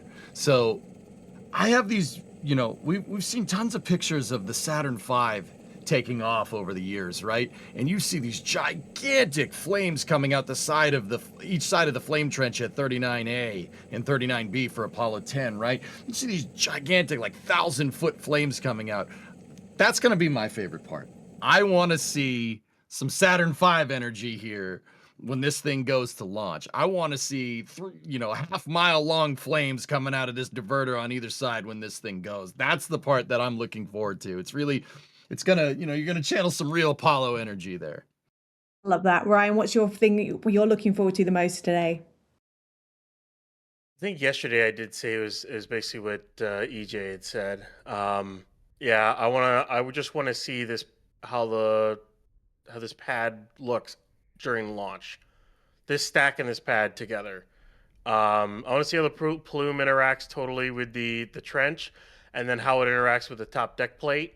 It's gonna look awesome. And then as part of that, I cannot wait for the slow-mo footage from Max and D and everyone else on this launch. It's going to be, it's going to be perfect. It's going to be amazing. I cannot wait to see it. It's going to be just glorious.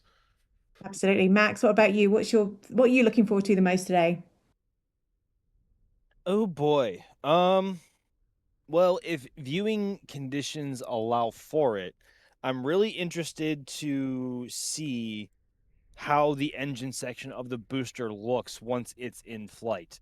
Because obviously with the version 3 boosters and its lack of shielding around the engines now, we have a visual of the engine in its entirety, from the very bottom of the engine bell to the very top of the power head where the turbopumps and other plumbing are. I'm really curious to see if during flight we get frosty power heads on the Raptor 3s, in contrast to the glowing purplish blue exhaust of the Raptor 3s. And also, if the atmospheric conditions allow for it, whether or not we get a vapor cone as Starship transitions through transonic speeds and goes supersonic like we got on Flight 10. I didn't even know Starship was capable of producing a vapor cone like that until it happened on Flight 10. But we are at the time of year where there is a lot of moisture in the atmosphere, especially in this part of the country, and also being in such close proximity to a large body of water like the Gulf. But I think beyond liftoff, obviously, I'd be sounding like a broken record, like EJ and Ryan, if I said, "Oh yeah, I want to see how this looks with the bidirectional flame diverter."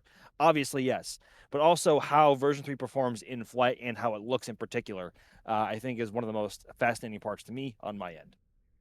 I'm just looking forward to it launching. I mean, we got so I excited mean, yesterday with the fair. countdown. I mean, Getting- fair. I mean, this has been a long time coming. We have waited yeah. about 7 months now from Starship Flight 11, which was the last flight of version 2, and the last from Pad 1 for quite a while. A lot of people have been waiting a long time for this. I think it just getting off the ground would suffice for a bunch of people, but I don't want to be selfish and say, oh, I want to see X, Y, and Z in flight. If it gets off the ground today and Starship does well, whether we see it or not, that is a win. So there will be a ton more flights down the road, but obviously, being selfish, I would like to see it for most of that flight if we can. Absolutely. Do we want to talk a little bit about what we're expecting on this flight? Because there are a few little extras on board this time. I hear we're going to have some Starlink on there, Ryan. Yeah, there's going to be a few dummy satellites. There's 20 dummy sats and then 2 modified V2 Starlinks they called Dodger Dogs or whatever they wanted to call them, because they're basically V2 minis with a beefed up spine, so that they're compatible with the Pez dispenser. And they're going to be modified with some kind of V3 hardware as well as the cameras to look at the Starship heat shield. So I can't wait to see that when it happens, when that payload deploy happens. It's plus the supercharged Pez. They're supposed to be able to deploy these much faster now after learning with Ship 37 and Ship 38. I learned a lot with those, so I cannot wait to see payload deploy for this. It's going to be fun to see how quickly they fire the things out of the Pez. I can't wait. Absolutely. And they're called Dodger Dogs in a bit of a reference to baseball. I know, EJ, you were talking about this earlier with Sawyer, and we were discussing what they call the dogs at different places. Why Dodger Dogs? Well, Dodge. So I didn't say this the first time around. Sawyer had to remind me. I'll chalk that one up to not enough coffee intake. But there are hot dogs that the Dodgers sell at Dodger Stadium that are a very long frank and a very short bun, and that's what the satellite looks like. It's a hot-rodded Starlink V2 Mini that has an adapter to fit inside of Starship's Pez dispenser, so it ends up looking a little weird. But yeah, Dodger Dogs. I mean, I'm more partial to Fenway Franks, personally. Absolutely. That's kind of where I'm at. Hey, look, I'm on the same. My husband's from the Northeast as well. He's a big Sox fan, so I'm the same. We called them monster dogs when I was there a few years ago. We were having this conversation. It's been a long time since I've been up in Boston, so you'll have to forgive me. Yeah, it's Is he always as interesting when frustrated they as come I up with am? new. Oh, absolutely. Okay. I All think it right, goes cool. without saying, EJ, doesn't it? Yeah, we're not having a good time up here. But anyway, this is a rocket stream, not baseball. Same, right? It's nice to hear that they're able to give a bit of a joke when Go it comes to the Cardinals. names. What? Oh no, here we go. Go White Sox. Oh wait. Oh, ew. That's even more ew. Ew. Oh, you're going to get all chat excited about that one. I'm sorry to the moderators who At are least all the different Cubs. ones. There is a Dodgers. charm about the Cubs. I'm not gonna lie. Wrigley Yeah. Field is wonderful, the friendly Mhm. confines, but I do like my White Sox. That being said, though, I haven't followed baseball in a long time because obviously my priorities have shifted towards these very powerful vehicles that we call rockets. But anyway, Nice to know. Which is what we're here to talk about today. We are here to talk about Flight 12, which is looking like it's going ahead. I feel like we need to recap everybody what happened yesterday because there's a few people saying, what's the update on what's happening now? Have they managed to fix the issues? Why don't we go back over what happened yesterday and where we're at right now? Ryan, why don't you kick us off with that? So yesterday, well, the day didn't start off that great. Weather wasn't great down there. I bet Max can attest to that one. It didn't start off like it was going to be a great day for launch. But as the day went on, weather cleared up, and it actually was really, really beautiful out during launch time, and would have been a picturesque launch, except for after delaying twice into the window, going to 6:30 p.m. Central. They got all the way down to T minus 40. The first hold was checking the was checking the quick disconnects events for their final throwbacks. Then they had a second hold at T-minus 35 seconds, which was trying to manage pressures inside the SQD. That could have been pressures inside the lines, could have been hydraulic pressures. We don't really know what kind of pressures they're talking about. Third hold is around T-minus 28 seconds, which kicked back for a water diverter issue. So they were probably having pressure sensor issues in those lines, which that isn't the first time they've had those problems. And then the fourth and fifth are kind of basically the same, where they were saying they were having basically issues managing stuff on the ship QD arm. My guess is they couldn't get that pin to unlatch. They thought they could get it to unlatch. They went down the count again, and then it didn't unlatch. So they kicked back again, both at T-minus 28 seconds. And then they realized that they couldn't get the pin to unlatch, so they had to scrub the launch because, the temperatures in the vehicles were starting to get a little bit too high, and they couldn't, they couldn't keep going. Because there comes a point in which the prop temps get too high, and the engines don't really like higher temperatures. The vehicles don't really like it either. So at that point, they, started to depress and detank the vehicle. I thought it was kind of hilarious just listening to the SpaceX stream. Every time they would kick back to T-minus 40 seconds, and then they're like, okay, we're good to go. So they start counting down again, and you hear the depress repress. So you basically hear all the valves, like there's a certain number of valves that repress and then depress, like right at T-minus 40 as they head into terminal count. And then all of a sudden it's like they kick back to recycle and it has to like repress, depress again. It was hilarious listening to that like 5 straight times. But it happens. It's a brand new vehicle. It's a brand new pad. Things like this happen. The pin might have just gotten jammed. They looked at it last night.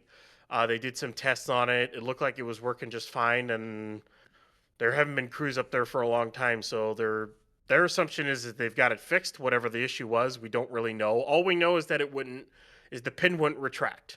That's it, because it's a hydraulically actuated pin that basically holds the SQD arm to the tower, and it just wouldn't retract. So it is what it is. Sometimes things like that happen. Hydraulics are usually pretty dang reliable. They're some of the most reliable pieces of equipment you could ever ask for, truly. And sometimes things don't work. Mechanical things break. So hopefully we're good to go today and they'll launch. Max, what are you seeing on the ground there? I mean, there's not really much I can see here from our river lock because our view to the base of the pad is unfortunately obscured. But everything is looking fine here weather-wise. I think that's probably the most valuable viewpoint that I can give right now beyond what we can see on our cameras. But we are seeing the line of tankers lined up for the tank farm. Think it's beginning to wind down. Ryan, correct me if I'm wrong, or maybe there's more waiting at the roadblock and they're just having them staged in various, I guess, numbers. But I think I think that's coming to the roadblock.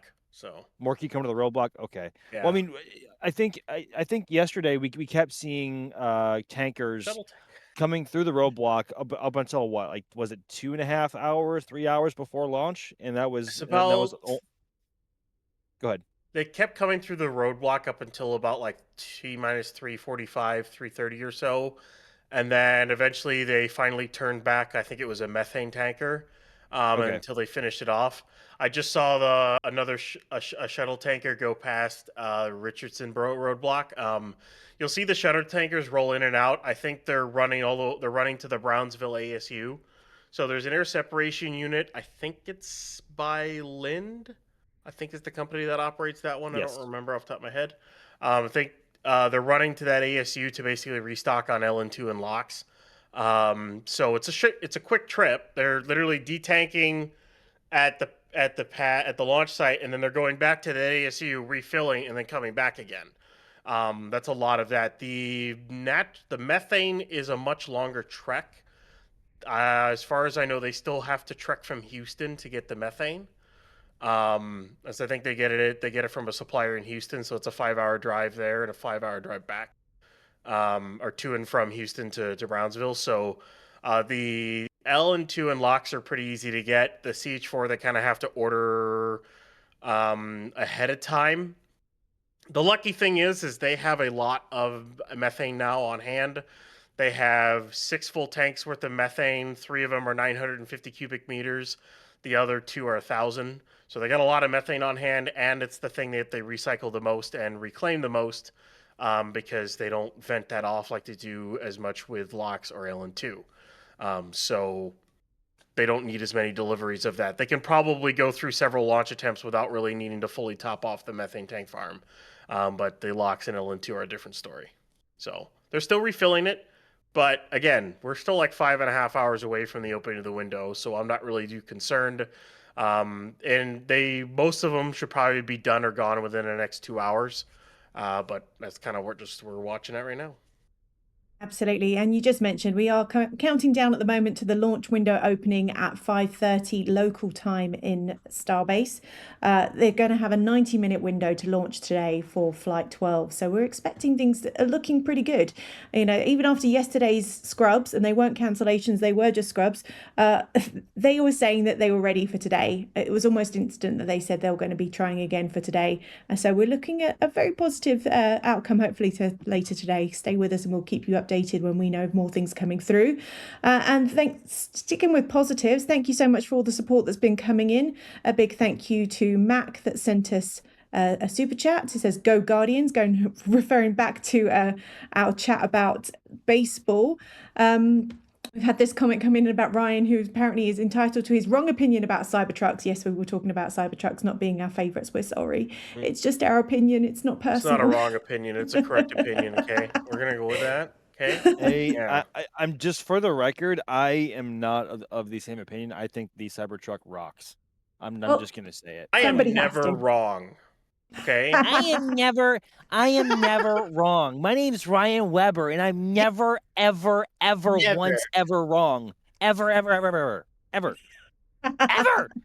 All right, guys, calm down, calm down. A big thank you to Wilbo Baggins, who's come in with gifting Red Team memberships. Go grab those when you have the chance as well. If you have a question for the team, just make sure you tag us in the chat at NASA Spaceflight or at NSF, and we'll make sure we get to it as quickly as possible. We've had a few questions coming in about the weather. As you can see from the screen, it's looking rather glorious over there at Starbase. It's a nice, hot, clear day. At the moment, SpaceX are saying it is 85% favourable, so we'll make sure we keep that updated when we know more details about what's coming through as well. We are counting down to that launch, as I've mentioned several times now, in about 5 hours and 33 minutes, and we will do our best to keep you updated of what's going on, and we'll get through some of these questions that are coming in on the chat as well. Oh, we've had a swish sound. Always exciting. I do have a question come in from Pierre, who's asking, I noticed that one chopstick was open more than the other yesterday. Could you see it on the tower cam? Why do you think that might have happened? Max, I'm going to ask you that. Did you see it on the tower cam yesterday? You know, I can't say I paid that close of attention to our cameras located by the tower in Hopper Lot, whether as to see if one chopstick was open more than the other. I'm going to be completely honest, because I was laser focused towards the end there. I'm making sure cameras were working. Yeah, and you did a good job with that, by the way. Thank you. So I'm going to enlist partial help of Ryan here. Ryan, from this perspective, was it the stick on the right hand side that was open more?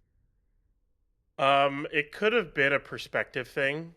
Yeah. Because I mean, the thing is from this vantage point, we're actually looking dead on the center column of the carriage. Yep. So from this perspective, if both are fully open, they're both going to be open the same amount. Any other camera, you might have a perspective issue on one might be more open than the other.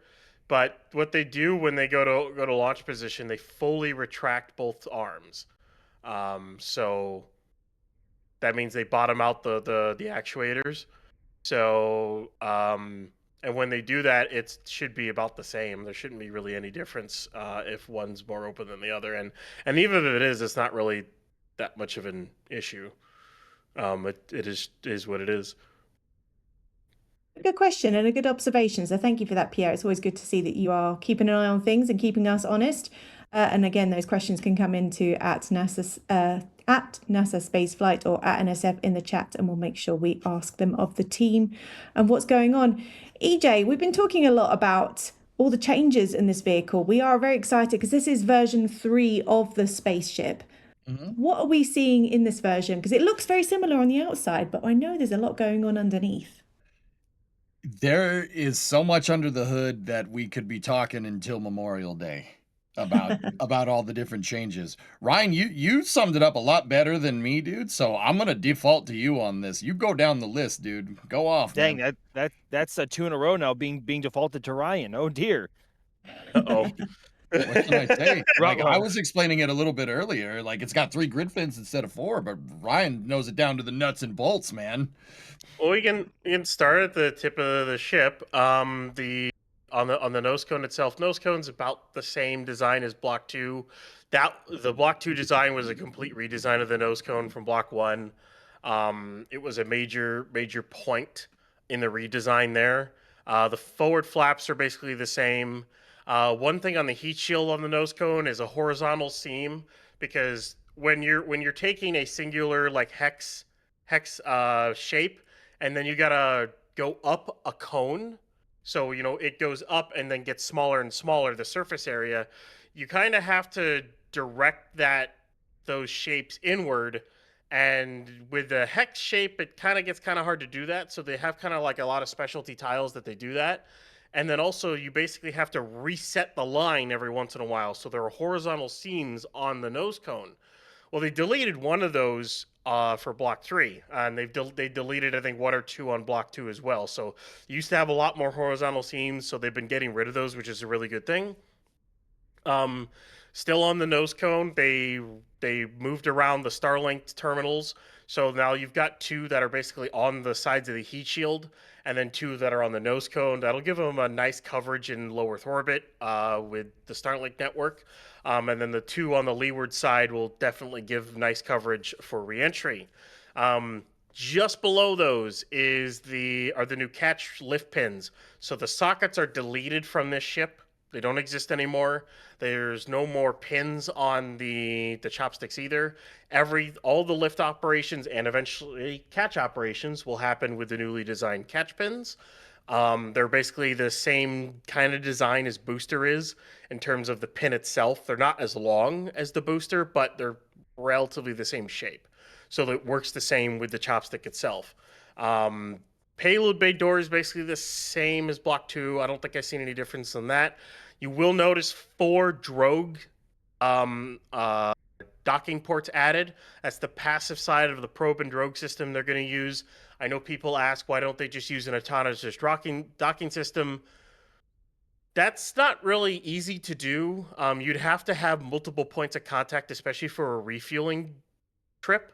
And having several Andromeda docking system ports on that ship, that's overly complicated, if I'm going to be entirely honest.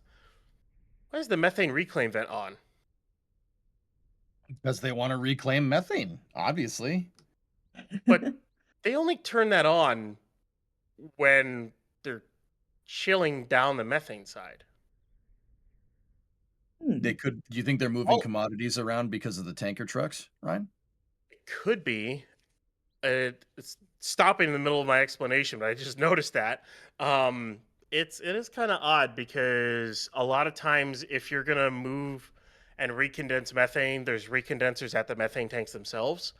But that says that the methane supply line might also be frosty as well. I'd have to look. Let me see if I can look here. It's not. Huh. I'm confused. Anyways, they might be doing something else with the system either way. But I just want to say that's not indicative that they're launching soon. Just to say that, I think they're running the system and they're maybe testing something with it. So that's just that right now. They may be doing something with all the tanker trucks and everything they got coming in. So You got to be moving commodities around, dude. They wouldn't be blowing up the pad 5 hours out. No, that's a waste of prop to chill it down this early, because then you have to keep it chill. The only way it would make sense to chill it this early is if everything was vacuum jacketed. At which point, once you chill it down, you could basically keep it at that without losing too much prop. But not everything is vacuum jacketed; only parts are. So yeah, they are running. Yeah, it doesn't look like the lock site's chilling now, but they are running one of the tanks for the methane reclaim. So that's interesting. And all the vents you see coming off the tanks, that's because the pressures behind those tanks are getting. They have to release pressure from the tanks as they're loading into them, whether it's the nitrogen or methane or the oxygen.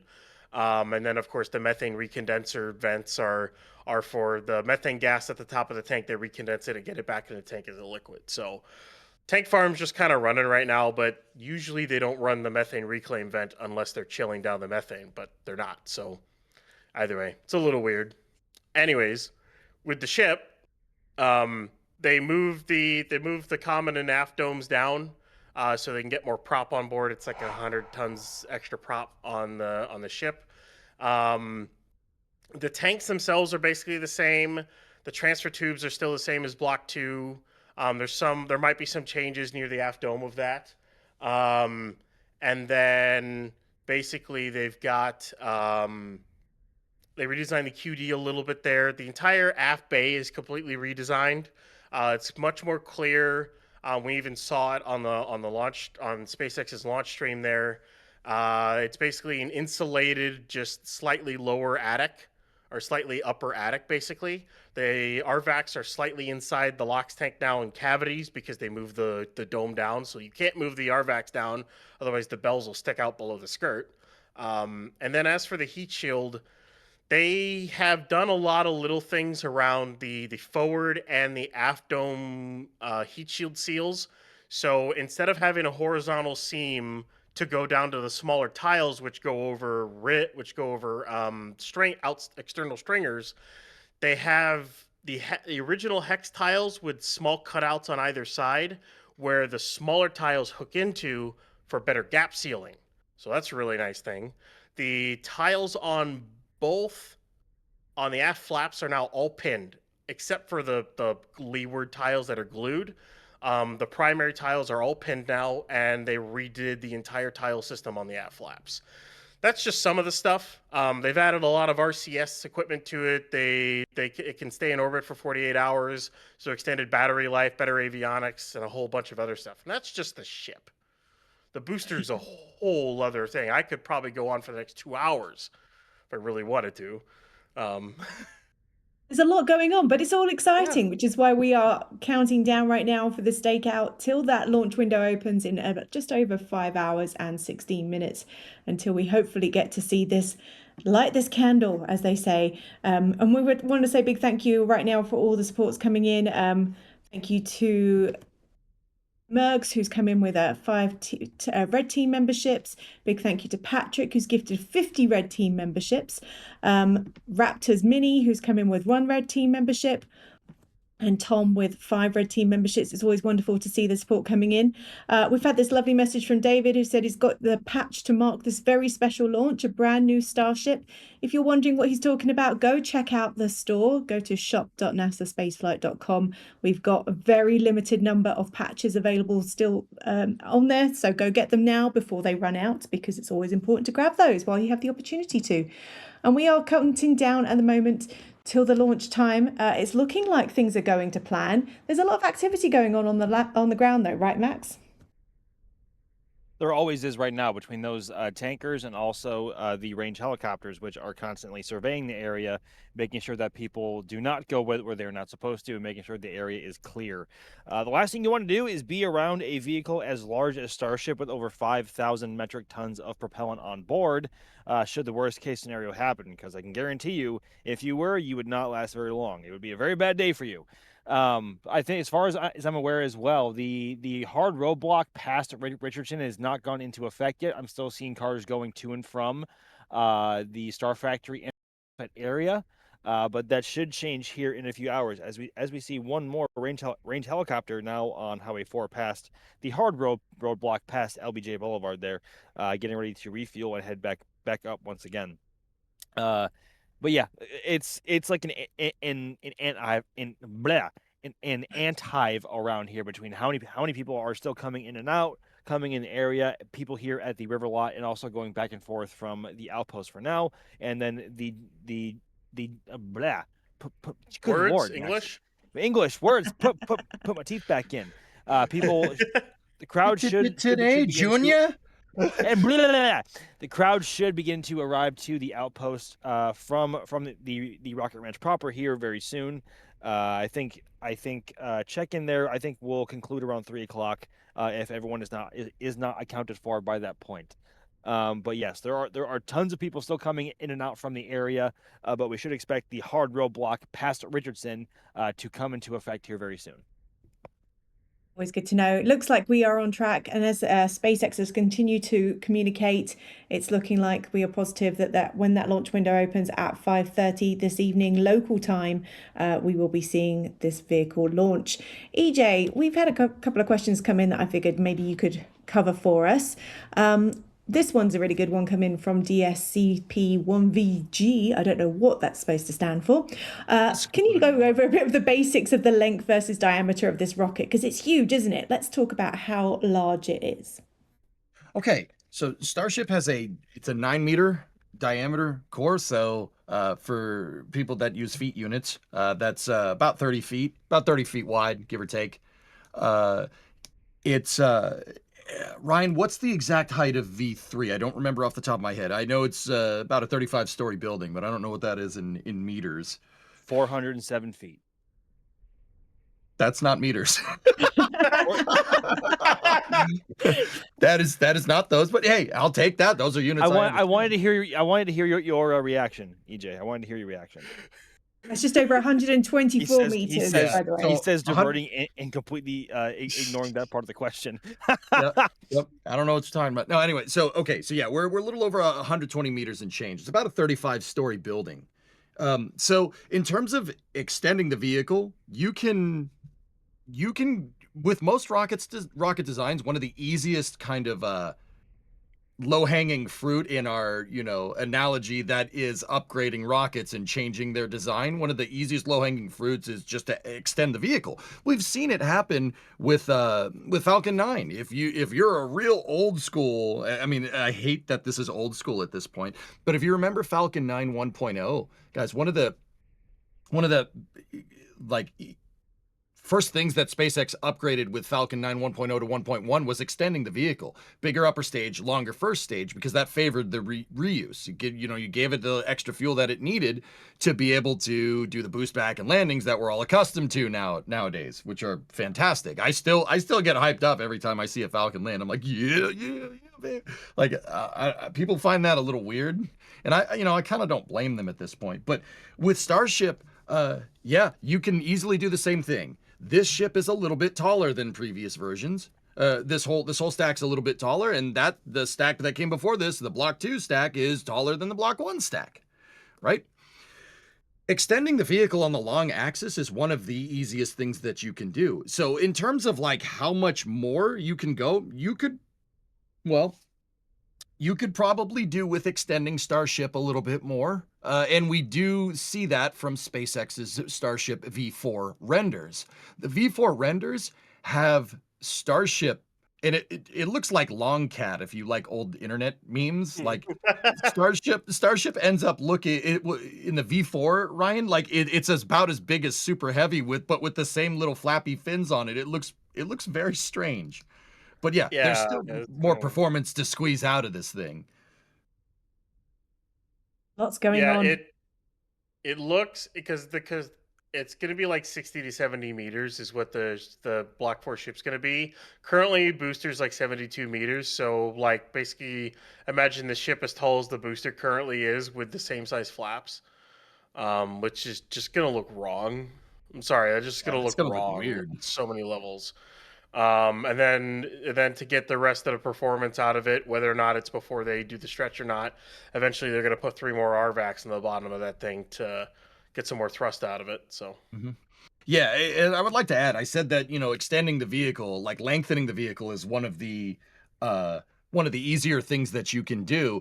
You know, I know what the next question is going to be, just in case anybody's out there not just listening to me ramble, right? Like, you know, okay, so why don't they increase? Why not go to a 12-meter Starship or a 10-meter Starship? Well, lengthening the vehicle doesn't change your GSE necessarily, right? If you wanted to make Starship taller, you see that big pyramid down at the bottom? You wouldn't have to go redesigning that if you want Starship to be taller. In fact, I would go so far as to say that Pad 2 is designed for fueling bigger variants of Starship. That's why they seemingly have gotten the fueling procedure down to like 35 minutes.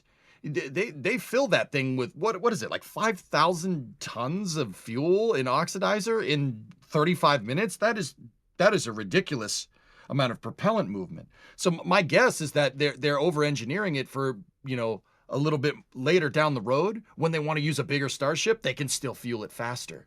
If you switch to like a 12-meter Starship right now, you'd have to redesign your pad, you'd have to redesign the chopsticks, you'd have to redesign a bunch of things. You'd have to build a whole new launch complex, right? So that's why lengthening a vehicle is one of the most low-hanging fruit things that you could do to squeeze more performance out of the rocket. You wouldn't want to change the width, the diameter of the core. You just make it a little bit longer. And in terms of Starship, there is more room for performance there. As Ryan said, especially with 6 vacuum engines in the second stage, oh yeah, there's plenty more you could squeeze out of this design. Very exciting to see it finally taking off, which it hopefully will be in about just over 5 hours when that launch window opens to us here in Starbase. They do have a 90-minute launch window, so we're hoping to see it launched this evening. Obviously, yesterday we got down to about T-minus 28 seconds. There were a few little hiccups, but SpaceX seems very positive that things are going to be going ahead as they expect later today. Thank you to Bradley Hancock that's come in for a Red Team membership. A nice little message that's come in as well saying, waiting at my son's school for Starship and NSF. And now other dads are coming over to watch it too. I love you guys. It's nice to know that we are helping you out at the school run. I'll be doing that myself shortly as well, when I'll be handing over to Sawyer. So very exciting to see that things are progressing today the way they should be. Max, I know that you guys have got how many angles going on down there? How are you managing to keep them all under control? We have many angles coming to you from our various sites. I don't have an exact number of how many, but they are all being able to be remote control. Well, I shouldn't say all, because I only have one camera being able to be remotely controlled. But in terms of our live cameras, either from here at Danger Lot, which you can see on the left hand side of your screen, the feed on the right hand side of your screen, we have remote access to all of those cameras for which we are able to monitor and control. So that's the simplified gist of that. But we do have quite an assortment of cameras all across the launch site from a lot of various angles, and some in very close proximity, aka the Danger Lot, which is right where Hopper is currently situated, right across the road from Pad 2. I want to say it's like 600 or 800 feet away from the pad, maybe closer. I'll have to double check that distance before we come back to that point later. But yes, one thing that we are not short of today is cameras. That is for sure. For information, I know, Ryan, you've seen a few things that have popped up on screen that you've been concerned with. Have we figured out yet what we were seeing earlier with some of the freezing going on, the frosting that we could see on the ship? Well, there are two possibilities. One, they are possibly pressure testing some of the systems out here with just LN2 or nitrogen, or they're in a very, very, very early chill down. Because those vents that are behind the tanks there, or we could call them LOX cannon vents, those are that's the part of the LOX bleed system, and that LOX bleed system is a return from the pad. So that bleed line comes off of the primary propellant valves that are inside the service structure on the side of the launch mount, and those run back to the tank farm, and they used to run back into the box fan. They then ran that over. They then decided, no, let's not do it over the box fan anymore. Let's do it. Let's go over the blast wall and try that. Well, then they decided, well, that's not enough anymore. Let's actually put it in a big pipe and put a bunch of vents that kind of go over the blast wall like that is. And that's what it is. So with those running, it means they're chilling the service structure. Or at least they're running cold oxygen gas or LN2, or I should say, or LOX, all the way down to the server structure there, which is kind of odd. It means they're chilling that down in a way, at least the LOX side. The methane reclaim vent means that they are moving liquid methane usually. Either it means they're moving liquid methane through the entire system, or they're just running LN2 through the reclaim system.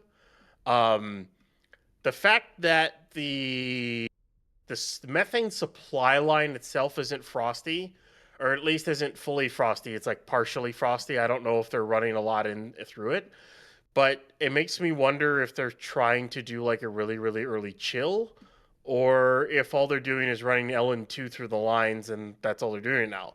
But the fact that one of the reclaim tanks is frosty means that it almost like they're trying to recondense methane and reclaim it and then reuse it.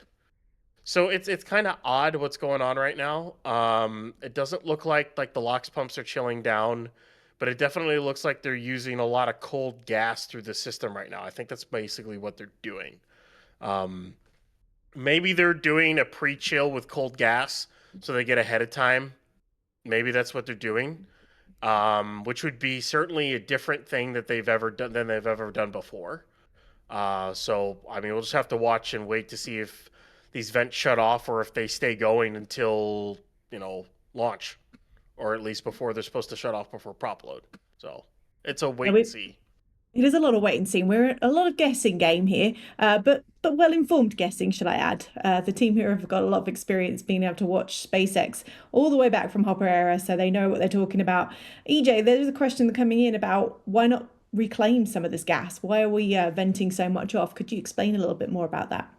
Well, these systems are for actuation of moving the methane around. They're using nitrogen to do it. They're using liquid nitrogen to move the stuff and keep it cool. Well, not to necessarily move it. They keep it cool. That's the condensation that you're seeing, guys. Now, in terms of reclaiming propellants off of the booster, SpaceX does have a methane scavenging system built into this design.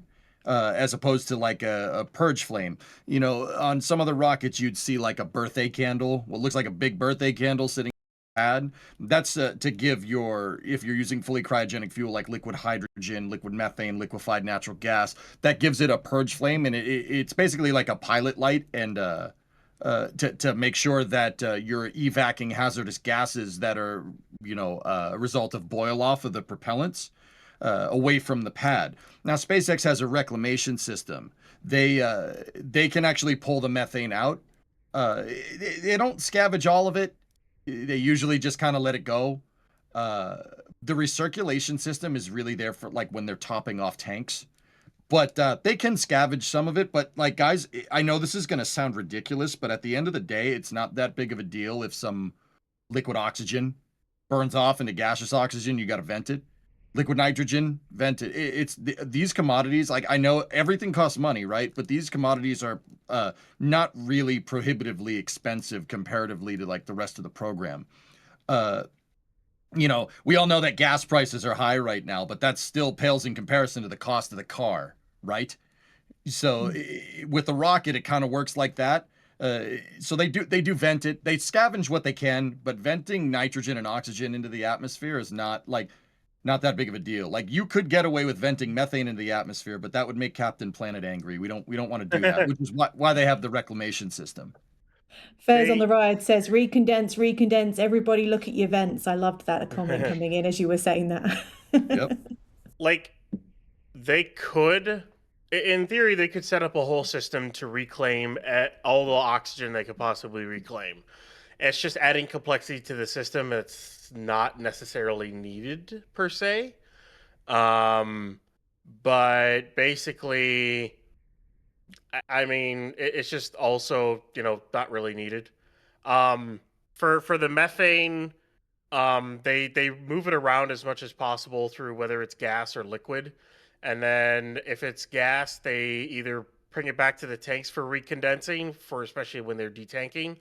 And when they're using it to chill down the main lines, they'll use the reclamation system to basically using LN2 to recondense the methane into liquid to then either bring it back to the tanks or reuse it again to keep chilling down the lines. So it's kind of it literally is a recirculation system that they do in the tank farm for the methane and whatnot. And LN2, they just dump it. They don't really care about LN2. They just dump it overboard basically any chance they get. Very good analysis there. We are coming up to just under 5 hours from that launch window opening for today's flight. We are looking at Flight 12 of the Starship Super Heavy version 3, which we're hoping to see take to the skies today after yesterday's scrub. We don't like to use that word too much, but it happened. We had a few little countdown glitches as we got down to 28 seconds and things had to be paused. We should use the word pause and pushed over to today. Don't say that word. Why would you say that word? Why would you do this? For the record, that is from my time listening this morning. That is her third time saying that word. I say so she it. has I'm okay with said it. the word. She said it she said it for a second time, which I guess in theory cancels it out. But Yes. she just said it for a third time, which I need to say it for uncancels a the cancel. fourth. Hey, look, I know I'm dicing with the devil, shall we say? But you know what? It happens. This is normal for space. Space is hard. Space is difficult. There's a reason why the cliche is out there. They had a few issues. They had a few hiccups, shall we say, with the SQD yesterday. It's looking like things have been resolved today, though. It's 85% favourable weather for today's launch window opening at 5:30 local time, and it's looking like things are going ahead as planned. And I am going to be heading off now and handing you over to the wonderful Sawyer Rosenstein, who's going to be taking over for me for the next few hours of the Stakeout. Sawyer, you haven't missed too much. We've seen lots of tankers coming in, but it's looking like things are going ahead the way it should be. Yes, it does. So far, so good. It seems like at this point, Starship Flight 12 getting ready to launch. But as the flame trench at the base of the rocket is dry at the moment, will it get spicy like this? The flame trench here at NSF. Oh, wait, no. Oh my This isn't God. the flame trench. Oh my God. Roll the intro? It is Wait. Friday. That's all I'm saying. And we have the Flame Trench crew plus me. We are all here. It is the Flame Trench crew. You're part of it too, Ryan. It's usually either you or Alex coming in as I guess that's true. Yeah. the fourth Starship person. So yeah, welcome to the Stakeout version of the Flame Trench today. For those who don't know, we do a news show on Fridays, which is a little more loose and open-ended, where we take questions from people and joke around, and we like to joke that it goes off the rails quite often on Friday afternoons, usually followed by the serious news show This Week in Spaceflight, which obviously they're both delayed because of Starship happening today. So we'll turn this into a little bit of a flame trench, which means we can be a little more loose. Of course, we're still going to be keeping track of everything happening in real time. Of course, we're still going to be answering all of your questions and chatting with you as we do this. So, yeah, this feels weird to do it this early. Normally it's at 5 o'clock Eastern. So a little early, but here we are. You know, it's evening in Europe, so that's good. Yeah. It's 4 p.m. it's always 4 p.m. somewhere, right? No, Jimmy, you got to go with Jimmy Buffett in that case. It's 5 o'clock somewhere. Wow. Come on, it's right in the saying there, especially because our show starts at 5 normally. Well, I mean, if we're gonna go Jimmy Buffett, I'm gonna say, you know, we're watching the tankers at the Margaritaville Hotel in South Padre Island. Oh my God. Oh my gosh. Here we go. Yeah, I mean, hey, if you're sitting by the pool waiting for Starship to launch, eating a cheeseburger in paradise, come on. Nailed it.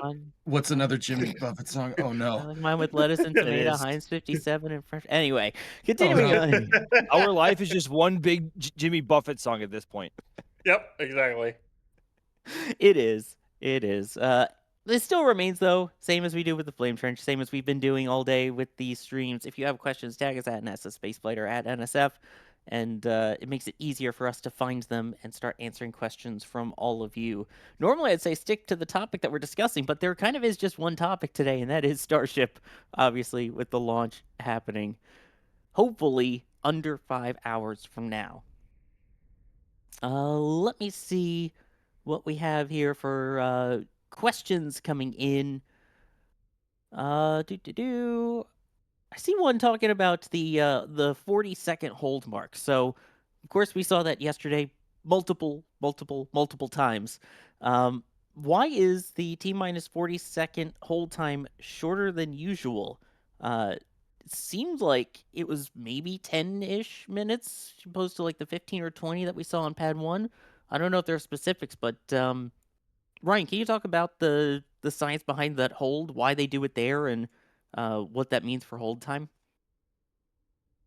Basically, one of the, as I guess we can kind of start this off, um, for a rocket like Starship, and like Falcon 9, they use subchilled propellants.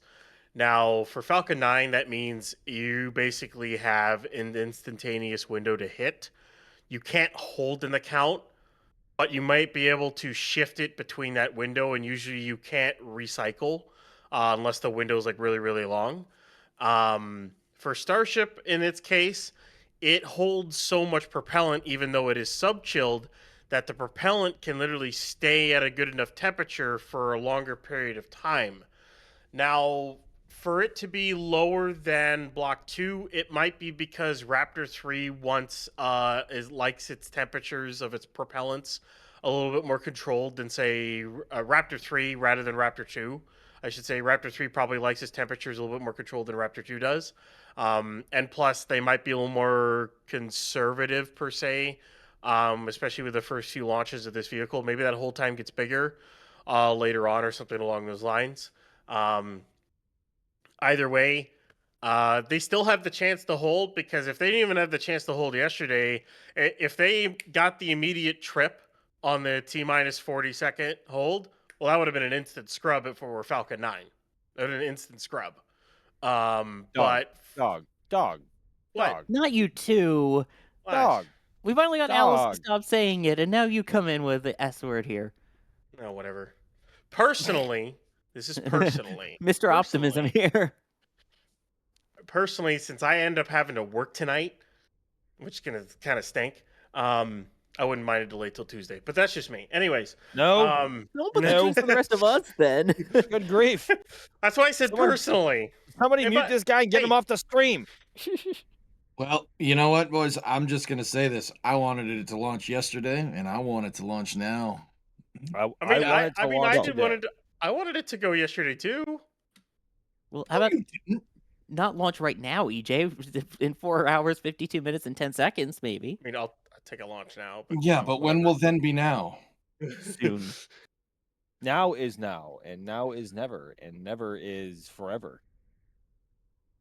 The movies are made. The movies are on tape before they're even finished. Oh boy. Yes. What happened to then?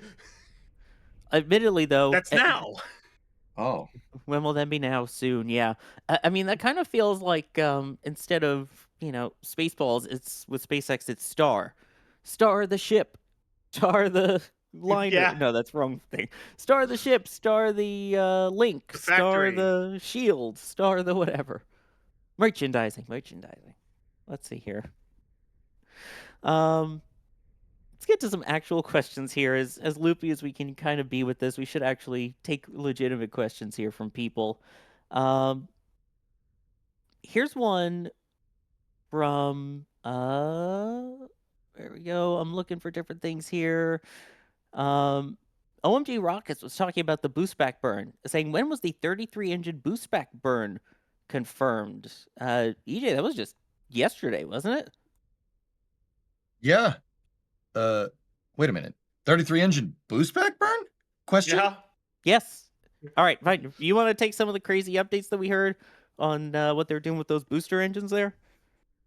Yeah, so basically the booster engines, you're gonna have 33 on ascent, as you should, and then they're gonna basically go down to 5 for they called it 5 sustainer engines.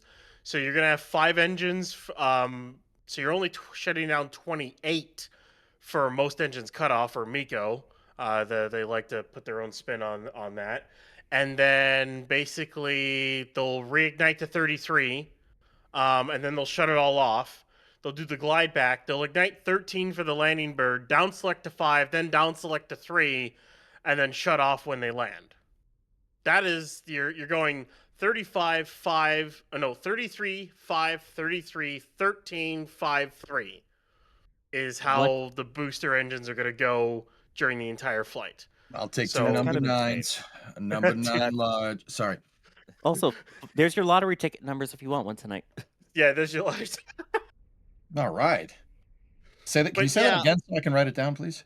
I was kind of shocked at that, but then again, it also kind of explains why they have so many more COPVs now, because all those engines need the extra spin up and igniter gases in order to ignite all 33 during the boost back.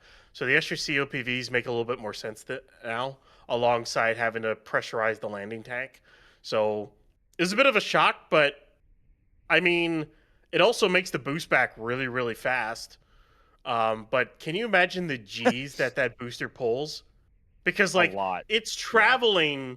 You already just did your full ascent burn. Now you're gonna flip, and you're gonna basically put max thrust going the other way. With a lot less weight, mind you, going in the opposite direction. Yeah. The G load on that booster is gonna be nuts. Well, I mean, they had that transfer tube, right? That thing is ridged up with stringers like crazy, probably for this exact reason, dudes. Yeah. Yeah, I wasn't, some of it makes more and more sense, but basically they are trying to refine that thing to where all the actions are as quick as possible and simple as possible. Like, heck, the max Q for this whole rocket is 45 seconds. Like, jeez. I know. That's actually that's actually properly nuts, genuinely speaking. Yeah. Compared to the previous one, that is it's expected to happen almost 20 seconds earlier into flight than V2. Thrust to weight ratio? Yes. Yes. Speaking of, I mean, obviously you mentioned the Falcon 9 size transfer tube and things. There's a lot of new stuff with this booster. There was a video written by some guy named Ryan Weber. I don't know who that is. Talking just about some of those changes. How about we check those out and then we'll come back and talk more about them.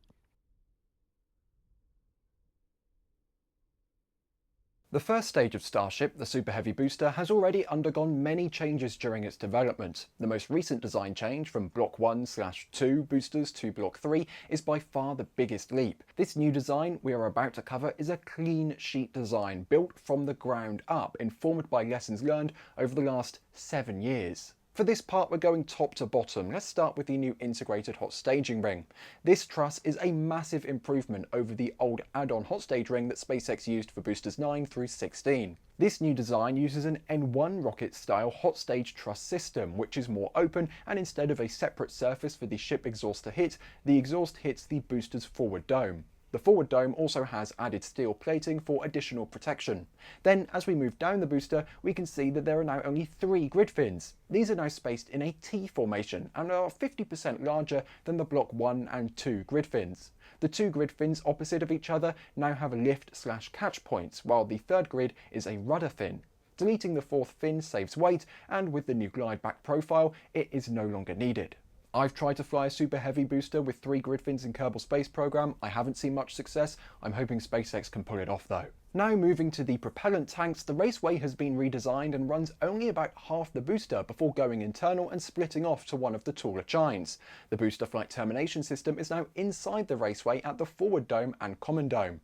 The chines on the raceway side are taller and closer together, and the chines opposite the raceway on the rudder fin side are shorter and farther apart.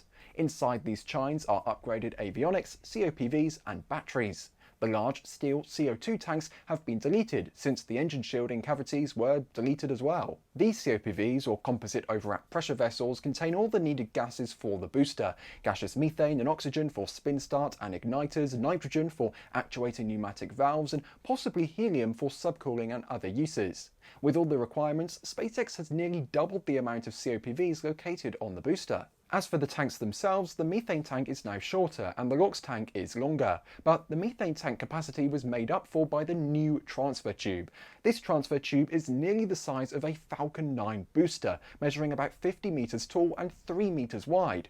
With this new transfer tube and the updated engine plumbing, SpaceX can ignite all 33 Raptor 3 engines simultaneously. This will allow for quicker ignition on boostback burns as well. The aft section is where SpaceX has made the most changes. First off, the quick disconnect is now split in two, with oxygen ports on one and methane ports on the other. This split simplifies interior plumbing and reduces complexity by using dual QDs on the launch mount itself. Also, it helps so that the main fill/drain ports can be larger without causing issues with a single QD.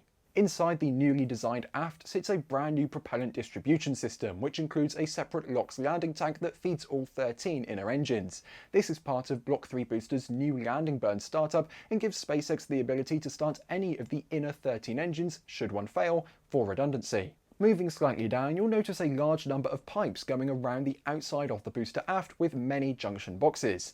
These are all of the commodities needed for the Raptor 3 engines, as well as the autogenous pressurization manifolds for pressurizing the main propellant tanks. In these conduits are power and data cables, spin start and igniter gases. All of these used to be in manifolds and conduits inside the primary engine shielding under the aft dome.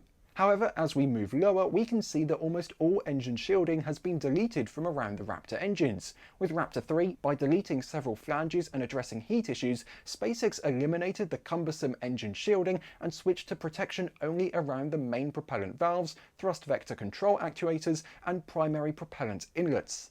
Now the engines themselves are no longer attached to a dome, but rather to a steel plate that carries the thrust of all 33 Raptor 3 engines. This plate also has a taper down, which causes the engines themselves to protrude out the bottom more than in the past. To protect the new aft plate, SpaceX has introduced a new metallic tile to cover the exposed steel of this thrust plate. This new design also introduced a new engine setup. It's still 33 engines, but the inner ring of 10 have been rotated to prevent any one engine from hitting the top of the ridge on the pad deflector.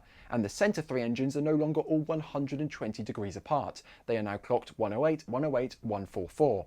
This also prevents any one engine from hitting the ridge cap. This is an effort to increase the lifespan of the launch pad. This new booster design is set to propel SpaceX forward with the Starship program.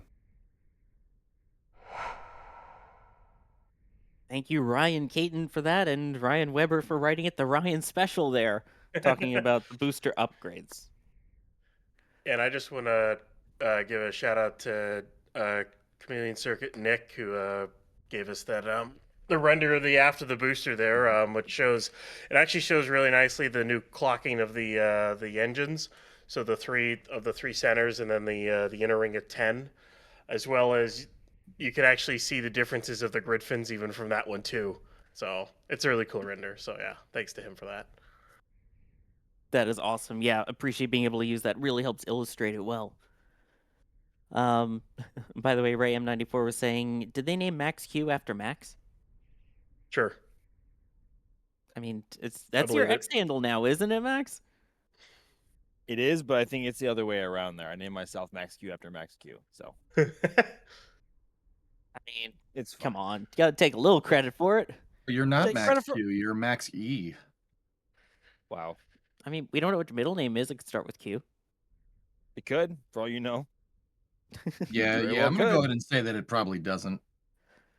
You say that. I know someone who named their child Maxine Quinn last name. So that it was Max Q. Is that Mac's name? Is it the person we're talking with in the call? You don't know that. You don't know that. So you're admitting your name is Maxine. All right, cool. Yeah.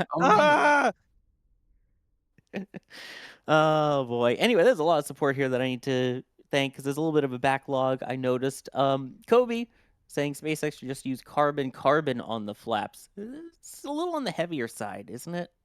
So yeah. No, our RCC is, you use that when you absolutely need it. Yeah, even though, obviously we saw how fragile it can be, it still adds a lot of mass. So if you have something that's lighter weight that can still take the heat and not have your flaps have burn through, like on previous flights, I'd say use that instead. User bunch of letters and numbers saying the kinetic, oh gosh, this is a whole big math one here. Kinetic power output of a single Raptor 3 should be around 7 million horsepower or 5 gigawatts, around a quarter of the power from the Three Gorges Dam at peak power. Crazy numbers. Super Heavy should be 4 to 5% of total worldwide electricity production just on kinetic power, not taking into account thermal power. These are all peak numbers. That's exactly what I'm talking about when this thing goes today. This thing is going to be frightening when it takes off. Like you've never seen something like this fly. It's not going to look like a previous Starship launch. This thing's just going to bang zoom right to the moon, like one of these days, hopefully today.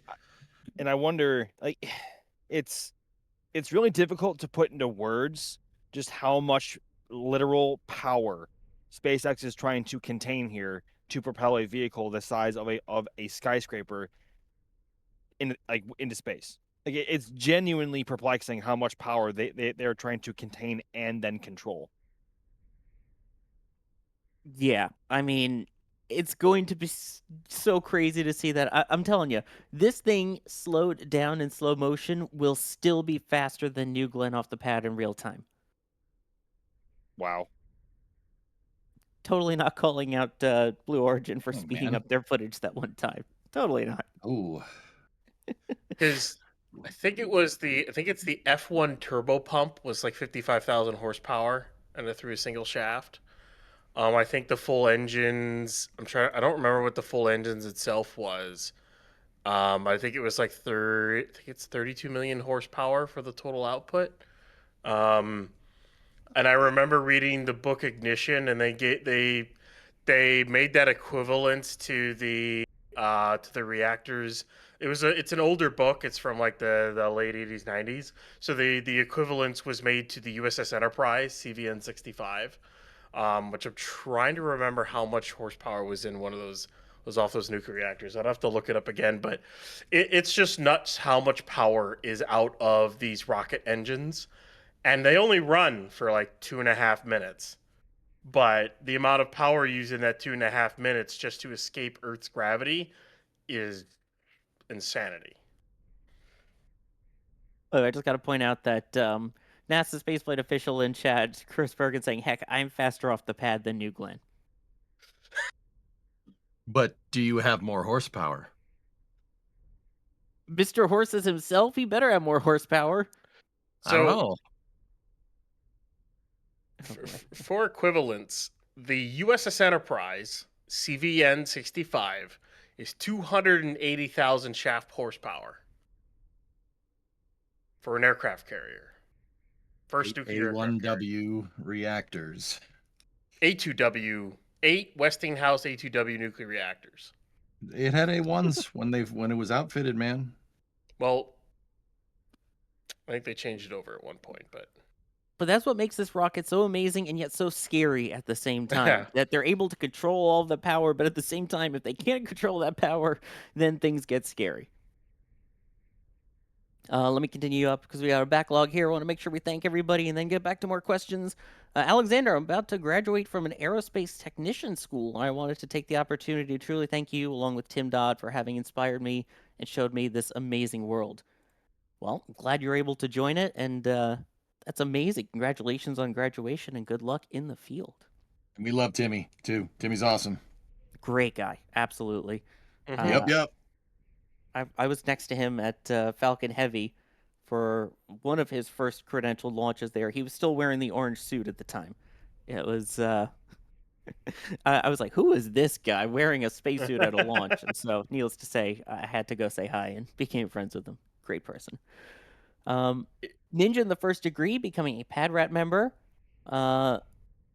Pickled, thank you for gifting 5 Red Team memberships. Wilbo Baggins, Fork Angels. Someone will know. For Max. Does Max know? Fork Angels? Maybe I'm missing something or just failing to recall something. I don't know if I understand that one. Apparently someone will know. I don't know who that someone is, though. Patricia getting some stuff from the shop, including the new V3 assembly shirt and one of the metal prints. Thank you for doing that. Enjoy the purchases. Echo Deal, whatever you do, do not aggressively wash the rocket. I won't. Pickle also come in with another one saying, did anyone take/plan to post a photo of the full stack at night with the lights on it? I see the one with them unstacked. Max? You know, that's why I was out there a couple of nights ago, once they restacked it, and there were no spotlights to be found, unfortunately. They chose to not light them. And it was the same case last night from what I could see as well. So it was really unfortunate, because one of the most insane scenes that I've ever had the privilege to witness is coming down Highway 4 towards the launch site, either during the day or especially at night, actually at night in this case, and seeing these two gargantuan spotlights crossing in an X over a full stack of Starship, and you're still like what 2.5 or like 1.5 miles away, and it's just straight. It's literally right straight ahead down the road. It's one of the most rock star feelings you could possibly ever have, genuinely. And it was a real shame that they weren't on a couple nights ago when I tried, because I certainly have tried. Believe me, that I wanted that shot as well. But if Starship does not go today for whatever reason, maybe we will have a chance to grab that again. But honestly, for the sake of the mission and for our crew today, I hope I do not get that photograph for Flight 12. Yep, please. Just launch it. Frankly, as TLC says, we don't want no. Thankfully, they didn't type out the full word. You want to say it, Ryan? You guys are gonna get mad at me if I say it, so I'm not gonna say it again. Thank Yeah, you. that's right. Yes, he's learning. That's He's right. learning. Be quiet. Sit down.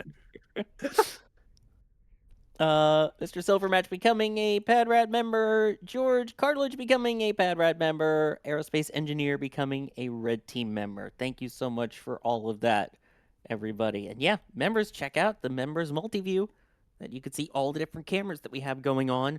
And then once we get to the mainstream, you'll see a whole bunch of behind the scenes stuff as well. What's the Ryan? They are chilling the lock subcoolers. You can see them right there. That's those four right there. That's part of, or that's one bank of the booster subcoolers. There's another one that's behind a bunch of pipes. It's a much bigger one. We can't see that one, but those are definitely, they're putting LN2 through those, so they're chilling those down. Are they doing a really early chill down? I guess they must be at this rate then. I guess that's why everything's been running. Hey, So, Ryan, I have a see. question. Mhm. We had a lot of hold gates at 40 yesterday. Obviously, got chat, just context here. The big one that scrubbed the launch yesterday, I said it crap. The big one that hosed the launch yesterday was the hydraulic pin. What were the other ones? Was there anything with the tank farm or anything? Did we hear anything about flow anywhere? Because they could be troubleshooting an issue with that. The specific ones were the vents for the final throwbacks of the QDs. So that's my guess is the vents for the QD retractions, pressure management on the SQD itself. So that's not really something that's really an issue until you're getting close to launch, because you want the pressures on the SQD to be correct before you disconnect it and then accidentally blow out a seal or something. Water diverter issue, there's not really anything you can do on that front. Those are pressure levels for the pressure stuff, and you're not really going to do that until you get closer, unless they want to do a deluge test and use some water up. And then basically the others were the pin is my guess. I think the fourth and fifth issue were the pin, basically. They kind of said they kind of called it, what was it? Fourth hold was sensors on the arm that manages the SQD to the ship. I would kind of guess that was sensors for certain on whether or not that pin had retracted. And then, of course, my assumption is the fifth and final hold. They didn't exactly say what it was, but when Elon posted about it saying that it was the pin, my guess is that since that was the final hold and they scrubbed off the final hold, that the final hold was the pin. And they couldn't get it resolved because they seem to have resolved the other four, possibly.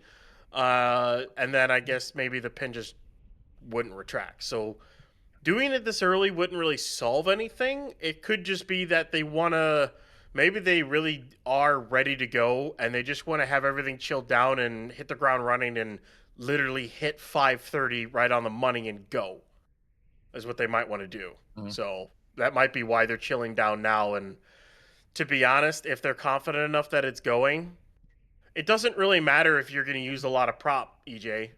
It doesn't matter, because if they don't hit today, they have 3 days to refill the tank farm. Nope. No, it's the truth though. If No, if you're they right. You're right. if It they also, vent it off, That is a if they fact. vent it off, if they vent a lot off, who cares if they lose it? And as long as it's chilled down, because again, if for whatever reason they don't go today, they can't go until Tuesday. So Yeah, they have don't. time They to don't refill. really need to be conservative with their chill down prop levels today, do they? No, they don't. Not even remotely. So that could be why they're starting chill down early. And for those wondering why, by the way, that's because there's the thing about being able to close the beach on weekends and on holidays, of which we have both. For those who don't know, it's Memorial Day Monday in the United States, which is a federal holiday. So the beaches, it's basically Texas law, kind of have to be open for that.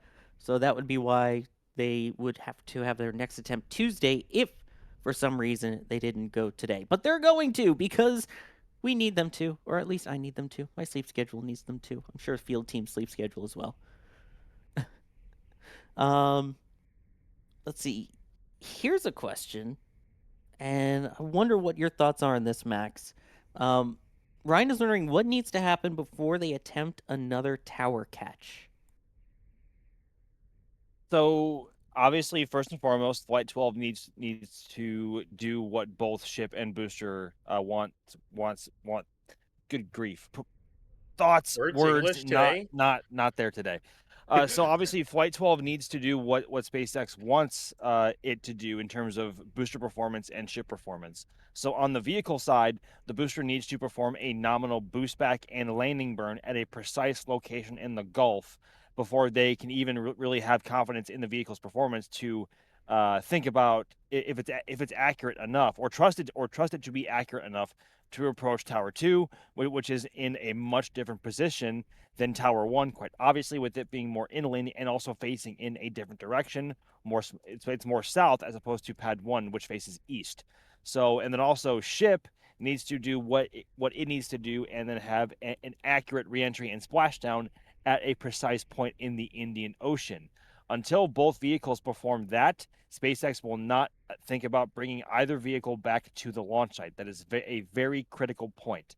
In terms of the hardware on the tower, mainly the chopsticks, I think they still have to do some, I guess, mock catch attempts in terms of them being able to, or them practicing moving them in quickly and trying to move them around to try and grab a booster as it comes in, or a ship, because the catch sequences in terms of their speed are going to be different, not only because the ship is shorter than the booster, but also the arms have to avoid the aft flaps on the ship as much as possible, even though they will be folded in. But if they come in too early, they may hit that and then damage the flaps, which would then of course be a bit of a letdown in terms of a refurb and reuse in the future, hopefully once Starship is at that point. But they need to do some testing on the chopsticks and make sure that they can close properly at the required speeds and accurate. Being able to adjust them over certain areas of the launch mount if the booster is not the most accurate in coming back within the margin before SpaceX calls an abort of a catch. But there is still a lot left to do before SpaceX gets there. But before we even think about that, version 3 needs to do what SpaceX wants it to do on Flight 12 in terms of vehicle performance and accuracy. That is first and foremost. It also needs to be able to prove that it can fly and that this pad can do what it has to do. But I wonder, and I've seen people that have been asking this yesterday as well, so I'm wondering, Ryan, do you think that they would do any sort of simulated catch work, like have the chopsticks and everything move and have all the deluge system activate during this flight of when it would have come for a catch if it were? It's possible. They haven't done a ton of high-speed tests with these sticks, with the newer, once they got installed the electromechanical actuators on. They did a lot of tests when they had the hydraulic actuators, but with these new ones, they actually haven't done a lot. It's kind of funny, but then again, they don't really need it for this flight or maybe even the next one. But I wouldn't be surprised if they do a simulated run with the sticks and the deluge. It wouldn't really shock me at all for them to do that. But we'll see. I mean, it would be really cool to see if it fires up again, because of course they need more DSS testing, right? And more deluge system testing, because they totally haven't done like 10 of them this week and then had about 5 DSS tests yesterday unintentionally. It was kind of wild. And you can see those tanker trucks moving away there. But yeah, I mean, hopefully we will see the deluge system actually fully activate today, and then hopefully see Starship lift off afterwards. That's going to be such a cool view with seeing those mock diamonds and then the dual flame diverter around there between the deluge system and the cameras that they now have mounted underneath the launch mount. Oh, I cannot wait to see those. I gotta say, thinking of that reminds me a lot of what we have on the patch and pins available at shop.nasaspaceflight.com as part of our Flight 12 merch collection. Hey, what would a Flame Trench-esque show be without a I was gonna smooth say. transition into a plug? ABP. But yes, Starship is back, and so is our patches, and that includes this one that you see here for Flight 12. Jacques designed it, did an amazing job with it. And again, the patches are only a limited number. Once they are gone, they are gone. We are just about, barely at 20% of the patches remaining. So it's very possible that we are about to go under 20% of those patches remaining. And once they are gone, they are gone. We do not make any more of them. So if you want it, now's the time to grab it. And of course, if you don't want to get the patch itself and you'd rather have it, on a lapel or in my case on some of my media lanyards, you get a pin version of it too.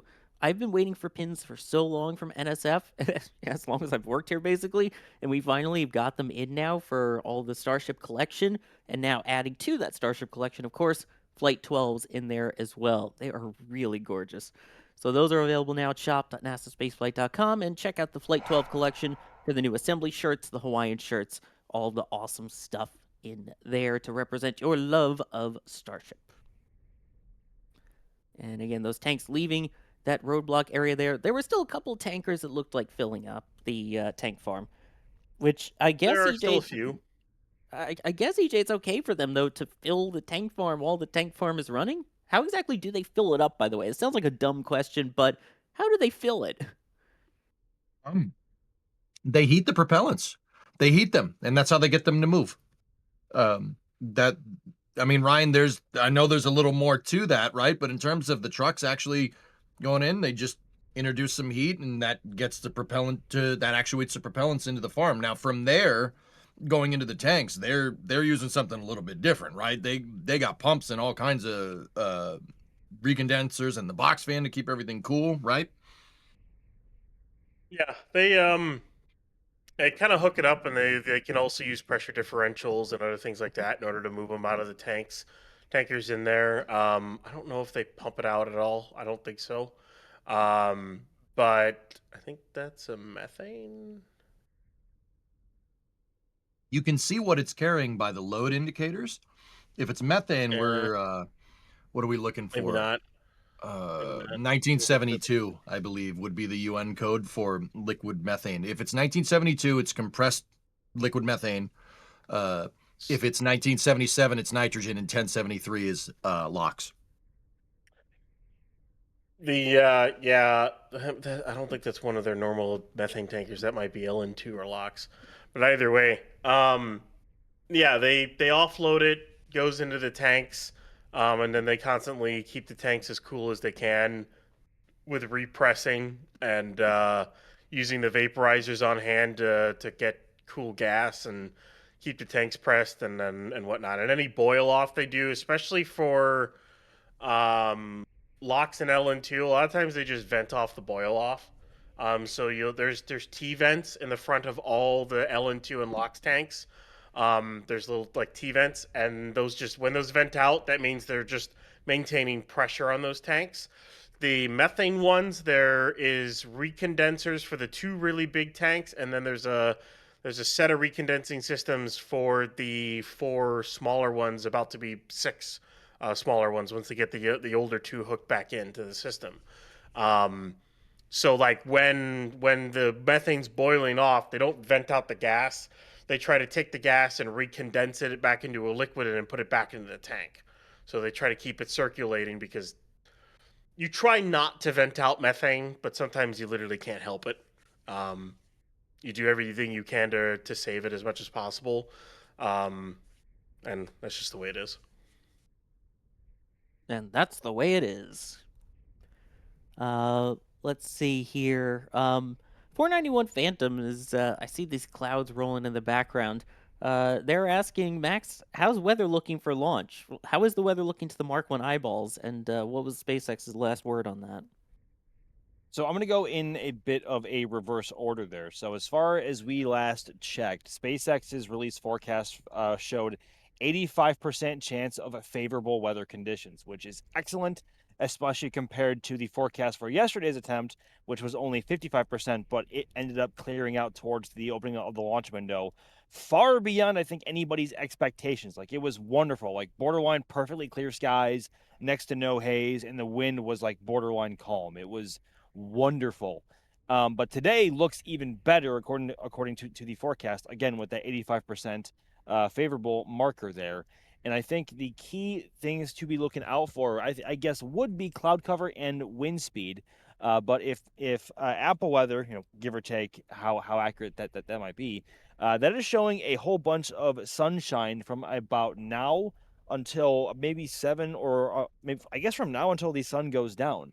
There are still some low-level clouds working their way through coming from the south, but those are expected to clear out. And without trying to jinx anything here, it looks like the forecast is showing clear skies, completely clear skies, for liftoff today here in Starbase, which is incredibly promising, especially considering how quickly the forecast changed for today, even from 2 days ago. I think I'm on record yesterday saying, hey, I think if it doesn't go today, being yesterday, it's not going to go until next week, because the forecast for tomorrow, which is today, looked miserable. And it certainly did look miserable, especially 2 days ago.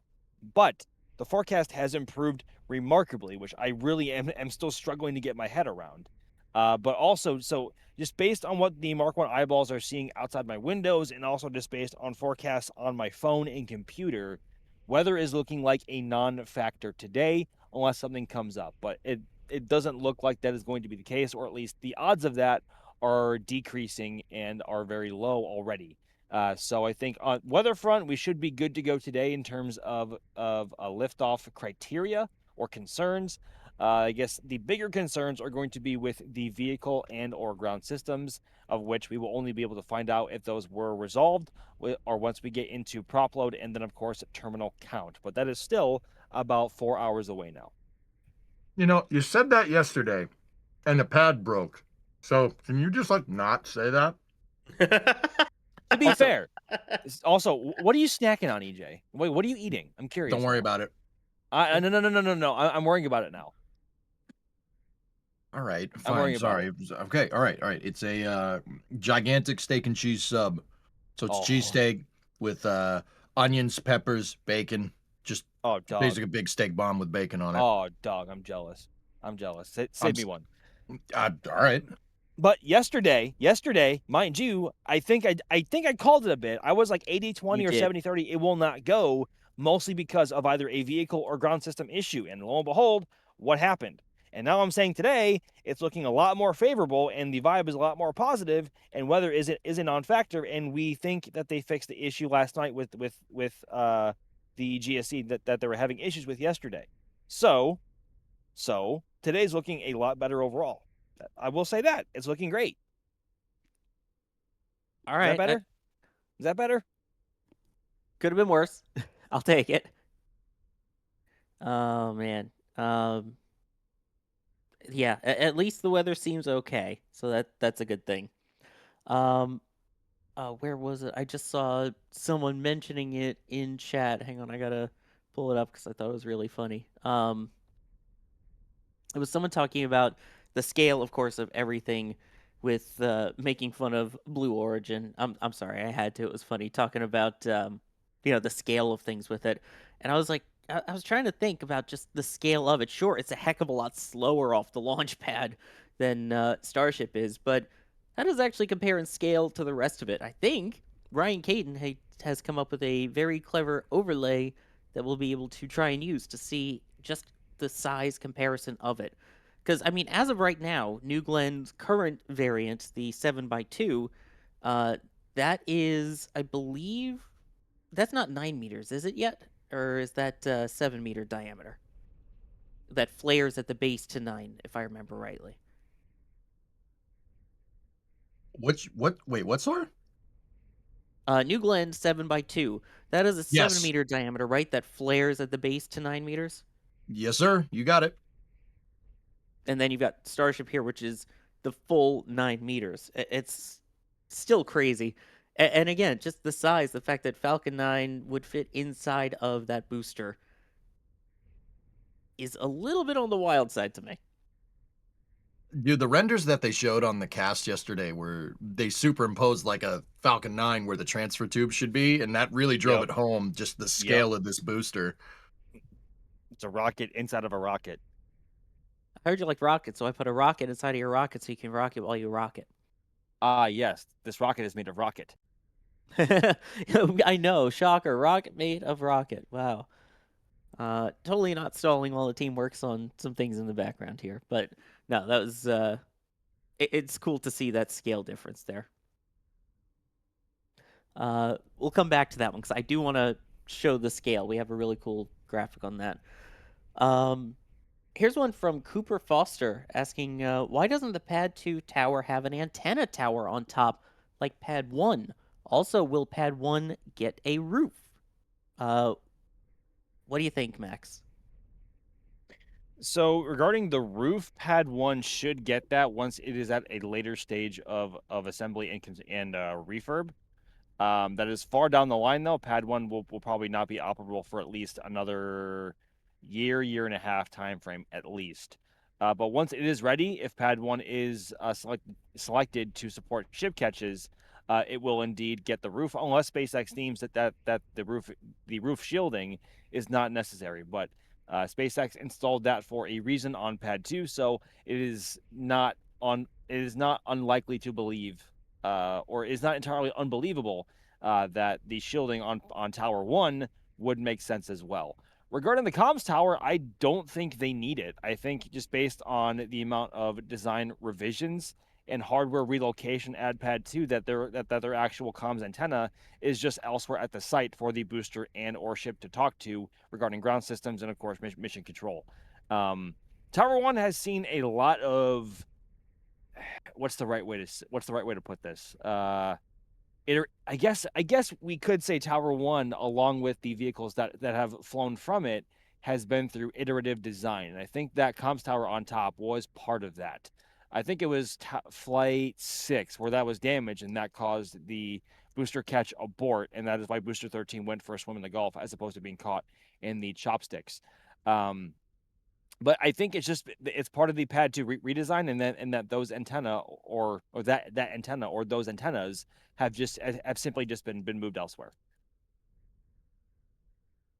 Yeah, I mean, it makes it look a little less cool because you always expect like the pointy thing on the top. Because I mean, the fixed service structure at 39A and the one that was at 39B, it has that little thing sticking off the top, which is actually part of the lightning protection system. So it'll be like, oh yeah, it's supposed to be something there. It's weird not having it.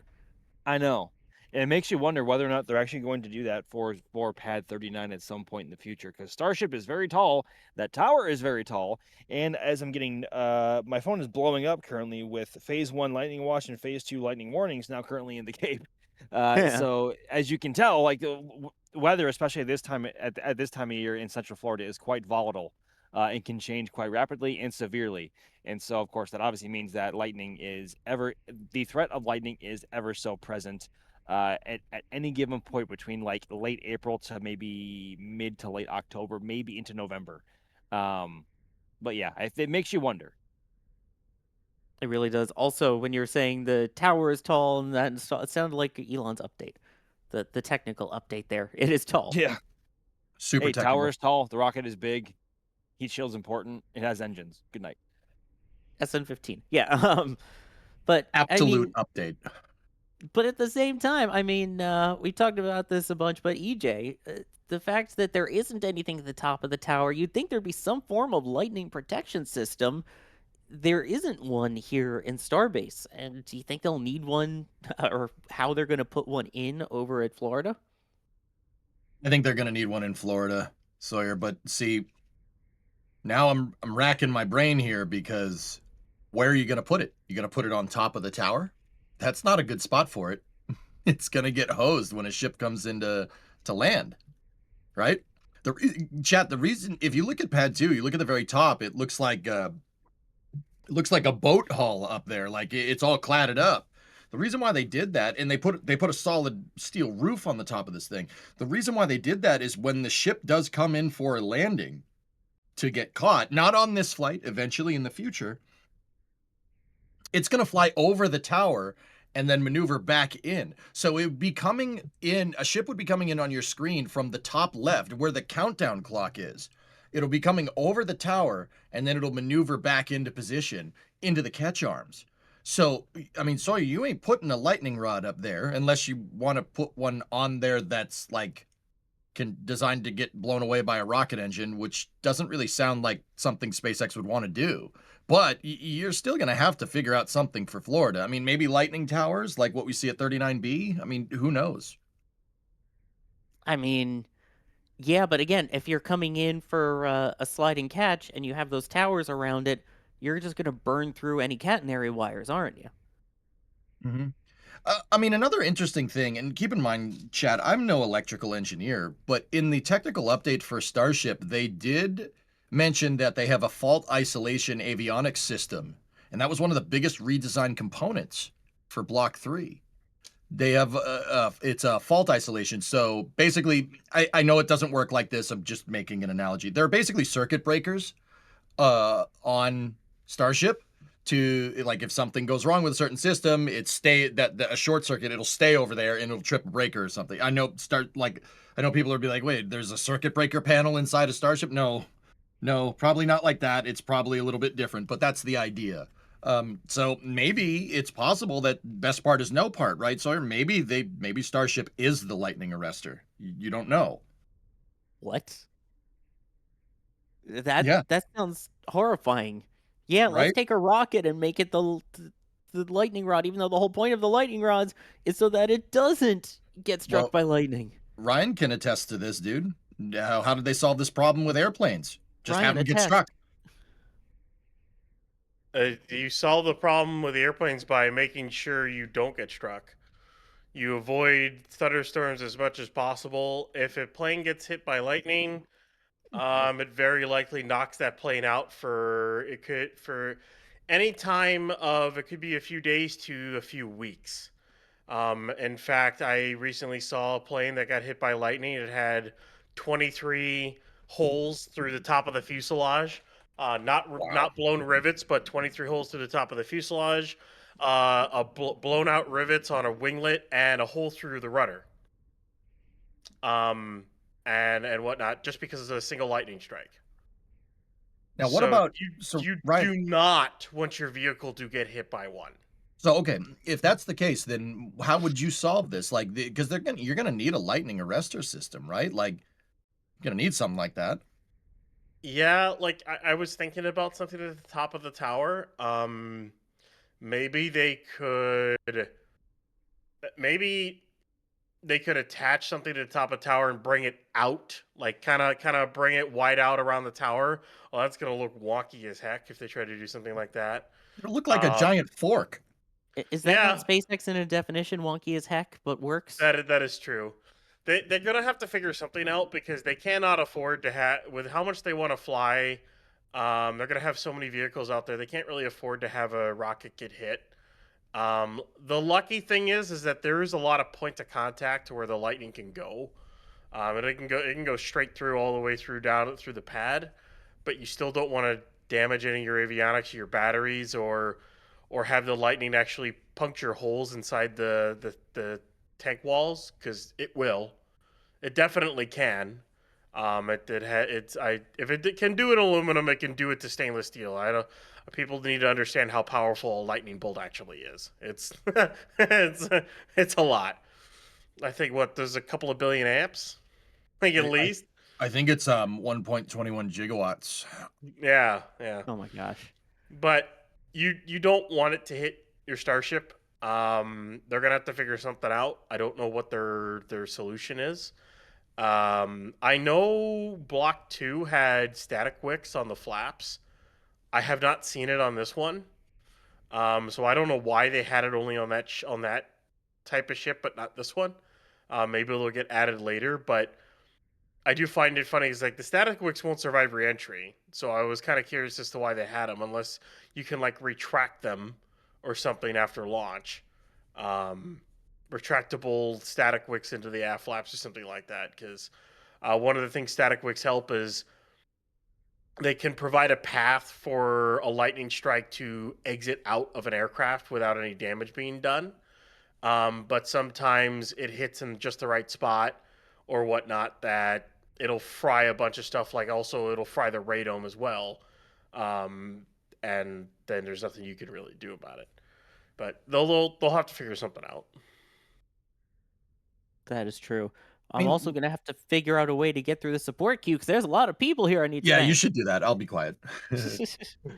Hey, I got to come up with the smoother transitions. If this is the stakeout trench, I guess, the flame mount. I don't know. Aerospace engineer saying, feel bad for you guys doing this twice. So here, thank you very much for the £2 with the 2x. Jose, will be funny to see a side-by-side of this liftoff and Blues. Oh my gosh, that's the one I was looking for. Yes. Tongla, thank you for becoming a Red Team member. Troy, heading over to the shop, getting the Flight 2 and 9 patches. Go Starship, go Super Heavy, go NSF. Ninja Guy Dan, becoming a Pad Rep member. I thought you were already a member, Dan. Well, good to see you there. Rasmus Nielsen, there we go. Greetings from Denmark. Sorry if this has already been asked a bunch. Why does each tower have one pad, not 2 or even 3, with arms that rotate 360 degrees? I don't think I've ever seen that question asked, but it got a Ryan giggle, so I'm intrigued. I just want the engineering required to do what SpaceX is doing right now with Pad 2 and what they did with Pad 1 with the carriage and the sticks. That's already innovative to craziness. To try to make a system, I don't even know how in Hades you would be able to get an arm system that could do 360 degrees around the tower. I'm engineering wise, I'm trying to think in my head how to even remotely make that possible, and I don't think it even is possible. Unless the entire tower can rotate on a turntable. And that's not a joke. I think that's what you would need to do. I don't know if there's a way to rotate the sticks around the tower like that and not have them be as stable as they are right now. I mean, isn't there a house somewhere I've seen that rotates 360 and yet all of the plumbing and the wiring and everything still works? So it's not impossible. It's just a tower of that size? It's just that part of it. Just for reference, the four primary columns that make up that tower that go all the way up to the top are entirely filled with concrete. And they're like inch thick steel. Inch and a half thick steel. Good luck. Fellas, the arms have, I mean, what's the degrees of motion on the chopstick arms, right? They can go about 100, like the chopsticks can go about 180 in either direction. You could have I mean, I don't, or Jeb knows what this would do to the tower, but if you have your staging point that's directly in front of the tower, you could theoretically do 2 pads on either side. It's just, yeah, when you're going to catch, you'd catch in the center, right? And that would facilitate ship and pad operations out of one tower. I'm just putting it out there. It's not It's not unfounded. It's just, I mean, landing with the chopsticks not dead center and landing with the chopsticks like 180 degrees or 90 degrees to the left would put a lot of strain on the entire system, dudes. That's why I think they're only sticking with one pad for one tower right now. But I mean, conceptually, that could be done. Like right now, where the sticks are, they're lined up with the center line alongside the pad, so that when they go to place a vehicle on the pad, both sticks have the same extension on the actuators. That's what they're set up right now as. In order to grab a vehicle for stacking, you have to bring both all the way over to one side to where one of the actuators is completely retracted and the other one is nearly fully extended. And that's just to bring a vehicle up on the staging pad. Now, with the way this pad is designed with a flame trench, you can't do it to the other side. It doesn't work that way. It straight up doesn't work that way. You would have to have a single exit flame trench, basically, for a rocket of this size. Good luck on that one. Good luck. You could rotate the flame trenches 45 degrees. You could do that. Why couldn't you? Get some flexible pipes for the water, because hey, the pipes are working already great for the deluge system. They've tested it 10 times.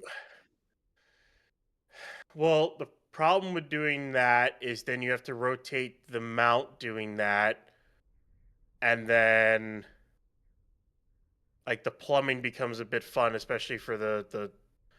It's just, well, okay, but even if you rotated that, how are you getting the other trench in there? Like, I don't see in any way, shape, or form how it works. I just don't. Yeah, it's a thought experiment. We're not saying SpaceX is or was or anything. That's a good question. I don't know which Ryan, if it was you or Ryan Caden or this Ryan, getting the Starship V3 assembly shirt and the Flight 12 patch, saying, gotta get me some merch. Mark Williams, thank you for becoming a Red Team member.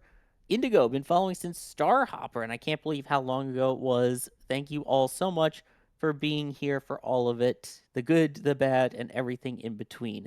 Hey, getting one of the pins. Thank you very much for that. Anonymous, saying thank you for all you do. What are your hopes for the new flame deflector? I'm worried they will still have to refurbish the Apex a lot, even if they increase the amount of gas generators. Your thoughts? Max, I'll throw this one to you. What are your thoughts? Well, actually, so the engines on the Super Heavy booster have actually been rotated, so there isn't any single engine firing on the actual apex of the actual diverter, right? So there's that problem solved already. And in terms of refurb after every flight, that was a pretty heavy static fire that SpaceX laid on it a couple of weeks ago now, just about with all 33 engines for about 12 to 13 seconds or somewhere in that ballpark. And some aerial footage that SpaceX posted afterwards, that flame diverter looks immaculate. Like, it looks borderline untouched. So, barring a sort of pressure issue in the plumbing that doesn't allow proper water pressure to come through, thus obviously decreasing water protection for the actual surfaces of the diverter itself and the flame trench as a whole, this whole pad has been designed and built from the ground up to handle massive thrust and be able to be used again and again and again, unlike the old style launch mount that we had on pad 1 in that ring style that required weeks, at least weeks of refurb time after every single flight. So in terms of the diverter itself, so long as they have sufficient water pressure, and we know that they have been conducting a lot of deluge tests as of late, 2 per day for about 3 or 4 days, I think it was. I think it's safe to say that the diverter is good to go, barring any sort of major issues that they come across. But again, this is the first time that it is being used in a flight scenario beyond a static fire. So it's going to be unique to see how it handles today, assuming that Starship does get off the ground today, which of course we hope it does. But otherwise, I don't really think I worry about it, to be honest. Yeah, I mean, knowing SpaceX, it won't really be that much of a thing to worry about because they've got it all figured out, and sure they've done the testing. Although then again, they did say that let's not put any kind of water deluge underneath it, except for the detonation suppression system on Flight 1, and we saw how that went. But we'll see. Adam saying you guys are awesome. Keep up the great work. Just got a couple of patches, which just got better in quality. Thank you for picking those up. Anonymous also saying, let's light this candle. John, thank you for the support. And Lewis saying, great stream. Keep up the great work. Chilling in the UK. Awesome. Also, Michael Brierly saying, exclamation point gigawatt. By the way, I did see someone came up with a great solution here for having to move the launch pad around. Aleo just said, just rotate Texas. Boom, problem solved. I mean, it goes in the Texas hole. So, yeah. There you go. You saw That's some right. of those... You saw some of those trucks lining up there. Now, I mentioned, again, that size comparison. I do want to bring up, we can't compare speed, but I believe we can compare size. Here we go. So, these are the different larger scale vehicles. So, when we talked about New Glenn 7x2, there it is. Slower off the pad than the big giant vehicle that's actually live on the screen right now. That's still mind-boggling. Then you've got SLS there, and then Starship HLS, which would be even a tiny bit, maybe by like centimeters taller, but about the same height. And yeah, you can see Falcon 9 almost fits in the booster with a fairing on top. And then there's Vulcan, still grounded, obviously. And I love Electron. Obviously, jeez. Well, hey, it's a Friday. It's when I would be doing a flame trench ish. They don't get a break today. But I don't know. It seems like they have a path back to flight for ULA's Vulcan. And then Electron is just funny. It would probably fit inside the actual trench there. You know what? It's kind of funny. Electron can fit inside a Falcon 9, which can already fit inside of a super heavy booster. And on that graphic, it was super easy to miss Electron if you weren't looking very carefully for it, which is kind of dangerous. Yeah, But just like go ahead. What? I said, it just looked like a little line. It doesn't even look Yeah, like a look rocket. at that on the very right hand side of your screen by the tank farm. Like if you are not looking carefully, you would miss Electron. It is that small, but it is small but mighty. Dare I say? One launched earlier today. It did. It's smaller than their methane reclamation tanks. Wow. Wow. That's unbelievable. It's smaller not only than their methane reclamation tanks, but then the LN2 supply tanks for like the deluge and their pressure building too. Like it's smaller than all of those. Like seriously. It's tiny. And so based on the prop load, so we have a roughly calculated flow rate of propellant into Starship when prop load happens of around 700 gallons per second, at least into the booster. That is not taking ship into the equation. At that flow rate, keeping on the topic of Electron, that you could literally fill Electron, I think it was in like 9 seconds. Or something along those lines. Like it's less, I'm pretty certain it's less than 10 seconds. And then your tanks would just explode because that's really difficult to manage at that level. But yeah, that is the size and scale of the hardware that is in play here in Starbase. Yeah, someone said wait until 9x4 comes into play too for New Glenn, but still. Very true. Yeah, but you saw even from that last part there, the tallest rocket in the world, which beat the tallest rocket in the world previously of Starship, which beat the previous tallest rocket in the world, which was Starship. So almost 3 starships. Yeah. What? And that's 3 starships. And my poor beloved space shuttle, the whole stack is not even as tall as the booster. Look at that. You see shuttle a Falcon 9 is taller than the space shuttle. Well, in its current form, yeah. We were talking earlier about Falcon Block 1. That was stubby Falcon. It was stubby, and also it had a square engine section where it was 3x3. That and of course, obviously now, yeah, exactly. And obviously now Falcon 9 has been using the Octaweb where it's a ring of 8 engines surrounding a singular center engine. But yeah, that first Falcon 9 was certainly a rocket of all time. Yeah, I remember I was actually out there when it was on the pad for the COTS 2/3/2+ demo mission, and this was a year after the final shuttle launch, and it was just like, wait a minute, this is our next rocket? This is what's going to be the future of sending humans eventually into space? This thing is so tiny, it looks ridiculous, it is so ugly, why? Why did they get rid of shuttle? And now, yeah, Falcon and Dragon in its current form is freaking awesome, for lack of a better way to describe it. Let's see. Speaking of, Mechazilla Max is wondering when's Stubby Raptor 3. Get out. Haven't heard that in a long time. No. Get out. RVAC. So Raptor 3 RVAC Stubby is coming. I don't know if it actually is or not, but it's coming.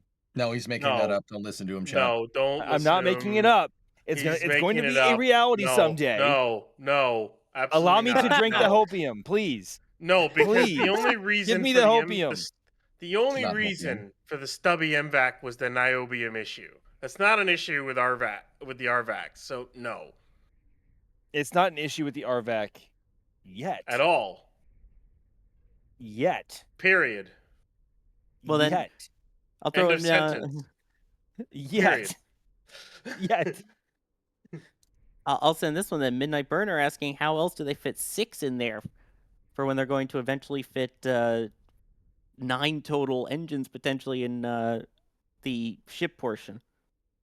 You can fit 3 more. You can fit 3 more RVACs in there with absolutely no issues whatsoever. There are literally no problems with fitting 3 more RVACs in there. You just have to beef up the aft dome to take the extra thrust. That's all you got to do. I mean, did you guys see the onboard shots that we got from inside of Starship's A lot engine? of room in there. There was. It looked unfinished. It did. You know, to make the joke, right? It looked like Kerbal mods. I'm not even kidding. It's like, wait, where's the rest of it? No, that's all. That's all of it. Like, you can easily fit 3 more RVACs in there. They just haven't done it yet because there's no reason to do it right now. It's just they just don't need that performance, and it requires a significant design change. God damn it! I'm talking over each other. You could probably fit a lot more RVACs in there if they had shorter and smaller nozzles. Just saying. No, you don't need to do that. All you need to do is just put it in there. Just put them in. That's all you got to do. This is a running joke for those of us here of the we call the shortened nozzle that they had on Falcon the stubby nozzle. So I got to know, chat. Are you team stubby RVAC? Yes or no? I'm intrigued to see how many people are team yes and how many are team no to the stubby engine. Chris K, wow. With Max, yes. Oh my goodness, there's a lot of team stubby engine nozzle. Let's go. Yes, chat. I love you, chat. Although we're doing this, chat. It's about 50 right now, I gotta say. No, we're doing good, chat. Maybe manifest the RVAC stubby. Okay. Let me ask the question. All right, I'm gonna ask a question to Max and to chat as a whole. Okay, bring it. Why? Why? And the reason I ask that is, what advantage does that give? You lose a lot of performance. Why? Hey Ryan, Why? Let me ask you a question. Why MVAC stubby? There was a legitimate reason for MVAC stubby because they were having issues with niobium. They don't have that issue with RVAC. And it saves weight and production time. And in but a they world don't have where that Starship issue is with optimized, RVAC. maybe there's a reality where if they shave a bit of nozzle off of RVAC, they save a bit more weight. Maybe use that for an expendable variant of Starship. That's not even a legit. That's not good enough weight. You're not. Good enough. You never know. You never know. You never know. Sawyer, is it 5 o'clock yet? It feels like it.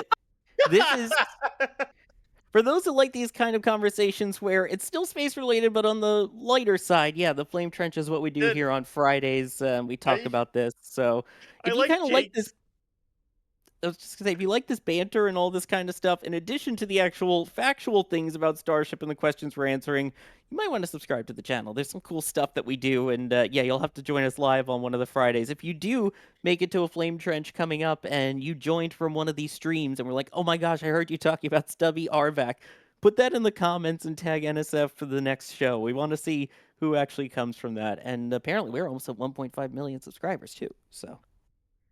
I just want to say what Jake said in the back channel here, because some men just want to watch the world burn. RVAC Stubby, make it a reality. Nope. Yes. I saw Max holding wrap the Stubby engine the size of a tangerine. It was the greatest thing you've ever seen. Oh my goodness. Welcome to the Flame Trench, everyone. Yes, Flame Trench On the early Stakeout, edition. The Flame Trench on the Stakeout. Yep. Yeah, like I said, the steak trench, which I think we Yep. should call that because EJ was eating that steak sandwich earlier. Yeah, we're gonna call it the Steak Trench. did Oh yeah, that's yeah. But commodities have been ingested. EJ is at full power. The tank farm has been filled, I guess. I don't even want. Oh, all right, it's Flame Trench. I'll joke about your methane load then. Anyway, continuing on. No. Jesus. Let's move on to a real question here then. Les5376 is wondering, Ryan, do we know if the hot staging ring is made of solid or hollow supports?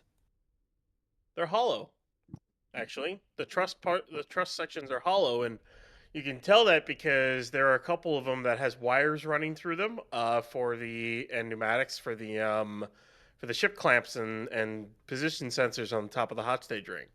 So they are hollow, and they're also bolted in place. So, like, if for some reason one of those trusses has an issue or the ring has an issue, they can literally unbolt it and just replace it. So, yeah. How was it for the makeshift one? I don't want to say makeshift, but the previous one that they would jettison mid-flight, was that similar, or how does that work in comparison to what we have now? That was just like it was a very reinforced ring with vents. It was seriously just a ring section, so 1.82 meters, with vents installed on it and a dome with a bunch of reinforcements below it for protective blast surface. And it used the ship clamps to attach to the booster, and it had its own set of ship clamps for the ship to attach to it. That's all it was. It was almost nearly a puck of steel. It was like 10 tons is how much those things weighed. I don't know how much this whole system weighs because we don't know the reinforcements that are under that dome. My expectation is there's a large truss structure under that dome that helps support the dome plus the three grid fins, kind of like a T-shaped truss section. But honestly, we don't really know how much that whole system weighs, but it's more integrated now, so you don't have the forward dome plus then the hot stage. So it's definitely, that is weight savings in that area because you're cutting off some stuff here and there. So yeah, there's stuff. I wonder if that's a tanker getting turned around at Richardson there. Ooh, I don't know. Maybe they're turning them around. Maybe that thing, whatever's at the launch site is going to be it. Maybe. With 3 hours and 41-ish minutes till the opening of the window at 5:30 Central. That's tracks compared to yesterday. They were starting to turn them around that time. So either they'll go back to the ASU or they're gonna redirect them to Massey's and have them drop off their stuff at Massey's because they were doing a lot of that yesterday too. It's like they ordered more than they needed, so the extra tankers, they just told them to drop the whatever they had off at Massey's, whether it was like LN2 or LOX, just to top off the Massey's tanks. So. Wow. Impressive turnaround there.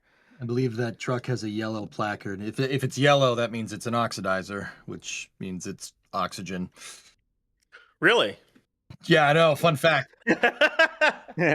Is that so? Yep. So, guys, just for context for anybody, like you see all these tanker trucks going in, you're wondering what they're filling. If you see a truck with a yellow diamond on the side that says 1073, like numbers, that means it's liquid oxygen. Those are UN codes. They're hazmat indicators that'll tell you what's on board the truck. What those numbers are there for are for firefighters. So if something happens, they know how to put the fire out. They can see what's on board and be like, oh, okay, because there's certain things you don't just douse in water if if you have a problem, that'll make it worse, right? So if you look at look for little diamonds on the sides of the trucks or a 4-digit number code on the trucks, and you can tell what it's hauling. Also, I saw someone ask how many trucks does it take to fill a launch? Yes. Many. A lot. A lot. Yes. We It's watch a this lot. live, dude. We sit here Yes, watch this many, all a day. lot. That was a great sequence of answers. We're here to help with all of your questions at NASA Spaceflight at NSF. Oh man. Also, I saw someone after the whole Stubby debate going, is there another stream that I can watch? Yes, you can. If you want to see all of the views without us blabbing about crazy things as if we're on a flame trench, we do have the members multi-view, and that is for any level of member support, by the way. You'll get access to all the different cameras that we have, and again, as we get closer to launch, even more of them will come online. So that's a way to watch it with a much calmer, quieter, slower chat, and without whatever we're doing here, audio-wise. Hey, it's the Huey. Huey, I'm calling there it it a Huey is. or an Iroquois because it's just that's what the basic airframe was based off of. And these, again, part of the SpaceX range helicopters that they have, because unlike in Florida or in California or even in Virginia, these are private ranges that they have set up here. So it's not the 45th Space Wing or the 30th if you're, or Space Launch Delta 30, depending on which coast you're on. This is SpaceX's own. So they're refueling their own choppers and putting them back up to make sure that people stay out of the keep out zones and stay safe, especially as it gets closer to launch. It's so cool that it just so happens the spot that they refuel these, and has been the spot that they refuel these for years, is directly in front of our lot that we have here. This is NSF property that this camera's on, and they just happen to put right in front of it. So thank you for the great views, SpaceX range team. Appreciate it. Let's see. Nick is wondering, how far can they spool up the tank farm with the trucks still there? I mean, yeah, we've seen a bunch of venting and stuff going on as the trucks still move away earlier. Do we know the answer to that? I don't know who to toss this one to. They can turn on stuff while they're still unloading. There's nothing stopping them from doing that. They typically don't though. So there are a lot of times where the fill drain ports on the tanks are the same. So, if you're trying to fill a specific tank, you can't drain from the tank. But sometimes, a lot of times, they're different as well. They could absolutely start the lock side if they wanted to. A lot of times they don't really start any methane side until it's clear, just because, methane can present an explosive hazard, and why start it when there's tankers full of liquid oxygen around? There's just no reason to do that. And they got more than enough time to chill it down. So I expect today, it looks like they're like not really chilled down. A lot of the stuff has died off. At this rate, I think they're just using some cold gas right now to try to keep things chilled, or at least keep things cool at this point. I would expect that tank farm to really kick into gear in about another hour and 20 minutes or so, around T-minus 2 hours 15, 2 hours 20, is when we'll get everything kicked into gear. Methane will start chilling down. LOX will really start chilling down. And then, of course, I think it looks like the sticks are opening up. Yep, they are. Going to launch position. Hey. That's a little bit earlier than yesterday, but yeah, there you go. I mean, it seems to be doing a lot of things slightly earlier than yesterday, including, like you were talking about, the tank farm starting to be a bit more active, and now the chopsticks opening. So I guess, Max, what is the orientation in which they want these chopsticks in for launch, and why? As far from the vehicle as possible, I think is the synopsis there. I think the chopsticks have no part in launch other than stabilizing the vehicle until it is their time to open up, obviously, which is now. Um, but beyond that, they serve no purpose for launch and to avoid any probable damage that may occur to them, especially when there is 18 million pounds of thrust right next to them with all of their with the volume, the pressure waves, and the heat. They want to be as far away from the vehicle as possible. So I want to say they stay at the same height, but they open up all the way as wide as they can to make as much room for Starship as they possibly can. So they should not need to go any higher than they are now, but they will be opening up all the way. Oh yeah, is a cool part to see. And again, then of course they'll change if they were doing a catch. Of course, then they orient it for that after it launches. But its main thing is just getting out of the way.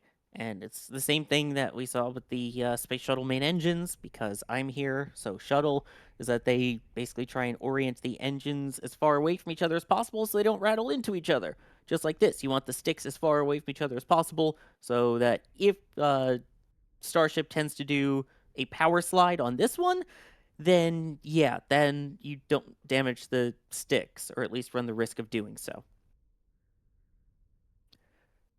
Oh man, that just means we're getting even closer, coming up on 3 hours and 33-ish minutes to go now until the opening of that window. And a reminder that the window is 90 minutes long, so that goes from 5:30 to 7 p.m. Central Time. So if they need to, they can push into that window. Of course, we hope they don't. And the last we've heard is that they are indeed targeting the top of that window. Now, unlike other ones, it's not like there are built-in holds or anything. The only time that they have the potential for a built-in hold is at T-minus 40 seconds. And that's not even so much a built-in hold as it is kind of a stopping point for them to check things out, make sure everything goes well. Is there a reason, Ryan, why they pick 40 seconds? That could be it. It's probably a specific location in their terminal count where they have certain events going on, and basically they can hold there. That's where they can hold, because after that point is a bunch of auto sequence stuff that starts happening, and in which it's a bunch of auto aborts for the count. As we saw, they did a lot. Had a lot of auto. They had 5 auto aborts yesterday. So I think that's why they picked T-minus 40. It's because that's where, they have a lot of auto sequence things in their accounts and in their countdown. So basically, they hold before they get to the auto sequence. They run through the auto sequence. If they have aborts, they recycle. It kicks back to 40 seconds. If they don't, they just keep going, basically. Also, it seems like that's when the detonation suppression system activates, as we saw yesterday, over and over and over again. Oh, man. Let me thank some people here, and then we'll get back to more questions. Matthew saying, let's go Flight 12. Here's to a 100% successful flight. That's what we're all hoping for here. Algort saying, to have multiple pads on one tower, I would make 2 rings on rails, move up and down tower, and a set of sticks move around the tower on those. I mean, when we were mentioning that, there were drawings and discussions going on in the back channel here of trying to figure out how that would possibly work. It's kind of funny, the thought process this all started. You could show my infographic if you want. Yeah. I did it myself. Yeah, EJ was doing some again, doodling. with the launch cadence you want and everything else, just build 2 towers with 2 pads. And the hilarious thing is the launch cadence that they want and the capability of needing to, and the issues of not being able to catch a ship if there's a booster on the pad and needing a catch tower for that. Having 2 pads for 1 tower actually is really bad. It's actually a detriment to the program as a whole if you were to try to do something like that.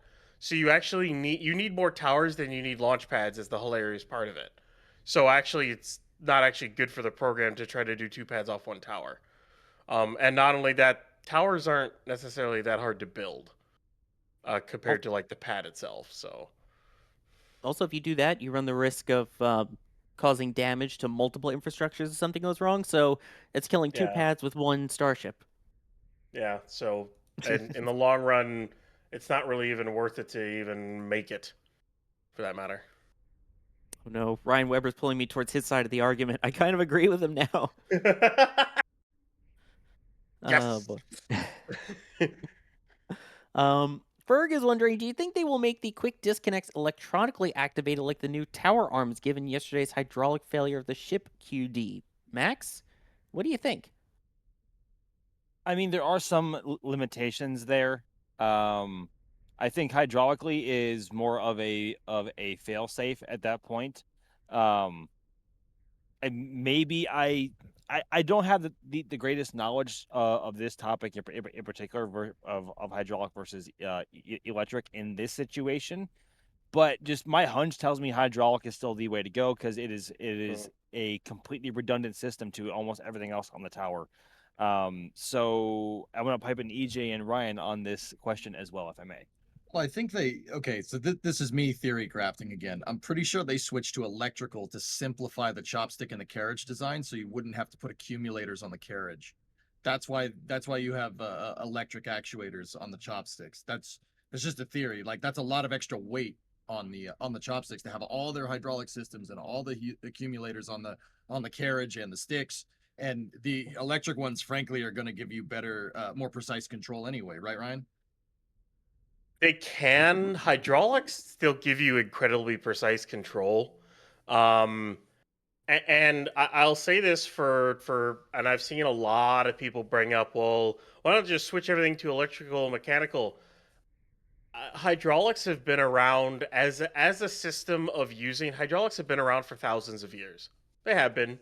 If you even go back to because hydraulics is basically using a fluid to move something or do something, and they've been around since Mesopotamia as dams and everything else. That's hydraulics.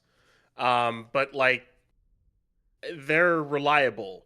Um, I mean, we use hydraulics on excavators and mines, on aircraft gears. Let me tell you how nasty those things get. Aircraft landing gears. They work. They work. They work. They work. Um, Sometimes things break, but I would say that hydraulics is still the way to go.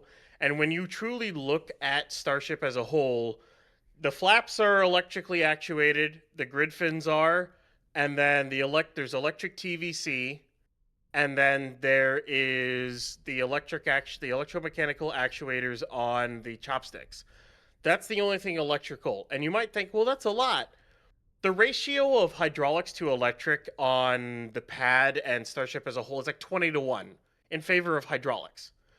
There's a lot of all the valves are basically pneumatic, which is kind of like a form of hydraulics.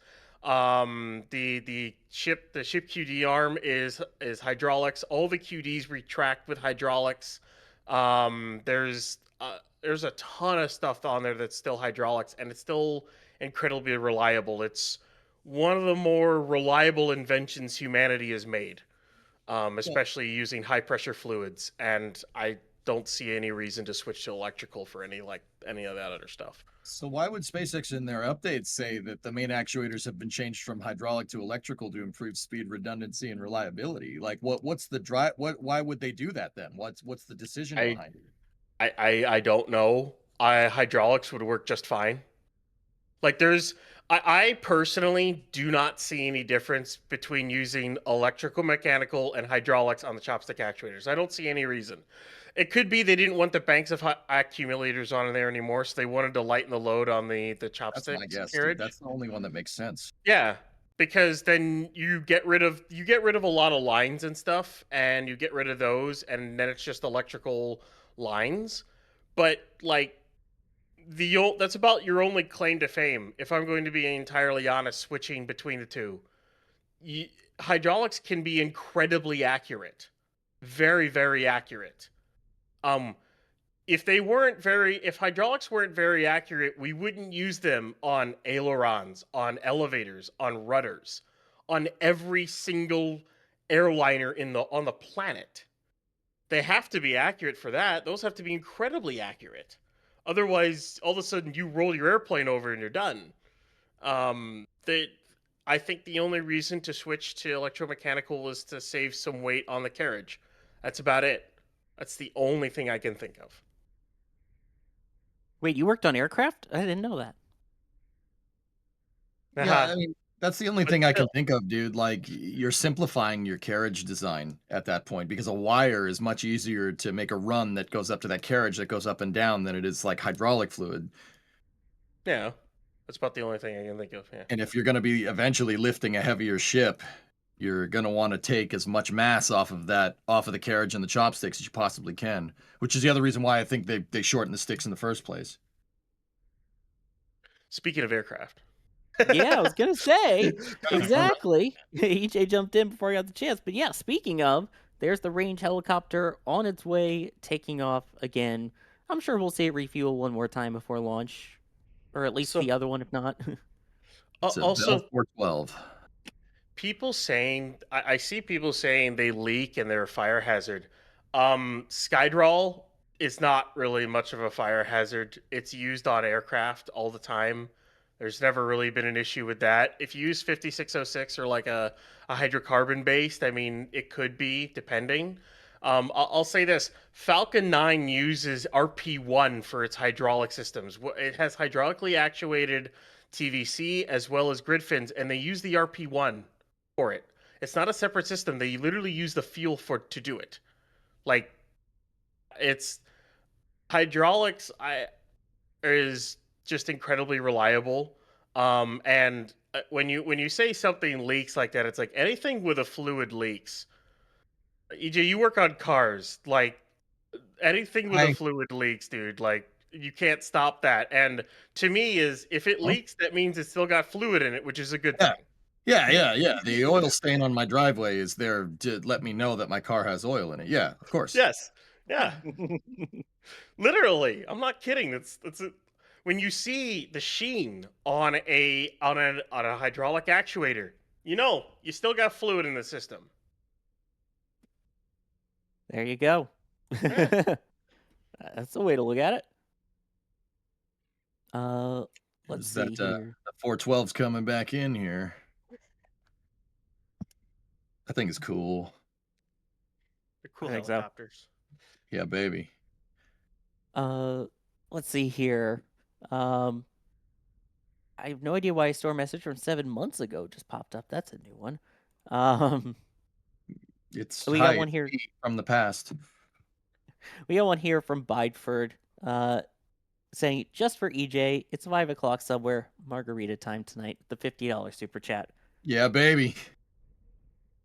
And then also one hit Ethereal Swordsman here, going to tips.nasaspaceflight.com for this one, another more direct way to support us, saying, isn't RVAC technically already stubby by vacuum engine standards? Also, Raptor sea level already has a stupidly high expansion ratio, so there's no legit point to a size between. We basically already have RVAC stubby, and which Raptor it is depends on your definition of stubby. Debate. I mean, ideally, your vacuum optimized nozzle would be as long as freaking possible to compensate for the vacuum environment, right? The whole point of the nozzle at that point extending so far is to keep the exhaust gases controlled and in an environment where they are still producing thrust before they end up expanding completely out of the nozzle and not providing any real thrust. So ideally, in a perfect world, your vacuum optimized nozzle would be infinitely long to try and compensate for that, right?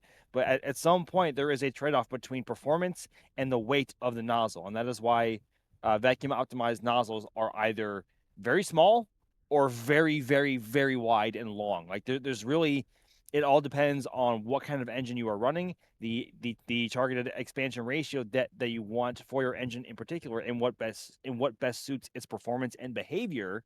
But unfortunately, we do not live in that world, and that is why the vacuum optimized nozzles of vacuum optimized engines are precisely calculated to like ride that line between performance loss due to weight, but also performance gain because of their length and being able to control those exhaust gases for that much longer. I mean, I guess as long as we don't call it a stubby nozzle, it can be stubby because then that's just its normal nozzle length. Stubby is just relative. There That's you it. go. Let's see. Gabriel GG is wondering, I want your thoughts on this one, EJ. How many Starship flights will SpaceX need to launch in order to hit the green lights to prepare for HLS, the Human Landing Services, and Artemis 3? Oh, okay. Here's where I'm at. I would want, obviously, the test that you see here. We wanna see if we can get there. If we can get this thing up into space, you want to test to make sure all the pad systems are working. Then after that, I would probably want a booster catch.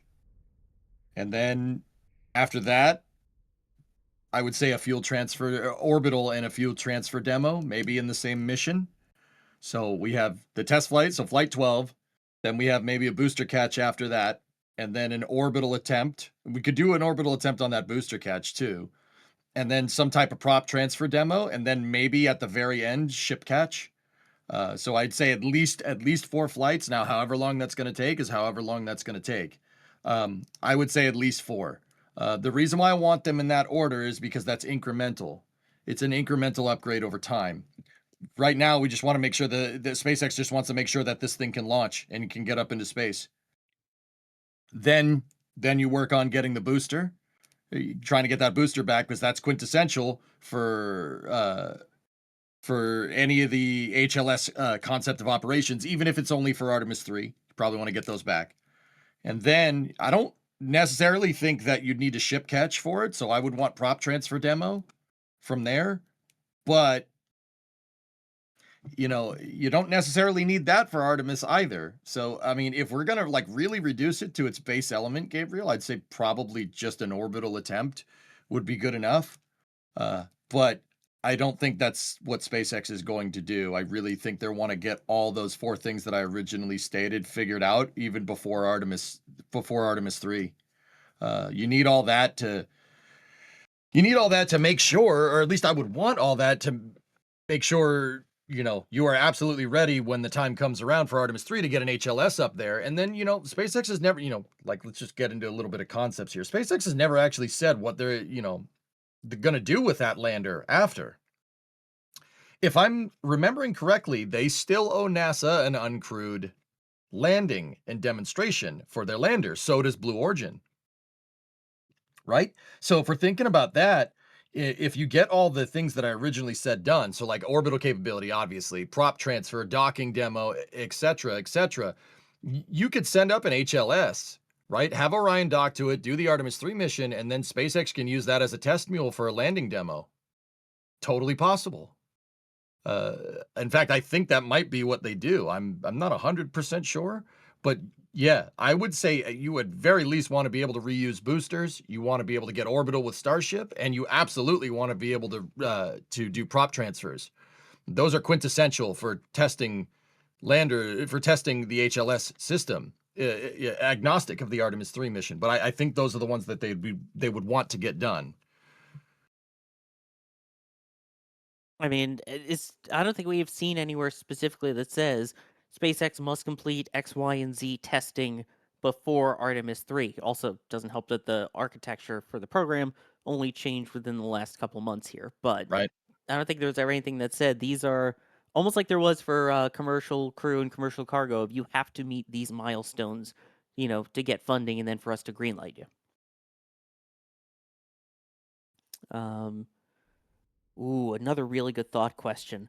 You guys are coming up with some good ones today at NASA Spaceflight at NSF.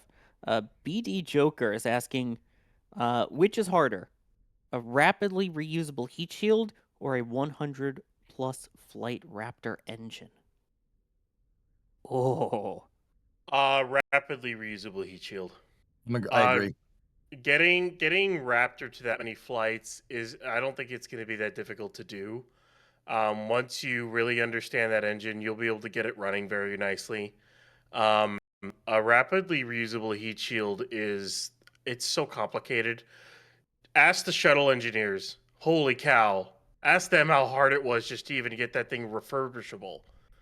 Like it's to design, you have to design a heat shield that is strong enough to withstand the weathering forces, aging, time, the constriction and expansion of the vehicle, as well as the incredible heat on reentry, impact resistance, all this other stuff. You also have to design it to be easily replaceable for tiles, like to quickly replace tiles that have issues, to have redundancies and backups, like the ablative underneath for a backup in case you lose a tile or something, because if you lose a tile and the heat shield then fails, well, then it's not rapidly reusable. You need to be able to have a backup for it, which is why the ablative's there.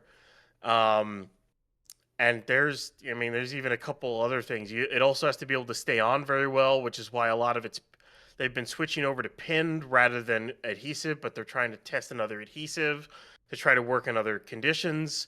There's a whole host of things. Gap sealing is another, why they had introduced the crunch wrap, which is taking the felt and folding up between the gaps. It's something that SpaceX is it's going to take a long time for them to master.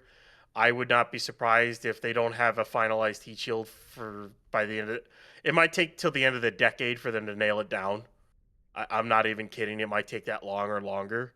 It's probably the biggest. It's the most complex problem they have in the program. Period. Like it's the biggest problem to solve.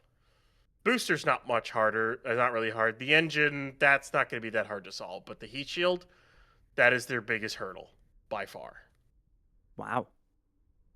This is what I said when I was describing the steps, Ryan, a little bit earlier, that, even for the Artemis 4 mission for the landing, dare I say it, you don't need reusable starships for that. You could get away with it with expending the upper stage. It's totally doable. You're just going to have a lot of starships teed up, right?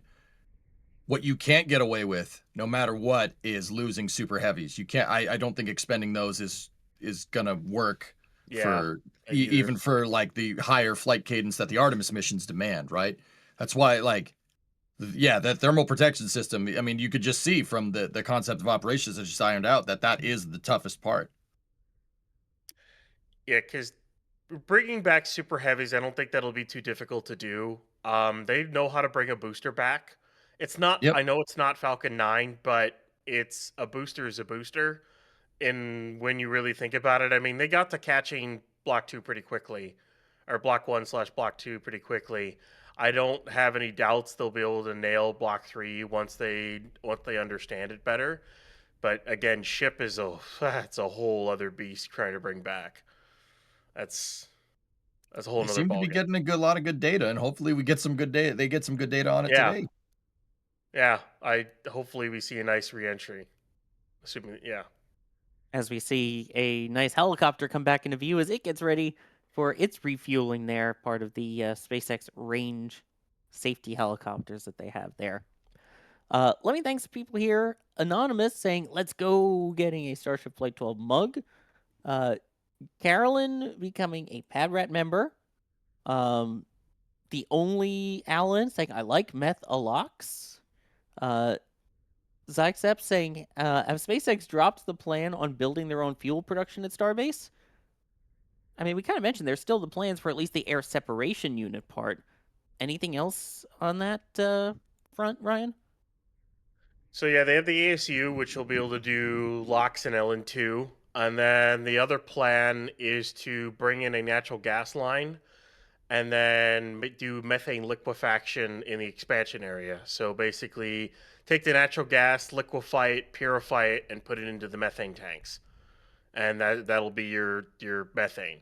That's their plan going forward. I don't know how long it'll take until they do get that.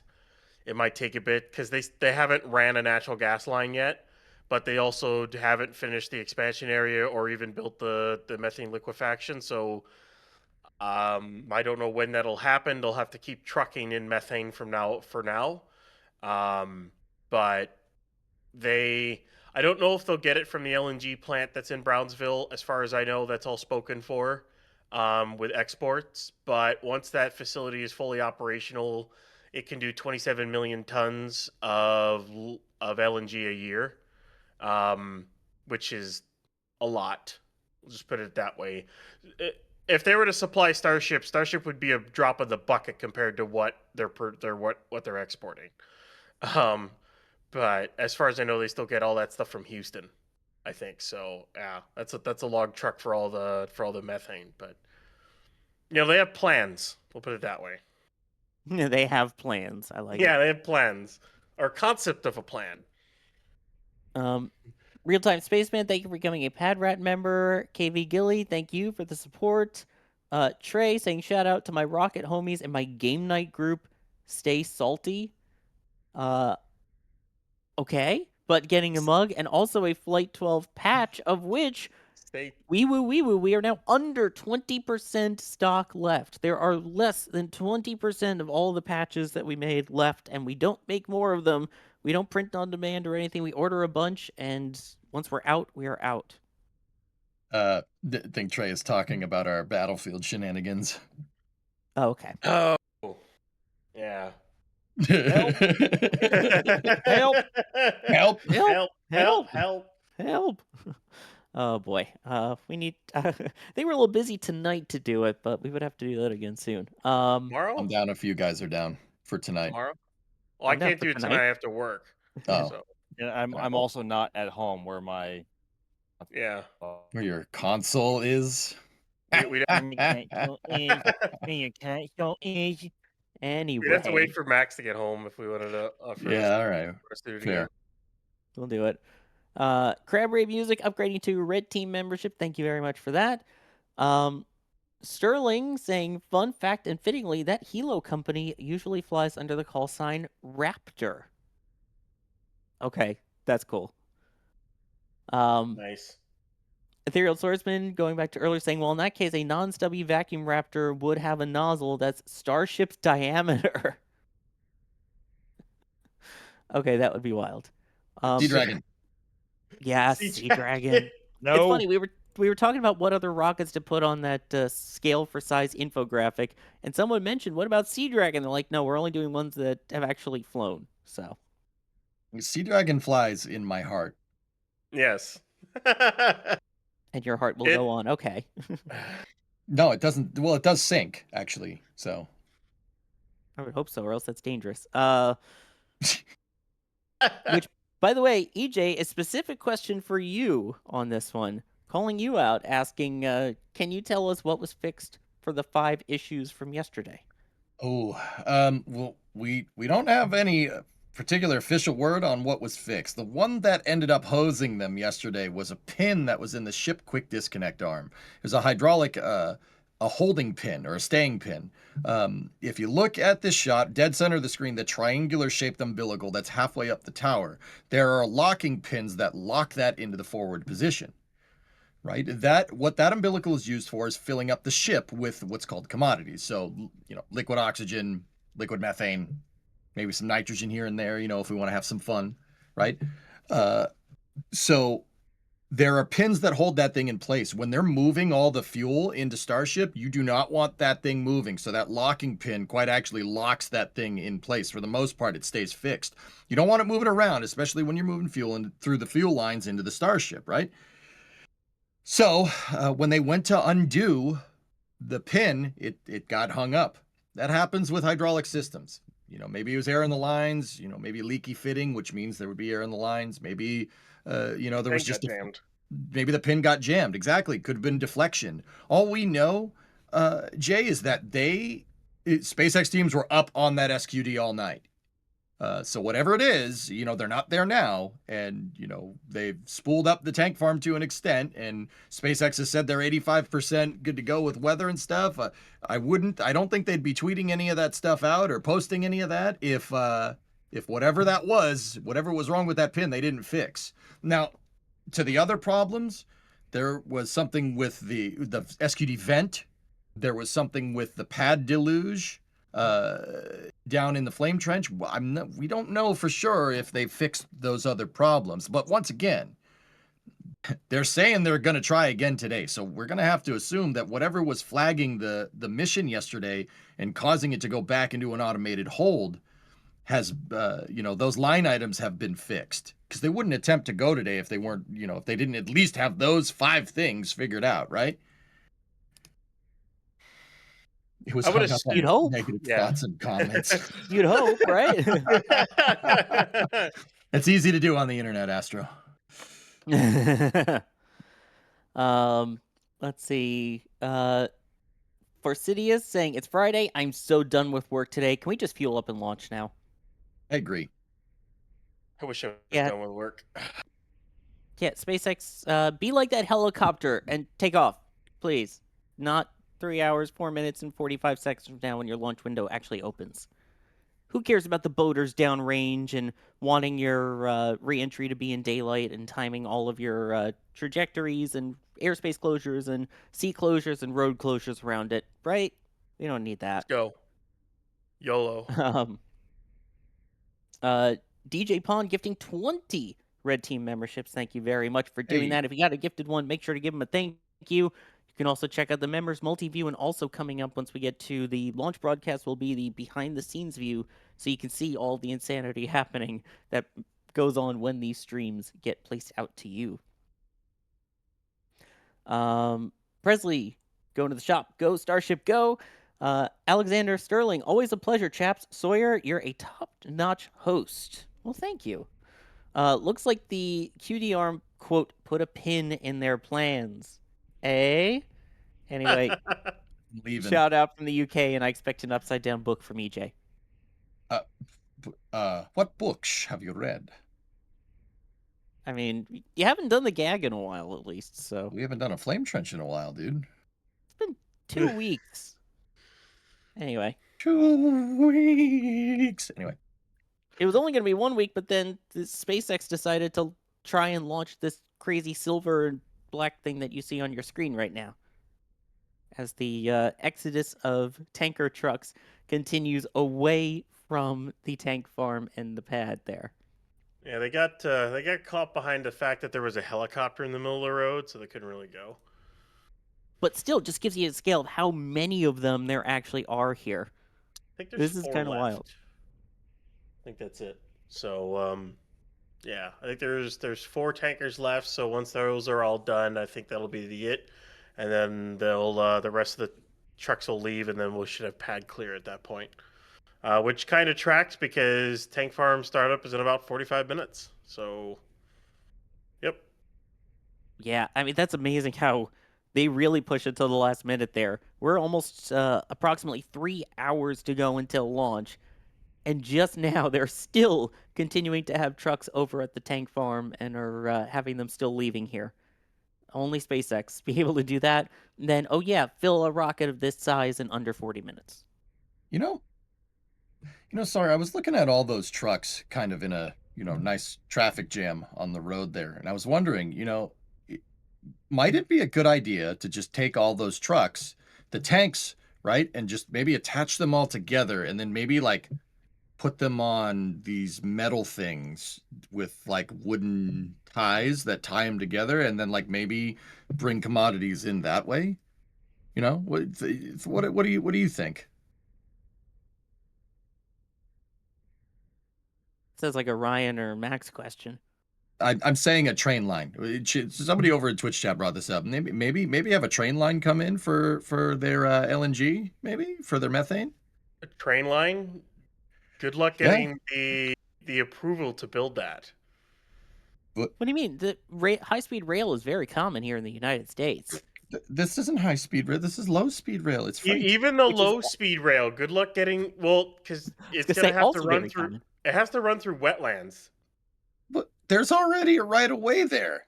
Do you see that big dirt patch in the foreground there? There was railroad tracks there. And they're going to use a lot of that right-of-way for the expansion of Highway 4. And they've already used most of it, actually, for the expansion of Highway 4 between Brownsville and the production site. So we can expand the road, but not the train lines? But that's where we're drawing the line?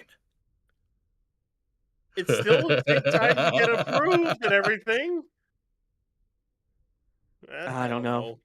It brings a whole new meaning to it brings a whole new meaning to this show going off the rails. Just saying. No, I'm trying to put the show on the rails, Sawyer. Jeez. Touche. Owen saying, I heard SpaceX is going public soon. What are your thoughts on this? Also, I love everything you guys do. You're my go-to for every major launch. Thank you all.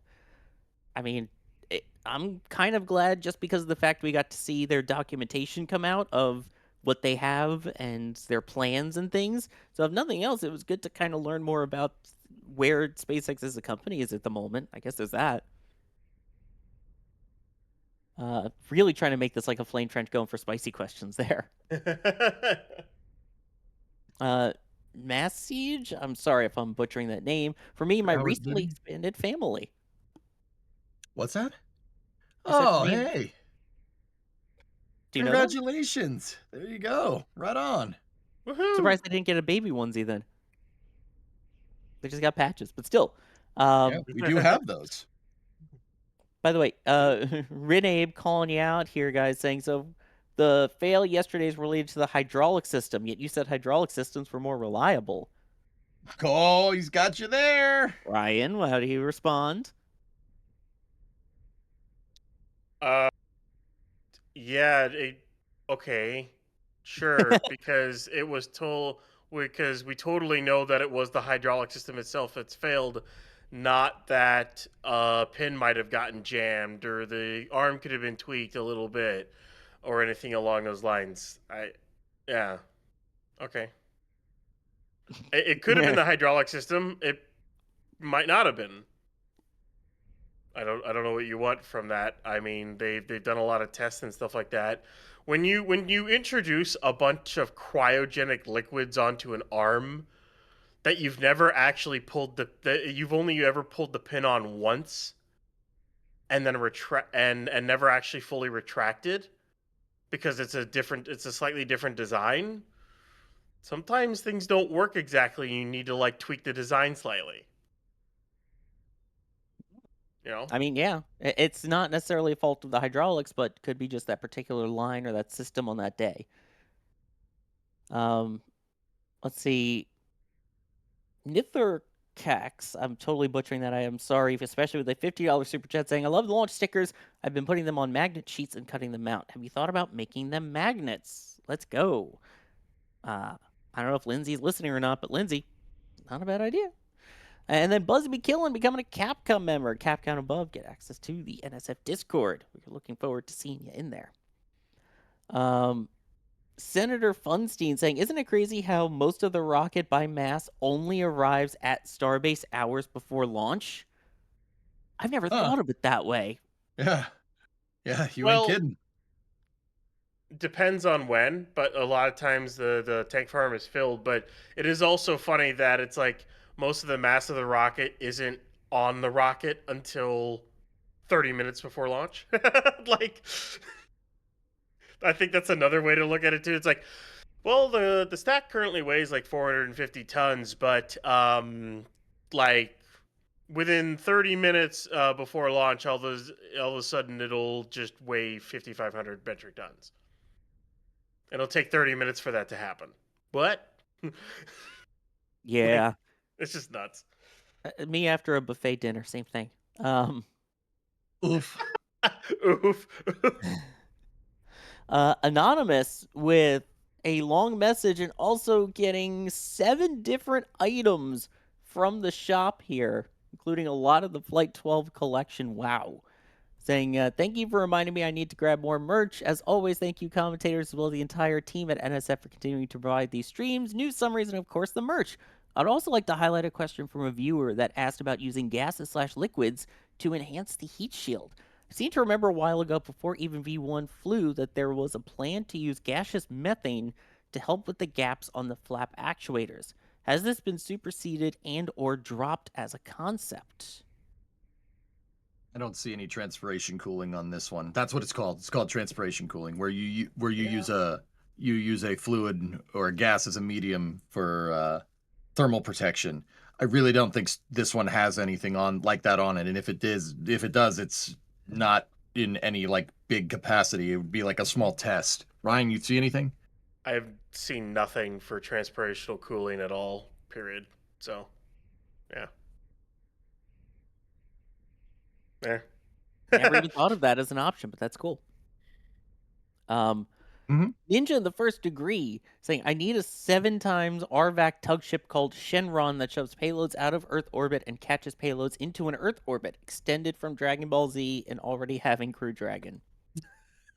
That would have 9,000. I would say that would have over 9,000 Delta V. What? 9,000? Yep. If on liftoff the ship hits or brushes the tower, what happens? Very bad things. Yeah, bad stuff. You don't want that to happen. Bad. Bad, dead, bad. We're dead. We're dying. We're dead. most likely, like in the event of a tower strike, it's probably going to blow up the rocket. So if you Yeah. look at those towers, guys, it has like 4 posts on, at the 4 corners of the tower. Those are filled with reinforced concrete. If something hits the tower, whatever hits it is getting destroyed. The tower is winning that one. Yeah. So, if a booster was coming in and it tipped the tower or something, that would be no more for the booster. The tower would be like, what was that? There was a stiff breeze. Like, even if a full stack explosion happens, the tower's going to go, what was that? Yeah, that's actually the reason why, I'll turn this into kind of a learning exercise here. That's why most towers next to rockets aren't like, they don't look like a building. They look hollow, like it's just a truss structure. The reason why is when the rocket launches, there's so much pressure that comes out of the back of those rocket engines. There's a that you need the gases that get ejected out at high speed. You need them to pass through the building, or else a dynamic pressure will build up on one side of the tower, and believe it or not, it could knock it over. That's why if you go all the way back to like the Saturn V with its red launch umbilical tower, it's hollow because they want the gases to pass through, because you don't want dynamic pressure to build up on the side of the tower during the launch. It'll knock it over. Rocket engines are powerful. Equal and opposite reactions. It will knock it over. Now, if you notice, some of that tower, some of the Pad 2 tower is covered up, like up at the top and down at the bottom. Down at the bottom, it's covered up for when super heavy comes back into land. It needs to kind of come in at an angle. And when it does, part of the rocket engine is pointed right down at the base of the tower. Don't want to fry that, right? So they only have it on one, they have the tower kind of, it's diagonally to the pad, so it'll deflect the flames away from the tower, right? And then up at the top, you have cladding up there and a roof to prevent the tower from getting roasted when the ship comes in, because the ship is going to come over the tower and come in to get caught. So, yeah, they're hollow for a reason. Yeah, exactly. That may be hollow, but we are full of information and knowledge here for you guys, and we are about ready to get towards our launch broadcast. Things are about to get really exciting here as we are under 3 hours to go until launch. Of course, I need to thank the people with me right now, at least. EJ, thank you for joining. Yeah, thanks for having me. It was fun. I enjoy doing these a lot. Don't worry, folks. You can stay right where you are. We will redirect you over to our launch stream in just a moment. But I also need to thank Ryan Weber. Thank you. Pleasure as always, Sawyer. Hope clear blue skies, smiling in the eve. Yeah. Can't wait for this thing to go. We'll see if it goes today. Hopefully, no more issues with the pad. Max Evans also joining us. Don't know if Max is here for a quick thank you, but thank you, Max. Of course. Thank you very much, everybody. And it's almost go time. Oh, I love that. Almost go time. The hype is real. We also had Alice on earlier. We also had Alex on earlier. And then we also had Chris Bergen, NSF, NASA Spaceflight official, on as well. Ryan Caton was also producing the first part. And Daniel Brock is producing this part of the stream. So, man, this is wild. We are getting that much closer to the launch. We have our teams out in the field getting everything ready. They will be on camera ready to take more of your questions. I promise you, there were so many questions and so many kind messages of support. We haven't forgotten about you. Those will carry on over as we get ready to go into that launch broadcast here just a couple minutes, if that. But I am Sawyer Rosenstein. I've been your host for this portion of things here. Oh man, that is a beautiful rocket. Starship V3. Hopefully today is the day that we see it finally take off. We've been waiting 7 months for another Starship flight already. It has been quite the wait. We finally have a new rocket. We finally have a new launch pad. We have everything just about ready to go here. And we are that much closer to launch.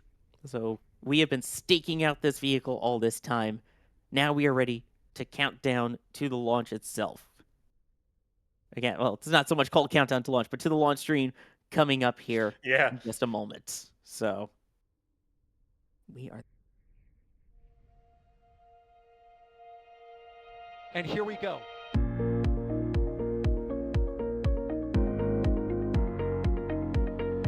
There's the W. Here's ignition. Throttling up. Did it just do a Kerbal? Back to the moon and beyond. Put that in the big bag, you know. Back at home, we all have a lot of work to do, but from here, that sure looks like a perfect world. Propulsion continues to be normal. We did have an observation. 343 unfolds to go. It's orange! Water towers can fly!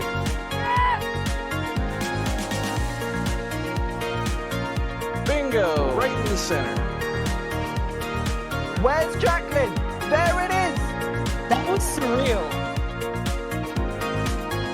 That's not what we want to see. No! Oh my god. Yikes, you bet. Sure. We don't need any more of these. Full reusability of an engine like this is really something that people haven't done before. Version 3 is what I like to call the foundational design of Starship Booster in the pad. We've never built a ship V3 before and gotten it to this state of production. Booster 19 is actually the second of the version 3 boosters that we've built. This is the final go no-go poll for today's operations. T-minus 10, 9, 8, 7, 6, 5, 4, 3, 2,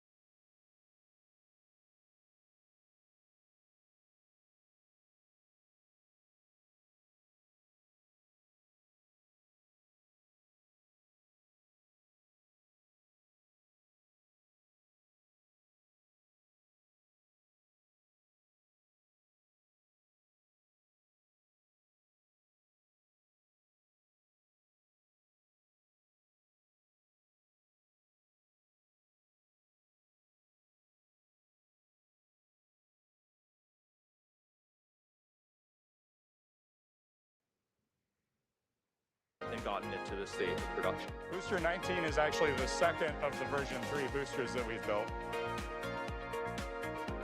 This is the final go no-go poll for today's operations. T-minus 10, 9, 8, 7, 6, 5, 4, 3, 2,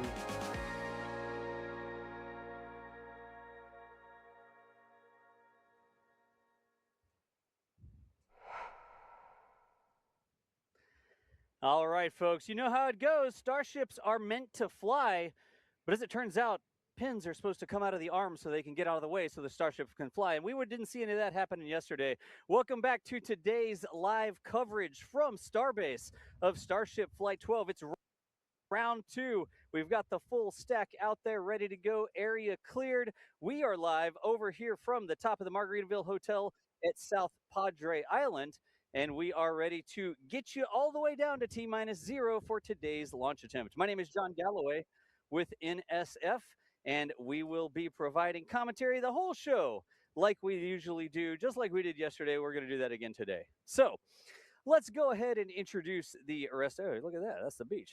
That's actually the people down on the beach standing by. That's South Padre Island itself and the ship channel behind it. Let's introduce the rest of the show because you know that is maybe not a cast of thousands, hundreds. It's at least a cast of tens that we have here. My name is John Galloway, like I said, but with me we have Alex. Alex is here. Alejandro Alcantara Romero, how are you doing? Well, probably a little bit better in terms of sun hitting my skin as those people in the beach, right? But they're having a really good time. I'm kind of jealous about them because they have a really nice beach, and then on the other side of the channel they have that rocket on the pad ready to go. So boy, if only. But hey, look, at least I have AC, which is very nice, and so that's, are you just rubbing that's it of course in? an improvement. You're just yeah, I'm sorry. I'm sorry. How you I have had AC to say and it. I don't. Hey, you have a rocket behind you, so. You have a rocket behind you too. It's just that mine is real and yours is like yeah, superimposed mine is or whatever. Yours is. I mean, it's a real picture of a real rocket. It's just not actually. You're not laying on your back at the top of the launch mount right now. Also exactly. On the show today, we are going to have Mr. Ryan Caton. Ryan, do we have you on? I want to know what this magical silent AC is that Alex has, because I can assure you my little portable unit is not silent, and there is no way I can run that thing when I'm on a live stream. So I'm also in that Juggers Club. The machine that runs the AC is outside, so I don't have to worry about that. I'm going to set a rule for the rest of the show. We're not going to talk about who has air conditioning and how it's nice and cool in your studio or whatever. Because we're on the roof of the hotel. We created our own shade today, but it's hot. It's a few degrees warmer here today than it was yesterday. Of course, we're going to be counting you all the way down. The clock is ticking right now. But let's go through some current statuses. We're going to go to Alex for that. So, Alex, how are we looking? Yesterday, we were talking about pipes getting frosty, roadblocks moving around. What's the current status out at Starbase? Well, today, a little bit unlike yesterday, they are running all of the children's and everything quite earlier than yesterday. We sort of started and they had just begun that chill down. In this case, it's been running for a little while now. There are still a few tankers out on the pad at the offload area, but those are the last tankers. They're just basically waiting to offload, and then they'll get out. We have already seen tankers being waved off at the roadblocks, telling no, it's already closed. You cannot go down the road. So those few tankers, those few tankers are the last ones to be leaving, probably in the next few minutes, within an hour or so, probably even less than that if I were to guess. So we are very close now to the start of this sort of final end of the countdown, because within 3 hours, this is why this launch stream is around this time, surprise, because it's when things get even more interesting for the eye. So let's see what happens in 2 hours and 41 minutes. You can see there on that nice countdown clock. You mentioned tankers. We have an old design, the Texas Tank Watchers, because we would be out here on the side of the road when Starbase was just a couple of tanks and like a bulldozer pushing dirt around, right? And we would watch them do these tests. So we were the Texas Tank Watchers, right? It's like, what are you doing? Oh, watching more tanks. And I saw a meme in the members Discord yesterday where somebody took that old design and they changed it to Texas Tanker Watchers and like put in a row of tankers. Did anybody count how many tankers actually came into Starbase to replenish the tank farm after yesterday's attempt? I'm like, put it out. I slept last night. Probably in the hundreds. It usually is in that kind of crazy number of tankers. That's what we need. We need to install a camera over at River. Go ahead, Ryan. I was going to say, you probably need to do some extrapolation or something, like count how many tankers drive past one of our cameras in 5 minutes or so, and then multiply that up to try and figure out exactly how. Because there's no way somebody is going to be watching Starbase Live for 48 hours to figure out how many tankers have rolled through. They're gonna look like they're in prison, where the prisoners like marking the little markings on the wall. Okay, 1, 2, 3, 4, 5 cross, 6, 7, 8, 9. We should do that. We should put out a camera that like counts vehicles over a certain size going in and out, and see how many tankers come in and out. But they replenished the tank farm. They're getting into the count here, and we're going to keep going with the live coverage. Same as yesterday, tag us in chat. If you have a question or something like that for us, it's at NASA Spaceflight or at NSF. We've got some cool software. When I'm looking down today, I'm able to sort of look into the software that's getting y'all's questions. No way we can answer every single thing, but please toss some questions in there. When we get a chance, we will answer some of those. But let's hop into some weather reports if we could. Ryan, how far away are we from getting a weather report here? I mean, I don't see a lot of clouds up there, but you might know more than me. Well, if I do some magic, look at that. That's really cool. This is the weather radar as things stand right now, and as you can see behind me, it is. Look at this. There's nothing. There's nothing there. This is so much better than yesterday. There's no rain. There's no mud. It's it's dry. It's relatively clear. A little bit of haze on the surface, but in terms of rain, I mean, looking so much better than it was yesterday. And in terms of the forecast, when it comes to launch itself, if I move over to this side, there you go, still practicing. This is the dew point and the air temperature. I know that sounds really complicated. Don't worry. Essentially, when the lines touch, clouds can form. So that's what we're looking for. There's not actually any touchy of the lines today like there was yesterday. However, they do get very close up here in the kind of 12-kilometer range. So maybe some upper level wispy clouds. Again, this is a forecast. This is just a prediction. So if these two lines in reality end up touching, then maybe some clouds could be forming in there. But I mean, everything below 12 kilometers, the forecast says it's going to be beautifully clear. That's very exciting for our cameras on the ground, looking up to actually be able to capture this launch and share it with you all. And if we take a look at the wind speed, of course, this was one of the concerns for SpaceX yesterday. They were worried about upper level winds, and it's still a little windy today as we ascend through the atmosphere, but there's much less change of direction, and that causes wind shear, which is essentially when you have wind blowing really quickly in one direction, and then suddenly you go up in altitude and it's blowing really quickly in another direction. That causes shear, and that is bad for vehicles. Planes don't like it, rockets don't like it either. But as you can see, as we go through kind of the 8-kilometer range, the wind is blowing towards the east at, sort of 45 knots, and it is a maximum much less than it was yesterday. Yesterday we were reaching around kind of 90, 85 knots forecasted as we got into the upper parts here of the forecast. But as you can see, as we go through 12 kilometers, 13 kilometers, we're at 75 knots, and the wind's actually calm down ever so slightly as we get into the higher parts here, as we get up to 15 kilometers. This is as far as the forecast goes, unfortunately, but the winds slightly calmer than they were yesterday. So considering that was a worry for SpaceX, that was one of their watch items, this gives me more confidence in a launch today.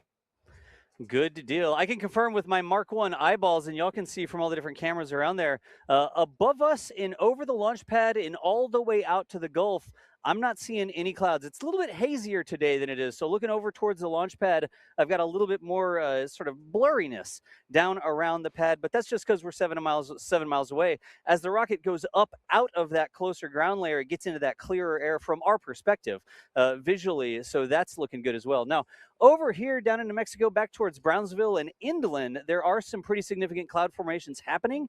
And so will those start to come this way? We got a couple come over us yesterday. Are those blowing? Are they sort of missing us? Right now, everything is staying inland, and I'm not seeing it all the way over here right on the beach at the Margaritaville. But we still have a couple hours before launch. We'll see how it shapes up. And then remember, it's a launch window as well. I think we learned about launch windows yesterday when SpaceX kept resetting the clock to 40 seconds like 15 times in a row. How many times was it, Alex? Were they reset it 4 or 5 times? Yeah, there were 5 holes, which means 4 resets. The first one was sort of like a manual one. They were trying to check, basically doing the final pushbacks after propellant load wraps up. Because it happens so late into the count that, of course, it might take just enough time that they may need to hold on purpose, basically. So they held the first time to check out those pushbacks, basically releasing all of the remaining propellant in the lines on the quick disconnect arm and on the launch mount at the base of the pad. And then that was the first hold. The second one was a T minus 35 seconds. I have here my cheat sheet, so that's why I'm looking down. Was Nice. for managing the pressures in the quick disconnect arm. That's a whole different thing than the final one that I'm going to be talking about in a minute. It's basically about the pressures in those lines as they do those pushbacks, basically. And once those pushbacks had already been completed, and then they resumed the count and started counting down from 40 seconds. At 40 seconds, they do a depressurization. We heard those, like you can actually hear those when they go. There's like a purge from the launch mount and another one from the quick disconnect as well, from the ship arm, basically. And so you can see you can see them, but it's more the hearing, because you can actually hear the push of the depressurization of that system.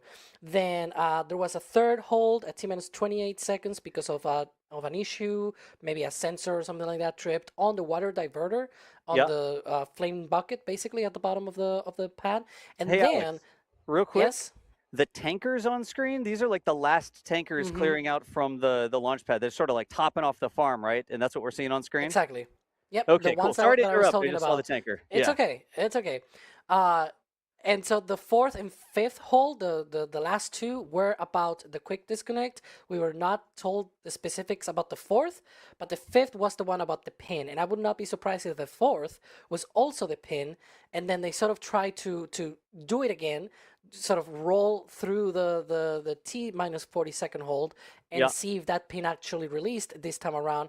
And it did not release, obviously, and that's essentially what happened. In those two last holds, the pin did not release. There's a pin that physically keeps the arm attached to the tower. It needs to be released, and then at T0, there's a quick disconnect attached to the ship. It retracts, and then the arm swings out.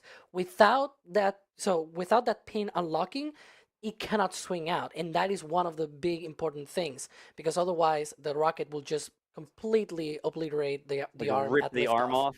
Yeah, exactly. yeah. And so you said you don't want that.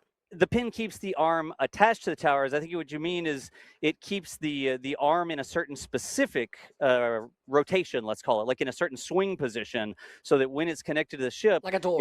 It's like locked in that position, and that pin needs to come out to allow the arm to swing away on another big pivot point to get out of the rocket's way as it takes off, right? Mm-hmm. Yep. All right. That is what happened.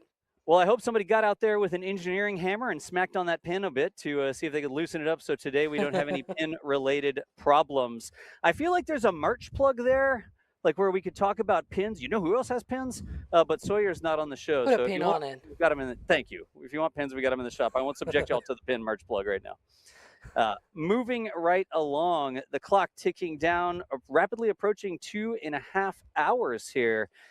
I'll wait until these cameras swing back around and see if we see are there any tankers left at the tank farm right now? I know they sort of back in over there. We keep swinging the camera, seeing one go, swinging the camera, seeing one go.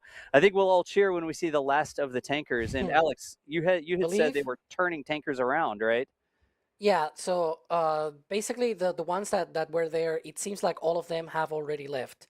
There were only a few, and I think we're zooming in right now on that other view on the other corner. There we go.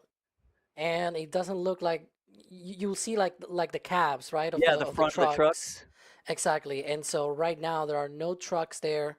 There's a security vehicle. I think that wheel you see, that looks like a sheriff hubcap or something like that to me.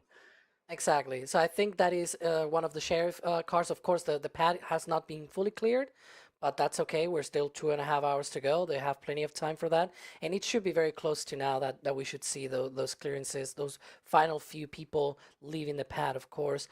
This is the other roadblock. There's always the three ones that we always talk about. This is the hard roadblock where only employees and law enforcement can go through, down to Starbase and to the pad. The one closer to the pad should be vacated. It is this one that we are showing right now. That one should be, there we go. We can see there one of the tankers there leaving and passing through that roadblock. What we saw before is that I think it was about half an hour, a little bit over half an hour, we were seeing already tankers that were trying to go down the road, and they were told, nope, turn around and go back. And that meant that we were basically seeing just the last tankers already at the pad, being the last ones to be delivering the commodities to the tank farm. And so it seems like those have left now, which is great. That's what we want. And again, the last of the people, if you look at these roadblocks we've been showing, all the vehicles are sort of going in one direction. Nobody's going in, everybody's going out. And they're making sure that entire area is clear. They've already cleared the public out. Earlier this morning, they closed the beach, they closed the road to the public, and it's just SpaceX employees and we can say contractors, those tankers delivering stuff, security personnel as well out there. But they already cleared the public out of the whole area. And what you see leaving now, like here's another tanker leaving, they are clearing out those last-minute toppings. Now I want ice cream. Anyways, they're clearing out the last-minute tank farm toppings, those commodities for launch. You see Cybertrucks leaving out of there. They're just getting everybody out of the area with those working as sort of one-way gates. Now, do we have... Oh, what's up? Looks like the sheriff and one of the Cybertrucks might be leaving. That looks like that hubcap we saw up there. And yeah. Probably a security Cybertruck following him, huh? Yeah, if it's a Cybertruck, it's bound to be a SpaceX security or something like that. It's a SpaceX, but in this case, I mean that it's probably their own security, which work in coordination with a county sheriff. So, Cameron County there. Do you think they see the cameras tracking them back and forth, like as they leave? It's like, wow, I'm popular right now. It's how many people are sitting here watching this vehicle leave the pad? We're very excited. We got 21,000 people. There you go. 21,000 people watching vehicles leave on the road. But it's for a good reason, right? Because this means the launch pad is pretty much clear. I think there was still one other car waiting around. I'm not sure if it should be there because it's close to the pad. Yep. Way too close for comfort, in my opinion. But hey, whatever you want to do with your cars, right? We know about that very well. One way to find out. Hey, let's go through some questions. We promised that we answer questions and stuff like that, and we don't want to just say that, then not answer any questions. Ryan, have you been looking through our chat software, seeing if we've got some tags at NASA Spaceflight with some good questions? We have been getting many questions indeed. I'm going to take a look here at the queue, and the queue is very long. So I'm going to go to the top of the queue. Cosmic Exploration Technologies is asking, why can't SpaceX just replenish propellant so they can do all holds? Alex, I think they're probably asking why can't they just continuously top up the propellant so they can basically hold for an infinite amount of time as compared to the limited amount of time they can hold for, as very well demonstrated yesterday. Well, the reason is because it will be quite harder. Like, the problem is if you keep topping off, I'm going to rephrase. The problem with the propellants at that hold, it's not that they boil off. It's actually, they don't boil off. You cannot do what SLS, for example, does of stable replenishment. Stable replenishment is the propellants continuously boil off because they are at their boiling temperature, right? And so you need to replenish them. These propellants are loaded below their boiling temperature. Now, don't get me wrong, they do still evaporate, just like water in the ocean, you know, the whole water cycle, right? It evaporates even though it's not at boiling temperature, and it forms clouds and all that stuff.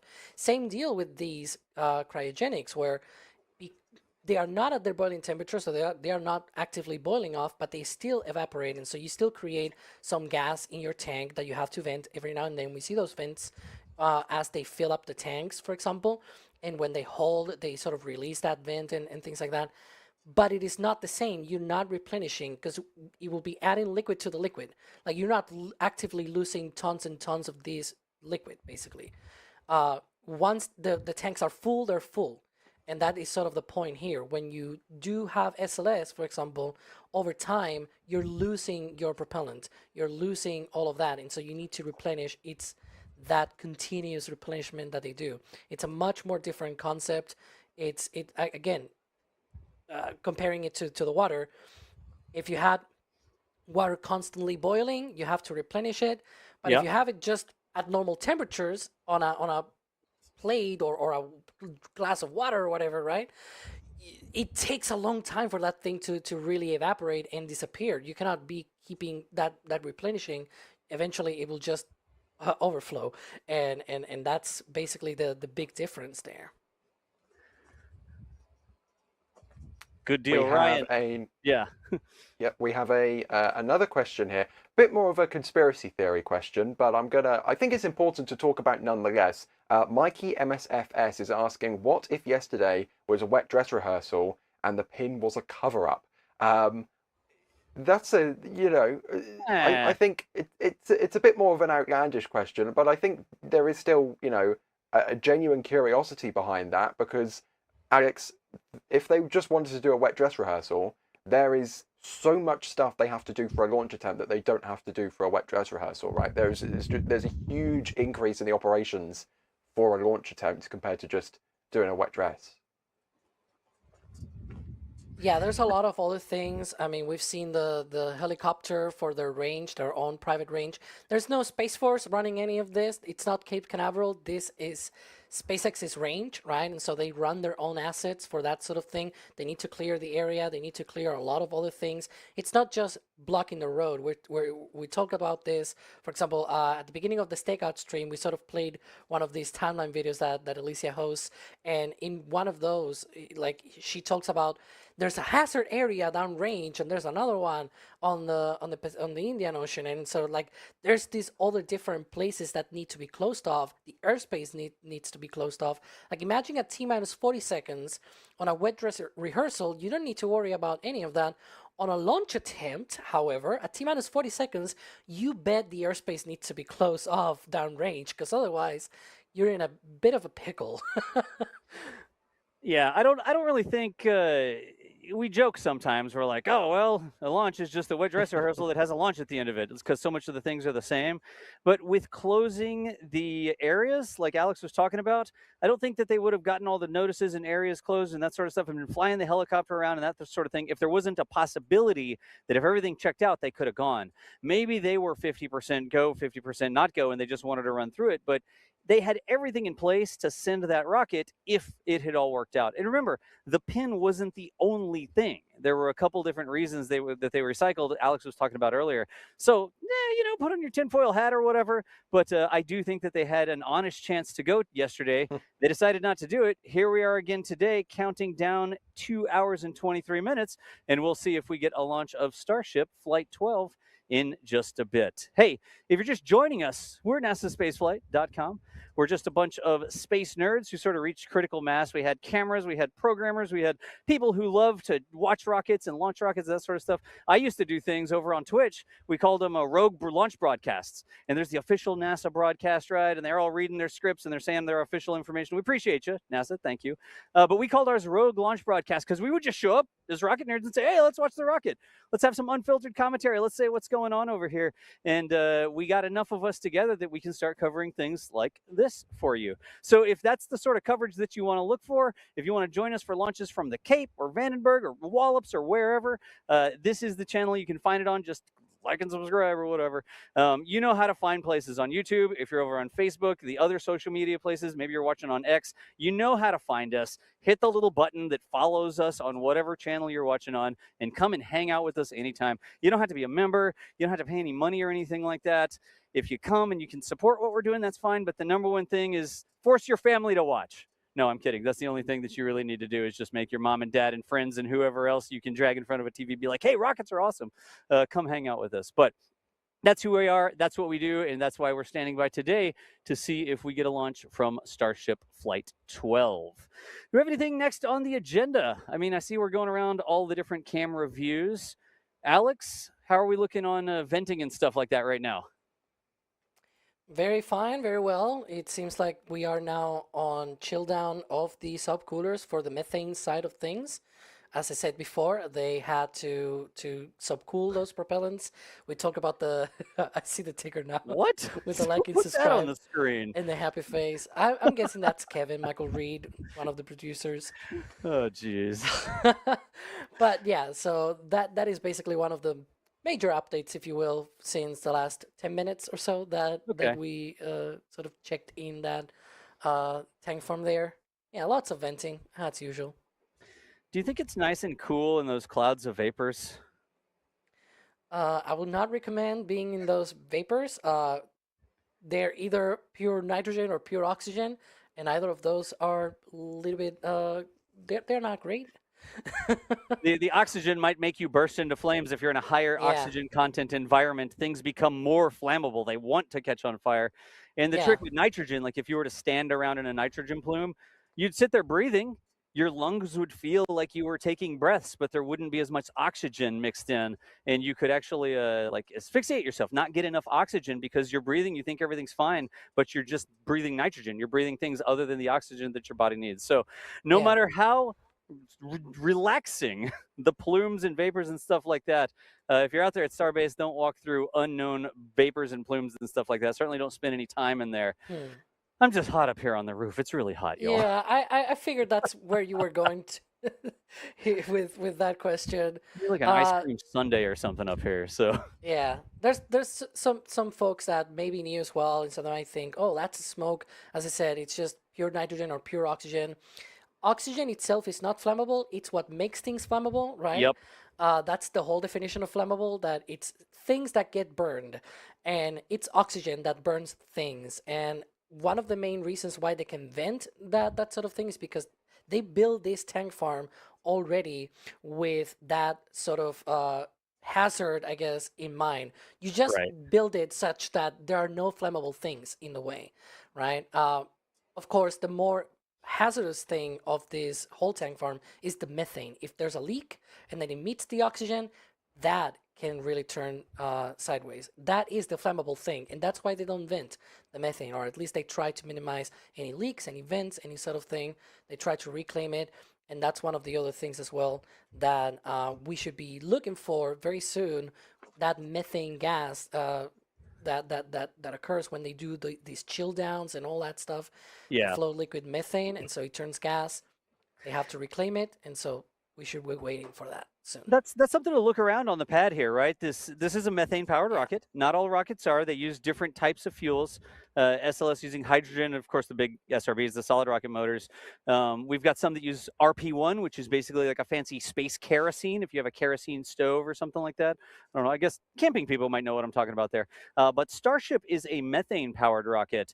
And think of this, like I grew up in Corpus Christi up the Gulf Coast here, right? And all around Corpus, we have refineries.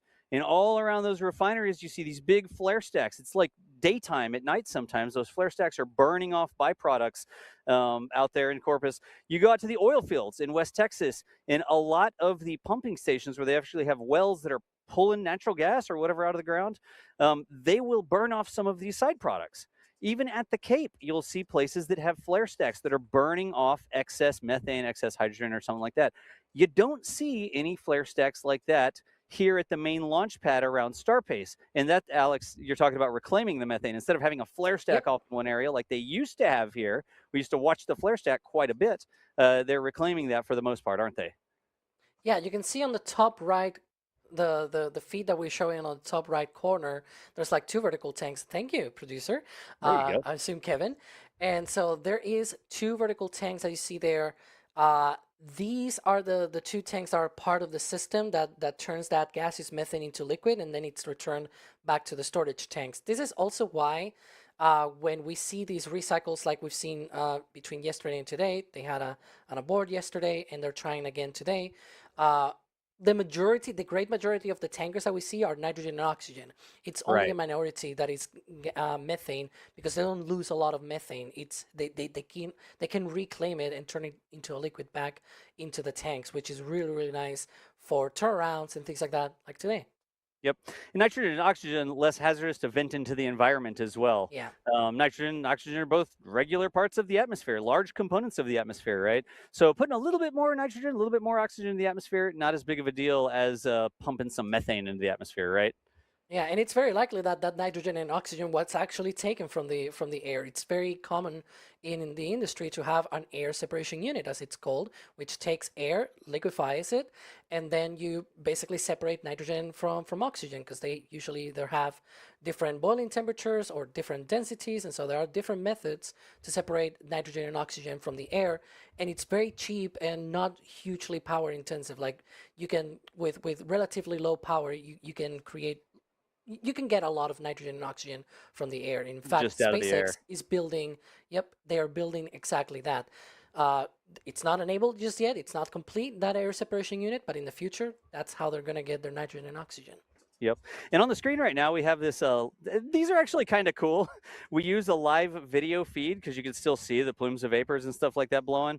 But we put these overlays on so you can see some of the different things. Over on the right-hand side, we were talking about the methane reclaim vent labeled in red, the subcooler vents there labeled in orange, the box fan. That's not an official name, is it, Alex? Did we see like a label that said like box fan vent 001? Did we make that up? We didn't have a really good name for any of that. I mean, it's just because there's like a box, and inside that box there's a fan that fan blows. Exactly, it blows the nitrogen out from different locations in the tank farm. There's like tubes that eventually lead to that place from different locations, and that is sort of like the central point where it blows up that nitrogen up into the air. Back in the day, they used to sort of dump it down to the ground, and it will create sort of like a carpet. I usually talk about how on Flight 5 we have footage of the booster returning, and the sonic boom blows all of that carpet away. Like you can see the shockwave of that sonic boom, and it's it like so hovers cool. around on the ground like a carpet, a blanket of the vapors low to the ground is what you're talking about, right? Yeah. Yeah. And by the way, as we were showing this overlay, that methane reclaim vent that we show there on the right has already started. So that reclaiming system is underway. Cool. The box fan vent, I just want to point this out real quick. The box fan vent is really about dispersion, right? Instead of letting it gather in areas on the ground or anything like that, you just blow it into the air so that it sort of mixes up with the rest of the atmosphere, going back home to its other friendly molecules and atoms in the atmosphere, right? Exactly. I can just explain it that way. I'm pretty sure. It's okay. Good deal. How about we check back in with Ryan? Ryan, how are we looking on the question or maybe support front? I mean, we're able to do this because people keep showing up and doing super chats or tips.nasaspaceflight.com, the merch stuff. How are we doing over on that side? I mean, just like yesterday, somehow, I can't quite believe how, but somehow the support continues.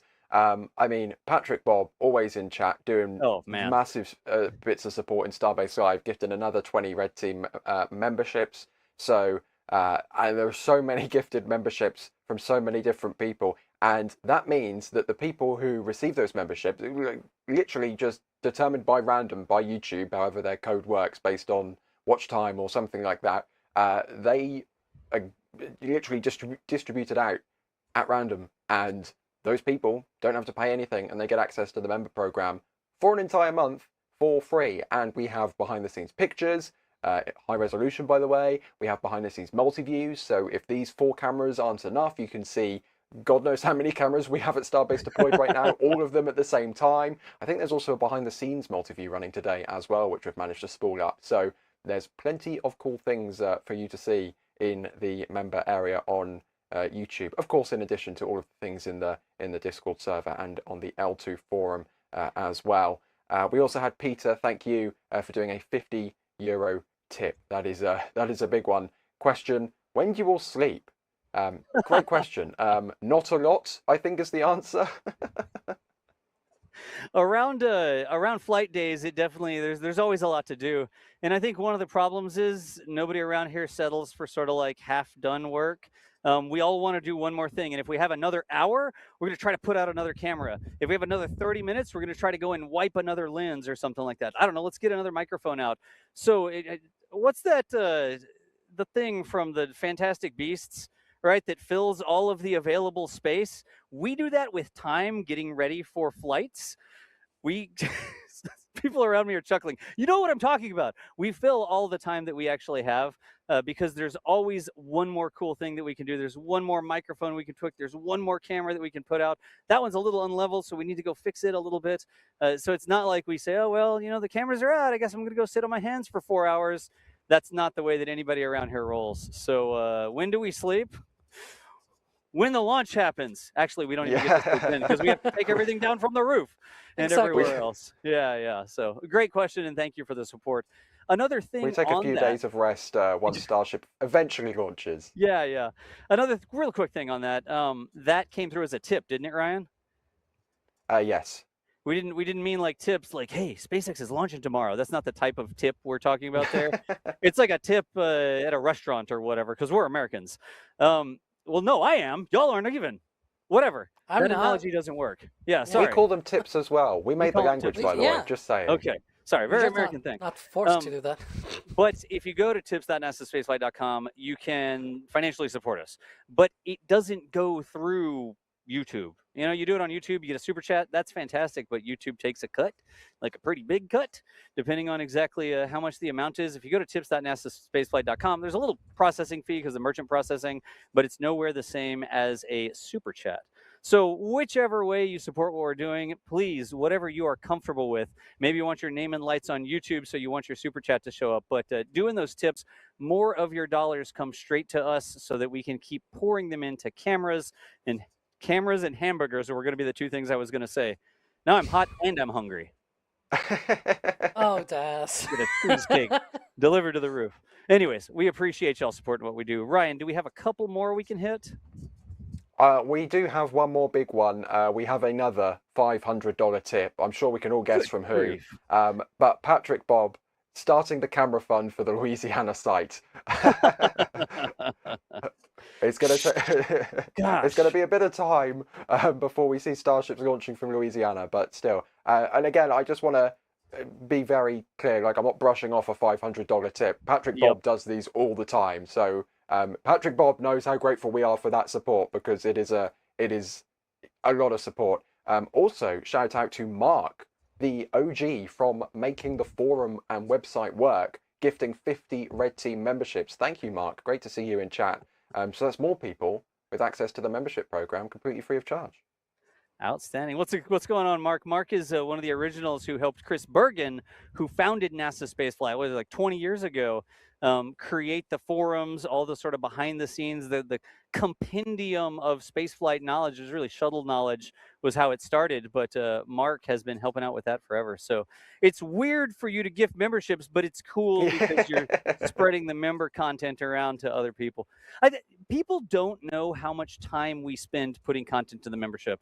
We have folks who the majority of their day is pouring through all of the photos that come from Starbase, stuff that comes from Rocket Lab out at Wallops, stuff that comes from the Cape, not just launches, but equipment moving around and construction happening and all that sort of stuff.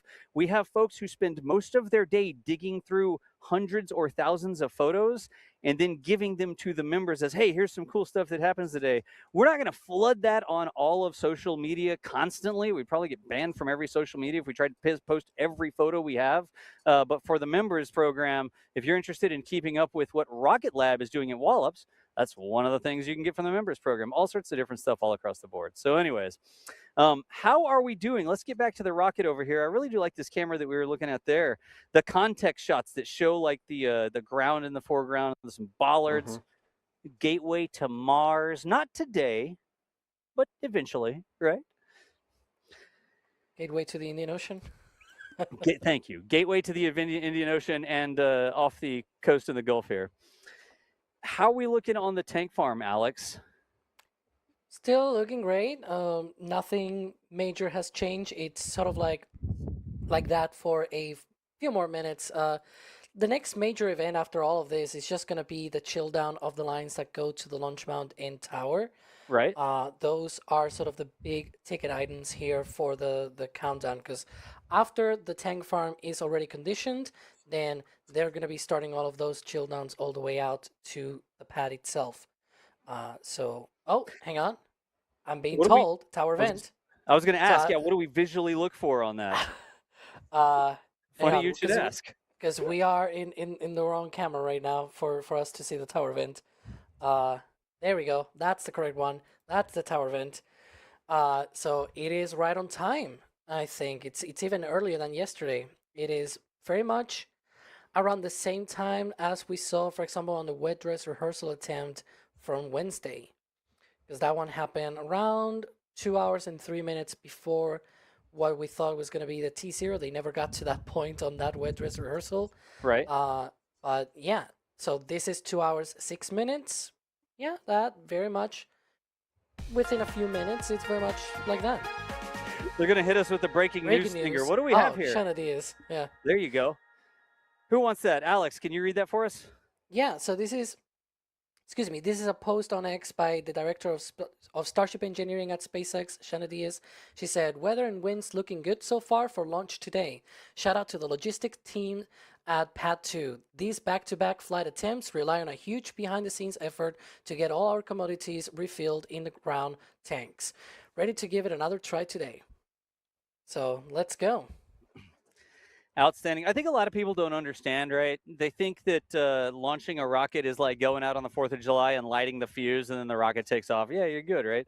That is not how these rockets work. They're significantly more complicated. You have to have all of the fuel ready to go, but it's not like your car. You roll up to the gas station, you just put, well, maybe these days I need to change my analogy, but you just, put the nozzle in the car and you just fill it up. It's not like that with the rockets. They have to keep the fuel at specific temperatures. They have to keep the tanks at specific pressures. You have to make sure you have enough for some of the bleed lines. Like here, when we see the tower vent, they're pre-chilling those lines so they don't thermally shock them. You have to account for that, right? It's not just making sure you have enough fuel to fuel up the rocket. There's so many different things to go into this, and it's this huge, intricate dance. All the tankers coming and going, all the personnel checking on things.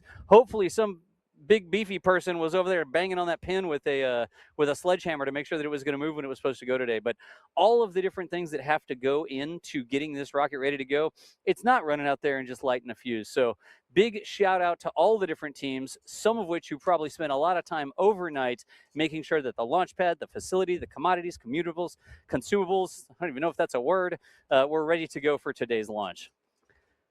So moving right along.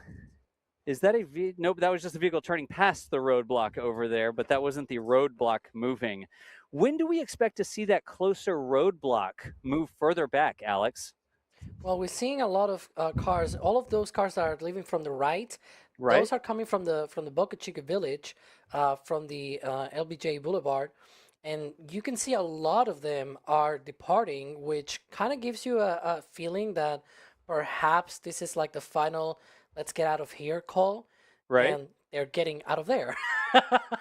And so it will seem to me that we're maybe close to that point where this roadblock should be emptied out and sort of they go away. Like I think shoo, technically they're currently leaving the city of Starbase. The city of Starbase Village? Do we call the village something different? Because the city limits are bigger than just the village. I think it's okay if Starbase has Boca Chica Village as a part of it and also Boca Chica Beach as part of it. I haven't actually heard a different name for the village. It's just been the Boca Chica Village. Or the original name was Copernic Shores. It was like a resort community that was supposed to be developed, and it never really took off. It's supposed to have like Starbase Go ahead. Yeah. Starbase is more than just the village itself. It's also the base, the Star Factory. There's goes like all the way out to Rio Massey's. West. Exactly, it goes all the way to Massey's. There's the Rio West complex as well, a Riverside as well, apparently for whatever reason. Yeah. But hey, it's just how it goes. So we keep saying the village. So the cars are leaving the village. There's a lot of employee housing there. There's some administrative buildings, that sort of stuff for City of Starbase. But what I want to check in with now is heading back over to Ryan Caton. Ryan, I think we've got an eye in the sky report or something like that, don't we? We do indeed, Das. That right there is one of Jared Isaacman's F5s, and it's currently headed to Starbase. So we should probably look at Starbase because it's come to Starbase. It's about to fly there over it a is. river. Yeah, it's right there. Well, we will see if we can get that on a camera and see if we're getting a flyover. I have more of plane Starbase. information afterwards, but I just realised it was headed directly for Starbase, so it's probably wise to not have me on screen when it's flying over Starbase. Yeah, Somebody and it's just worth yell. mentioning. Go ahead. It's worth mentioning. Oh, it's turning now north. It seems like it's gonna go now to the pad. I'm looking here at our track as well. He confirmed that yesterday he did not travel to Starbase, Right. so he was actually in DC. He had a bunch of things to deal with at NASA. We may talk about some of those on This Week in Spaceflight. But the point that I'm trying to make is that today he did hint that he might actually go around there. So he's getting close now to the launch site. See the Okay. track here. We will Let's see keep I what mean, our Das, if you eyes look out. behind you, you might be able to see. You might have to squint, but you might be able to see because they're just flying to the south of the launch site now. Yeah. I think that haze is getting us from here, but we will have a look and see if we can get eyes on it. And Yeah, they just flew over to the Gulf now, so fingers crossed they do a U-turn and give us a nice fly past, and we'll be able to get that on screen. All right. Well, if they turn up the coast and they're going to end up going north, they would come past the hotel here. But usually we see them sort of button hook back around and then do another pass at Starbase. Then we get some photos from somebody in the plane with the rocket in the background or something like that. Yeah, it's kind of heading Well, your they're way actually, now. yeah, I was going to say they're heading. Maybe they're turning around, but they headed north for a second. Not We're going to buzz the looking. hotel, unfortunately. Yeah, we'll keep our eyes out in the sky over here. And Ryan, while we're looking, there were some other interesting planes in the area, weren't there? Indeed, I've brought up another one especially because the WB-57, everybody's favorite aerial imaging aircraft, is back for this attempt of Starship. This is NASA 926, and it is currently airborne over the Gulf of Mexico. It's located south of the launch site, and fingers crossed it will get some beautiful imagery of Starship as it heads uphill in a slightly different holding position for this flight, of course, because the trajectory is different, so it's a little bit more south.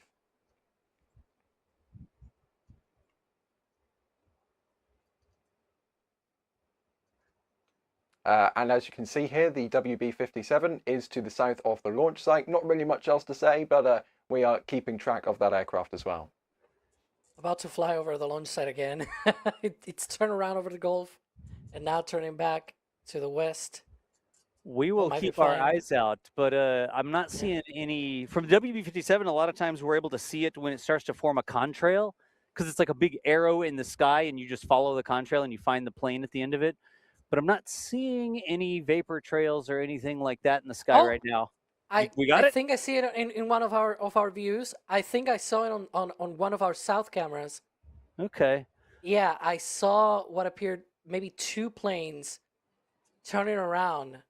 It's to the north of the launch site right now, and it turned to the east and over the Gulf now. Well, we will keep looking around. We've got some folks over there at, we have a property over by the river, just outside the exclusion zone. And then we've got some folks over at the Rocket Ranch viewing outpost. If you're trying to come down here watch a launch, the Rocket Ranch is a great place to go and hang out. But we've got some Mark I eyeballs underneath the flight path of that plane, and they're going to have a better chance to find it than we are from the hotel over here. But one way to find out, we're looking. I wonder if they're going to be offering some contractor, what's the word? Incentive flights. Incentive flights, Starbase incentive flights. Nice. Everybody knows the Jared Isaacman, the admin of NASA now, has started this program where he has personal, I say personal jets, they're really his company's jets, right? From his previous company. It's getting but almost he to allows the channel. NASA employees and contractors and stuff like that, these incentive flights. He doesn't charge NASA for them. He funds this himself because he was a successful business person before he came to make NASA more successful, right? But they've got these incentive flights going. So when we're mentioning incentive flights, that's what we're talking about. You can, I still don't know if you put your name in a hat or is there like one of those bingo wheels where you pull a ball out of the bingo wheel and it's like, oh, B-32, that's me. I get to go fly on the plane now. I still don't know exactly how they choose those people, but I don't think I'm eligible. No, unfortunately not. I would like to be eligible, but yeah.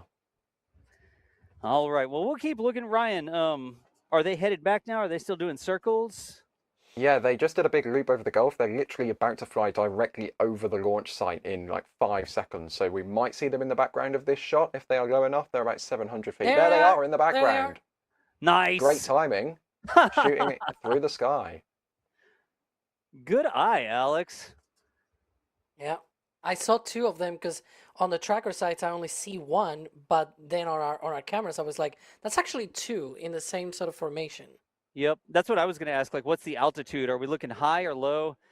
Over here from the Margaritaville, I think we just have too much of that low-lying haze to really get visual on them. Good news is when the rocket takes off, it's significantly larger and brighter than the jets are, so we will definitely see the rocket go, but I don't think... Saber, did we catch those? Looks like they're doing another loop around.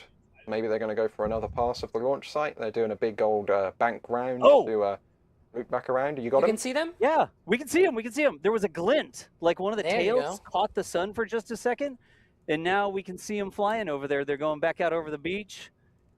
It's like our own little Starbase Air Show today.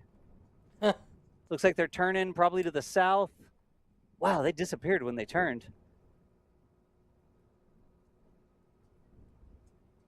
I think some of our cameras are still tracking them, but it's a bit complicated. Yep. I see them tracking some of our operators. Like, we have different people for folks watching. There we go. Now they're passing again in front of this camera here. In the background. Exactly. They are definitely taking photos and stuff like that right now. Like they're flying around the launch pad taking 100%. photos. Oh, we might get a free Starbase flyover on images.nasa.gov later today. And you can tell that we are total aviation and space nerds because we're like, no, there's Oh, jets. and you can hear them. You can hear them? We just derailed the entire show. We just heard them fly over our highway site, I believe. Like, is there a schedule? Is there some topic we're supposed to be talking about? Now we're going to watch the jets fly now for 15 minutes. I mean, we're in charge. That's cool. That's how we roll around here. And looks like it's turning back to Brownsville. All Done right. with the flyovers. Ryan, let's get back in and let's grab some questions, a couple more questions from folks that are watching right now, if you don't mind. Absolutely. I brought in this question half an hour ago to queue up later in the show. Hail Victory is asking, where is Jared's F5 now? There's your answer. On the screen. On screen. Jeff has a more technical question though. Alex, do they fill the tanks with inert gas before fueling to avoid any ignition potential? Alex? They Alex do question. have pre-press of nitrogen on these tanks. We've seen in the past. It's even in the quick disconnects that they use to connect to the ground systems. There's like usually one single port that it's dedicated for that sort of thing, for pressurization purposes. But usually they depress the tanks ahead of propellant load. They even do that on Falcon 9. And you can even hear them do the call out. Falcon 9 tanks are not pressing, are venting for the start of propellant load or something like that. It's the call out. It's a T-minus 37 minutes. I remember it because it always happens at that point. And in crew missions, they even tell the crew, that the tanks are about to vent, expect loud venting and all that stuff. It's really funny when that happens. Of course, for Starship, we sort of hear and sometimes even see those vents going on before that propellant load starts. So yeah, that's basically what we usually tend to expect for this. It's just a bit of pressurization before they actually load the propellant. Is that like a structural thing too, Alex? Like, we know that they have these big compressors and stuff when they're moving the vehicle around, this sort of mobile GSE that they use, they hook up to the ships and boosters.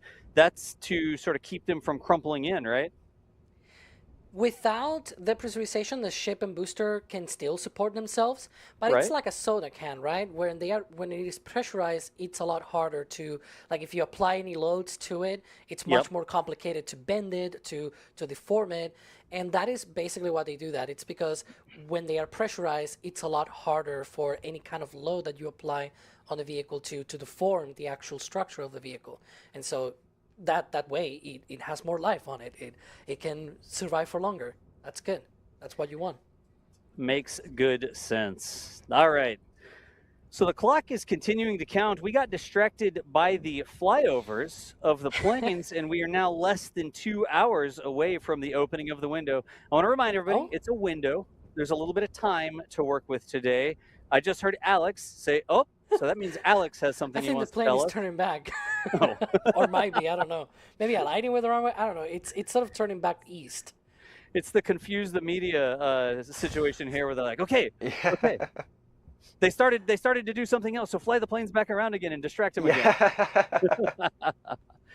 Anyways, folks, hey, really quickly, again, we mentioned it earlier in the show, more and more people show up. we're able to do this because y'all keep showing up and supporting us. It's not like we're all independently wealthy and we just get to go and spend our parents' money or anything like this.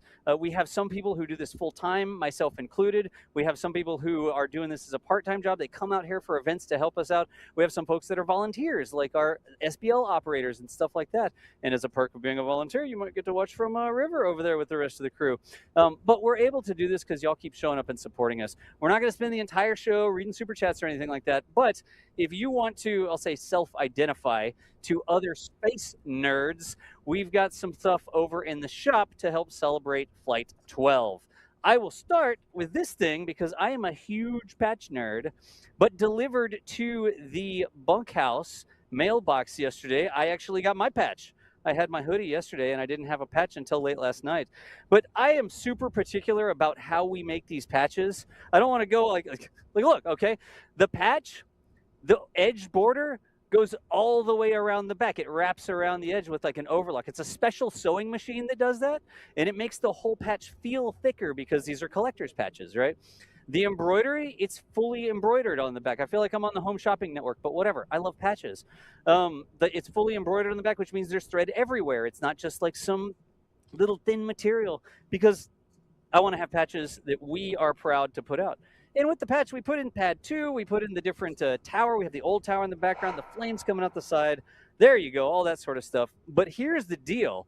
The reason I mention it is because I just got a message that we're less than 20% remaining. We just buy a certain amount, we put them in the shop, and we sell them until they're done, right? And we are under 20% on the patches now. So some people wait around and like, oh, I'll get one later. I'll get it. And then they send us an email like, oh my gosh, the patches are sold out. Can you make more patches? When will they be back in stock? And we have to tell them, well, we don't restock the patches usually. If patches aren't your style, we've got pins. We still have plenty of pins remaining. So you got to ask yourself, do you want a patch or do you want a pin? Either way, you better get one now before they sell out, because after the rocket launches, everything seems to disappear. And if you'd rather drink coffee or tea or something like that, or you want to wear a shirt or a hoodie, the sun shirts we have are fantastic. We actually sold a lot of the sun shirts that have the Flight 12 design on them yesterday. Fantastic. I have the Hawaiian shirt on. That's right. I have the wrong Hawaiian shirt on right now. I have my Dragon Recovery Hawaiian shirt, but we've got Starship specific Hawaiian shirts. And if you want to be sort of like business up front party, no, the Hawaiian shirt is party everywhere, basically. You can check out the Hawaiian shirts as well. But in any event, I'm not going to make the entire show about it. We think that it's super cool. We sit there and we argue about like, well, is that patch exactly accurate? Like, is that arm in the right place? Is the Starship diving the right way it's supposed to dive before we even put it on the merch? But by grabbing that stuff, you can get some cool stuff to wear. You don't have to wash clothes another day because you got another t-shirt that you can wear. Ask me how I know, because that's how we've been living out here at Starbase. We need more merch so we don't That's have to do too laundry real, as man. often. But it is a great way to support what we do. That's too real. Just buy another shirt so you don't have to do laundry? Oh, jeez. What's going on, guys? I'm back. I just had to go down and check on Bree, make sure everything's good. Did you guys enjoy the stakeout? It was pretty fun.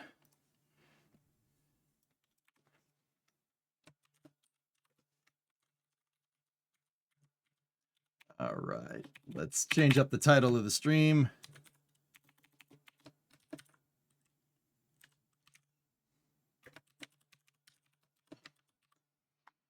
There we go. All right. It's just classic astronaut. How's Bree doing? Bree's doing great. Yeah, she's doing all right. You're staking out the fajitas. All right. Jared just did a flyby, though. Oh, that's cool. Discovery, go at throttle up.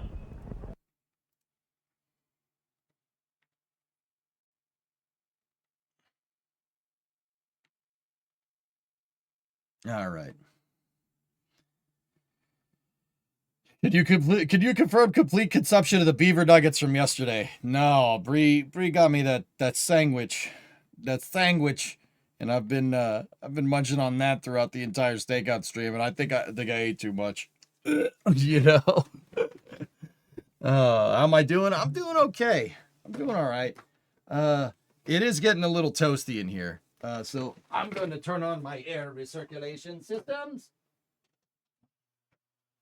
Go. Turn on the air recirculator. Ah. Off topic, Childress retired the number 8 car. But it's being reserved for some Brexton when he's ready. Nice. Nice.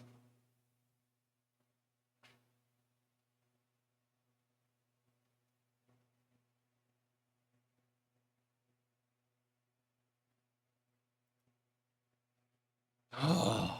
All right, let me change up the title to the YouTube stream. There.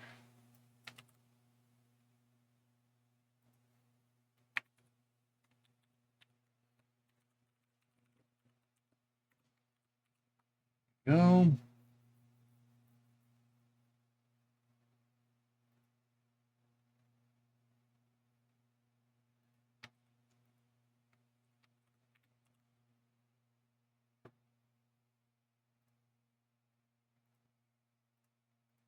Okay.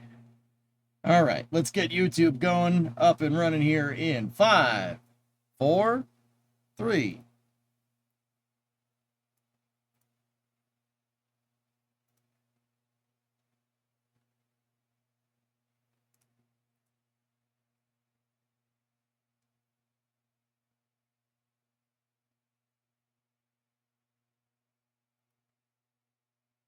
What's going on, guys? Welcome to the attempt 2 of Starship Flight 12. How's everybody doing over there in the YouTube world? Good? Good, good, good.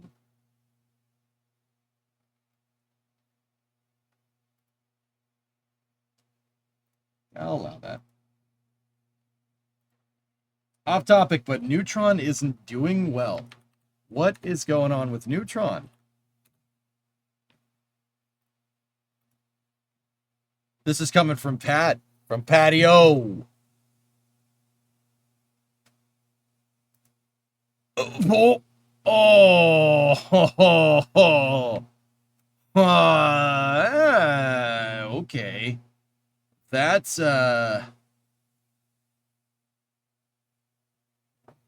ooh.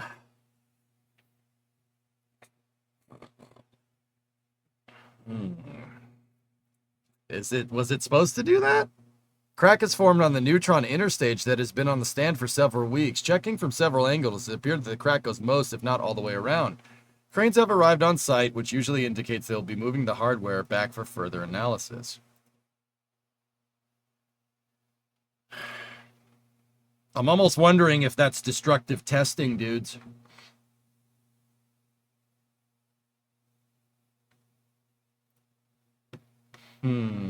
Interesting.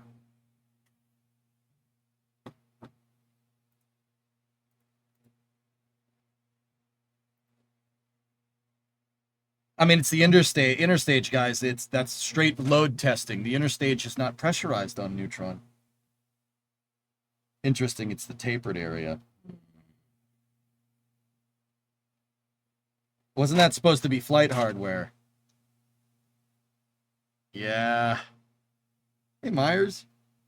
What's up, dude? Dan, you're excited? Nice. Good stuff. Is that the thing that replaced the thing that popped? No, that's a different thing. That's a different thing that popped. Yeah. Several components have failed testing dramatically. Not great, Bob. Not great. Oh. Yeah, I'm not sure if that's destructive testing or not. Interesting. Actually, if you guys want to see some other cool stuff, well, before we jump right into Starship stuff, take a look at this. This is coming from our buddies over at Blue. Look at that. They have another Noogles ready to go. Huh. So I'm going to go ahead and guess if they're going and integrating this thing right now, that whatever problem happened with the Bluebird 7 mission, they probably haven't figured out. Do we know NG4's payload? No. The avionics is blurred out, guys. People don't like showing off the computers. That's what's up there. It's the avionics package. Falcon 9s is in the same spot. But yeah, there's them integrating the entire stack onto the transporter erector. Yeah, Chrome, just the tip.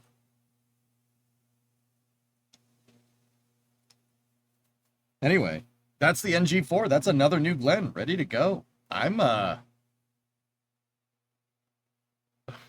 pretty hype on that. That's pretty good. Anyway, let's go back to our buddies over on NSF here, see what they're up to. I was doing the Stakeout streamcast for them this morning, but this is their main launch stream. This is Elysia. Elysia's still doing a video. Those aren't great if we want a launch attempt today. I hope. Good deal. Y'all, I got to give a quick shout out to Elysia. In the video that you just saw, that's Elysia Siegel. She does a weekly... Why are they not on Twitch? Well, they do. I'm kind of the apparatus for NSF over here on Twitch. So, yeah. They are on Twitch, just it's through my channel. I am the liaison. We're media. We cover everything that's going on with space. Other companies' developments, Rocket Lab doing things, Gilmore over in Australia, news out of different countries, European space flights. Every single week, we produce a video that gives you a quick I am update, the NSF stream now. 15, 20 minutes worth of update news as to what's going on in the rest of the world for all the other things. And if there's big Starship news or Falcon 9 or something like that, that gets included as well. But if you Yeah, Yoda, yeah, exactly. I'm not sure what somebody would learn from seeing it unblurred. Anybody that would be, I don't know. I guess it's some, I mean, Blue has the right to, you know, it's not like they're complying with some crazy, like, you know, government censorship or something. Like ITAR exists, right? International trafficking arms regulations. Like, but I'm very much sure that that's more a proprietary thing. They're doing it because they don't want people to see it. It's that simple. They don't want people seeing the insides of the interstage or the engine section, you know? Was that Mahoodles? No. But we are Mahoodles fans here. Deriven, we're Mahoodles fans here. She does stream on Twitch, but no, not for NSF. That was Elysia Siegel. She does the This Week in Spaceflight over for NSF.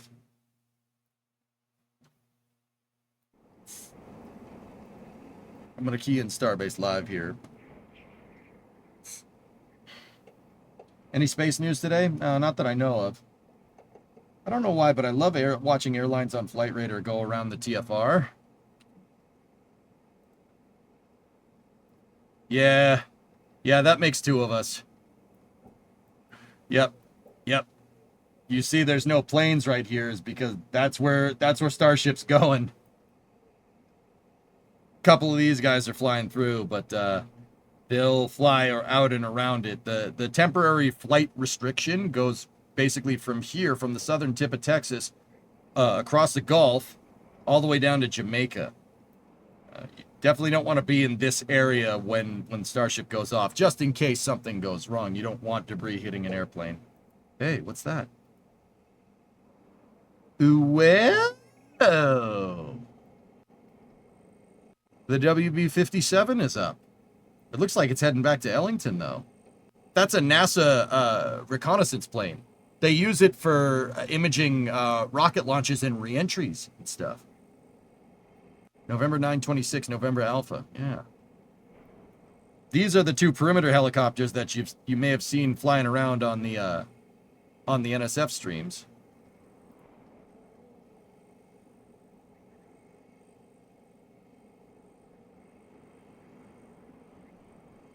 Better was taking pictures. Jared was out at the same time. Yeah, see, the helicopters they land right here on Highway 4, and they refuel them here. EJ, you're Jamaican me crazy. Sorry. Yeah, you should be for that one. Hot fueling for the win. Yeah, that's right. Hey, fellas, if you're just going to excuse me for 1 second, I just have to use the restroom real quick. I'm going to leave you in the capable hands of NSF here for a second, and then I will be right back. Forgot that there's this thing that they do with the range helicopter. It was so I coincidence. assume it went all the way to the pad. Yeah. Yeah, you saw something that was out of whack, out of spec. The tower vent stopping early got your attention, and then you also saw a Cybertruck driving that way, and it just made you sort of think like, wait a second. But there we go. We got it on the camera. You know what I want to know? At that site yesterday, we had a camera fall over. The little tripod is a super wide camera, and it fell over. I wonder if the helicopter blew it over.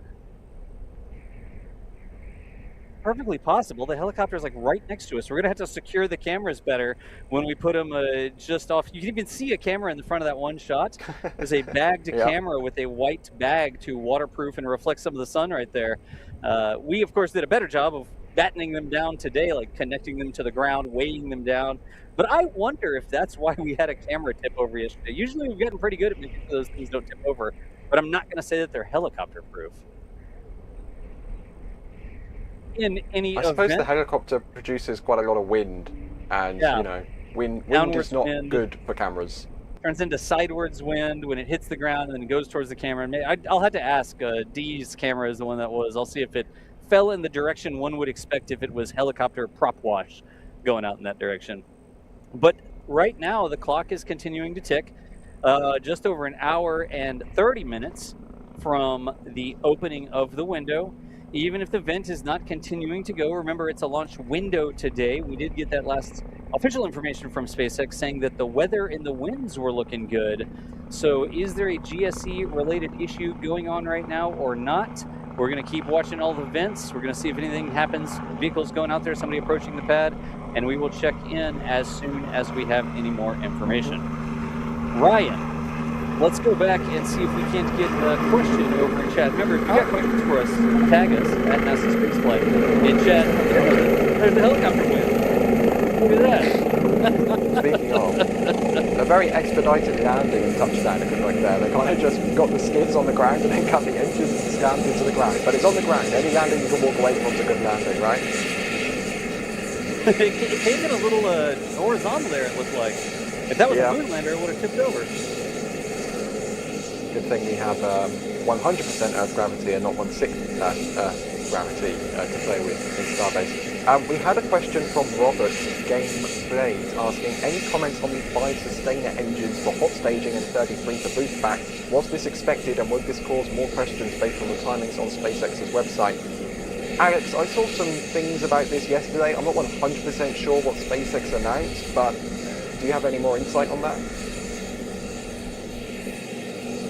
Could you repeat it, please? Sorry, I was trying to look at. Yeah, there's other things going on as well about this flight on X. There's a video on post. I don't know if we're going to show that. But anyways, can you repeat it, please? If there are any comments on the 5 sustainer engines for hot staging and the 33 engines for the boost back burn, was this expected and would this cause more questions based on the timings on SpaceX's website? Oh, jeez. Yeah, that is quite interesting. That was part of the commentary yesterday from SpaceX, sort of the updates that they do. It was a bit surprising about for hot staging. What they explained is that for the previous version, we saw 30 of the 33 engines shutting down for hot staging, and then 3 engines will remain, right? And then they will flip, realize the middle ring of 10 engines for the boost back burn. So the boost back burn will be 13 engines. What they explain is that there are 5 sustainer engines for whatever reason. The only other time that I've heard that is like Atlas missile sort of thing, sustainer engines and whatnot. So 5, then they'll shut down 28 engines instead of 30. So they'll remain with just 5 during hot staging. And then somehow, for boost back burn, they're lining up all 33 engines. So the 28 that shut down will return for that boost back burn. I'm sure it's not going to be 33 engines for the entirety of the boost back burn. They'll probably shut down engines as they go through the boost back burn. It's 1 minute long, and I don't think they have really that propellant, that quite amount of propellant to fire all 33 engines for an extra minute after having already powered through 2 minutes and 11 seconds of ascent. And so that is quite interesting what we saw, what they said yesterday. I'm not sure if it was me speaking or something like that, but I would not be surprised if that was actually the case, and that SpaceX really is attempting to really push the boundaries of how much G's can a rocket booster take. Breaking news. Uh-oh. Here goes the breaking news stinger again. That looks like we got the tweet from Elon. This is what you're talking about, isn't it, Ryan? Yeah. Alex? Yeah, he confirms still T0 being 5:30 p.m. Central Time, or Texas time. I guess Central Time doesn't exist in many other states, I guess. Somebody needs to reply to him and say the tower vent disagrees. Yeah, I don't know. Sometimes they've been doing these chill downs quite quickly. Sometimes if they really want to power through those, they might be able to. But it's weird because it usually starts a little bit earlier. Yesterday it started a little bit later, and then it also turned out that the launch also moved later into the window. Yep. So we'll see what happens, Elon. But it is that hour-and-a-half window, so just like we saw yesterday, we got a couple 30-minute slips originally, so we'll continue to watch things, and we will report back here. Real quick, we're going to go through, and we're going to catch up with some things here, but I am... Mods are going to come. They know what's coming. I'm curious. One of the reasons we do this is because we want to help share what's going on with folks all over the freaking planet, right? It's not just the people that are here in Texas. It's not just the people in Brownsville. It's not just the people in any given state or anything like that. We've got folks watching from all over the world, so we're going to not play a game. I'm just going to ask you a question. It's not a game. I'm not going to prize or score or anything. In the world right now, where are you watching the stream from? I know, they knew it was coming. They've watched the stream before. I'm going to try to look at the live fire hose of chat, and I'm going to try to answer or just read some of these back as they go through. But tell us in chat right now where you are watching from. Wow, it is bright out here. I should have thought about that. South Africa, Sweden, California, Northern California, Paris, France, Switzerland, Belgium. Turn up some volume. Oh, turn the heli volume down. That's not the heli volume. I think that's some wind blowing through a microphone. Canada, European friends in there, Costa Rica, Netherlands, Michigan, New York, Malta, Sweden, Tulsa, Oklahoma, Finland with lots of D's after it. Okay. NYC, Poland, undisclosed location. Very clever. Nice. You think so, but you're connected to the internet. Oklahoma City, we've got New Zealand. There's a super chat that came through. Amp Boat 7672 said New Zealand. Corpus Christi, Texas. Jeffrey Greaves, 1254 from Corpus Christi. I went to Cal Allen, Jeffrey. I grew up over that way out on the Robstown side of things. I went to Cal Allen High School long ago. Denmark, North Carolina, Austria. Some messages held for review I'm not going to tap on. Poland, Florida, Michigan, again. Trinidad and Tobago. I haven't seen that one yet. We've got Spain. You've got some friends there, Alex. Kenya. I don't know if I've seen that one before. I'm pretty sure the moon is not a valid answer because Moonlink is not up there yet. Not sure how you'd be watching. Maybe Scotland. Scotland's nice. India, Florida, all across the map. There was a Kerbal Space program, Kerbal Space Center somewhere in there. Here's one. It was a super chat for $101. Ethan, whoa, can you grab that Patrick Blue Way? Ethan Sin did $101 saying, coming back for day 2. Left work early in Orlando, Florida to watch your amazing team bring this to life. I'm going to click the little thumb next to that. Thank you, Ethan, for the $101. I'm literally reading these on my phone, and there's no way I'm getting them all. We've got Renee Abe, I think, from Brazil. $2 from Brazil. Anyways, folks, it's a cool thing to sit here and, I'm standing on top of this hotel at South Padre Island. We've got all these cameras plugged in. It's definitely not just us. We've got folks all over Starbase. We've got folks on our own team all over the world who are making these things happen, but we do it because we want to bring it to y'all. We want to let y'all see what's going on. So we do appreciate everybody, wherever you're watching from, tuning into the show. If you're watching from somewhere around the world, there's a little thumbs up thing, okay? You can like the stream. If you haven't yet, click the little thumbs up for us. That tells YouTube, like, hey, this is kind of a cool thing. Maybe some other people would want to come see this. I don't know how many thumbs up there are on the stream right now, but I imagine with this number of people watching, y'all could make that number go way higher. I cannot read that in the sun. Jeez, it is bright out here. Alex, can you see how many likes the stream has? Hang on, because I You actually have a have to browser refresh. that you read? Let me see. About 5.7 thousand. So I have 30? an update Okay. that we can see right now on our screen. Go back to the other one. There you go. Tower vent is back. So that's great news. Good deal. Yeah. Just about halfway up the tower, you Fun see the little plume going to the left. It looks like the tower has sprung a leak. Kind of. It's an intentional leak, but that's the tower vent that Alex is talking about, right, Alex? I'm seeing now 6.5, so that's about 800 more likes. At least. Do better than that. There's 36,000 people watching, and only 6,000 of them actually like the show. What are we doing wrong? Needs to be at least something. It needs to be at least something. No, can you imagine NASA's like official commentary doing something like that? Whatever. We can do what we want. So the tower vent's going like gangbusters again. Maybe Elon did the tweet saying that the flight time was still on and realized the tower vent wasn't going and told somebody to turn the thing on to get the flight going. But that is what we want to see. And Alex, here on this view, we're going to start to see that hyper white, aren't we? Yeah, the vent, of course, gets frosty the first. But then there are two different lines. Come on, venting. Don't get in the way. I want venting like right in front of the camera. Look at that. Yeah. There are two. So there's the body of the body itself. There's the actuator as well. And right now we can see there that helicopter flying off, hopefully for the last time. All right. Before the launch happens. Going So, out yeah, to continue clearing the range, making sure the range is all clear of boats and parasailers and that sort of stuff. Exactly. So there are two main lines, the one for oxygen and the one for methane. Those will get frosty, will turn white as we get closer to propellant load here. There are two lines. How to explain it? There's like the actuator, that big sort of cylindrical thing attached to the tower, the corner of the tower that we can see right over that vent. That actuator is sort of cylindrical right over the vent. There's a squiggly pipe, if you will, quite thick but squiggly pipe right above that. That is the one, if I'm not mistaken, for oxygen. And then there's one, you can see where the vent is located. There's another one like that right below it. That should be the one for methane.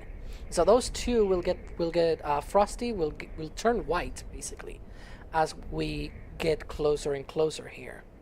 I wish it was my background instead. I'm not as fancy as Ryan, so I cannot do it, but yeah, maybe in another time. Maybe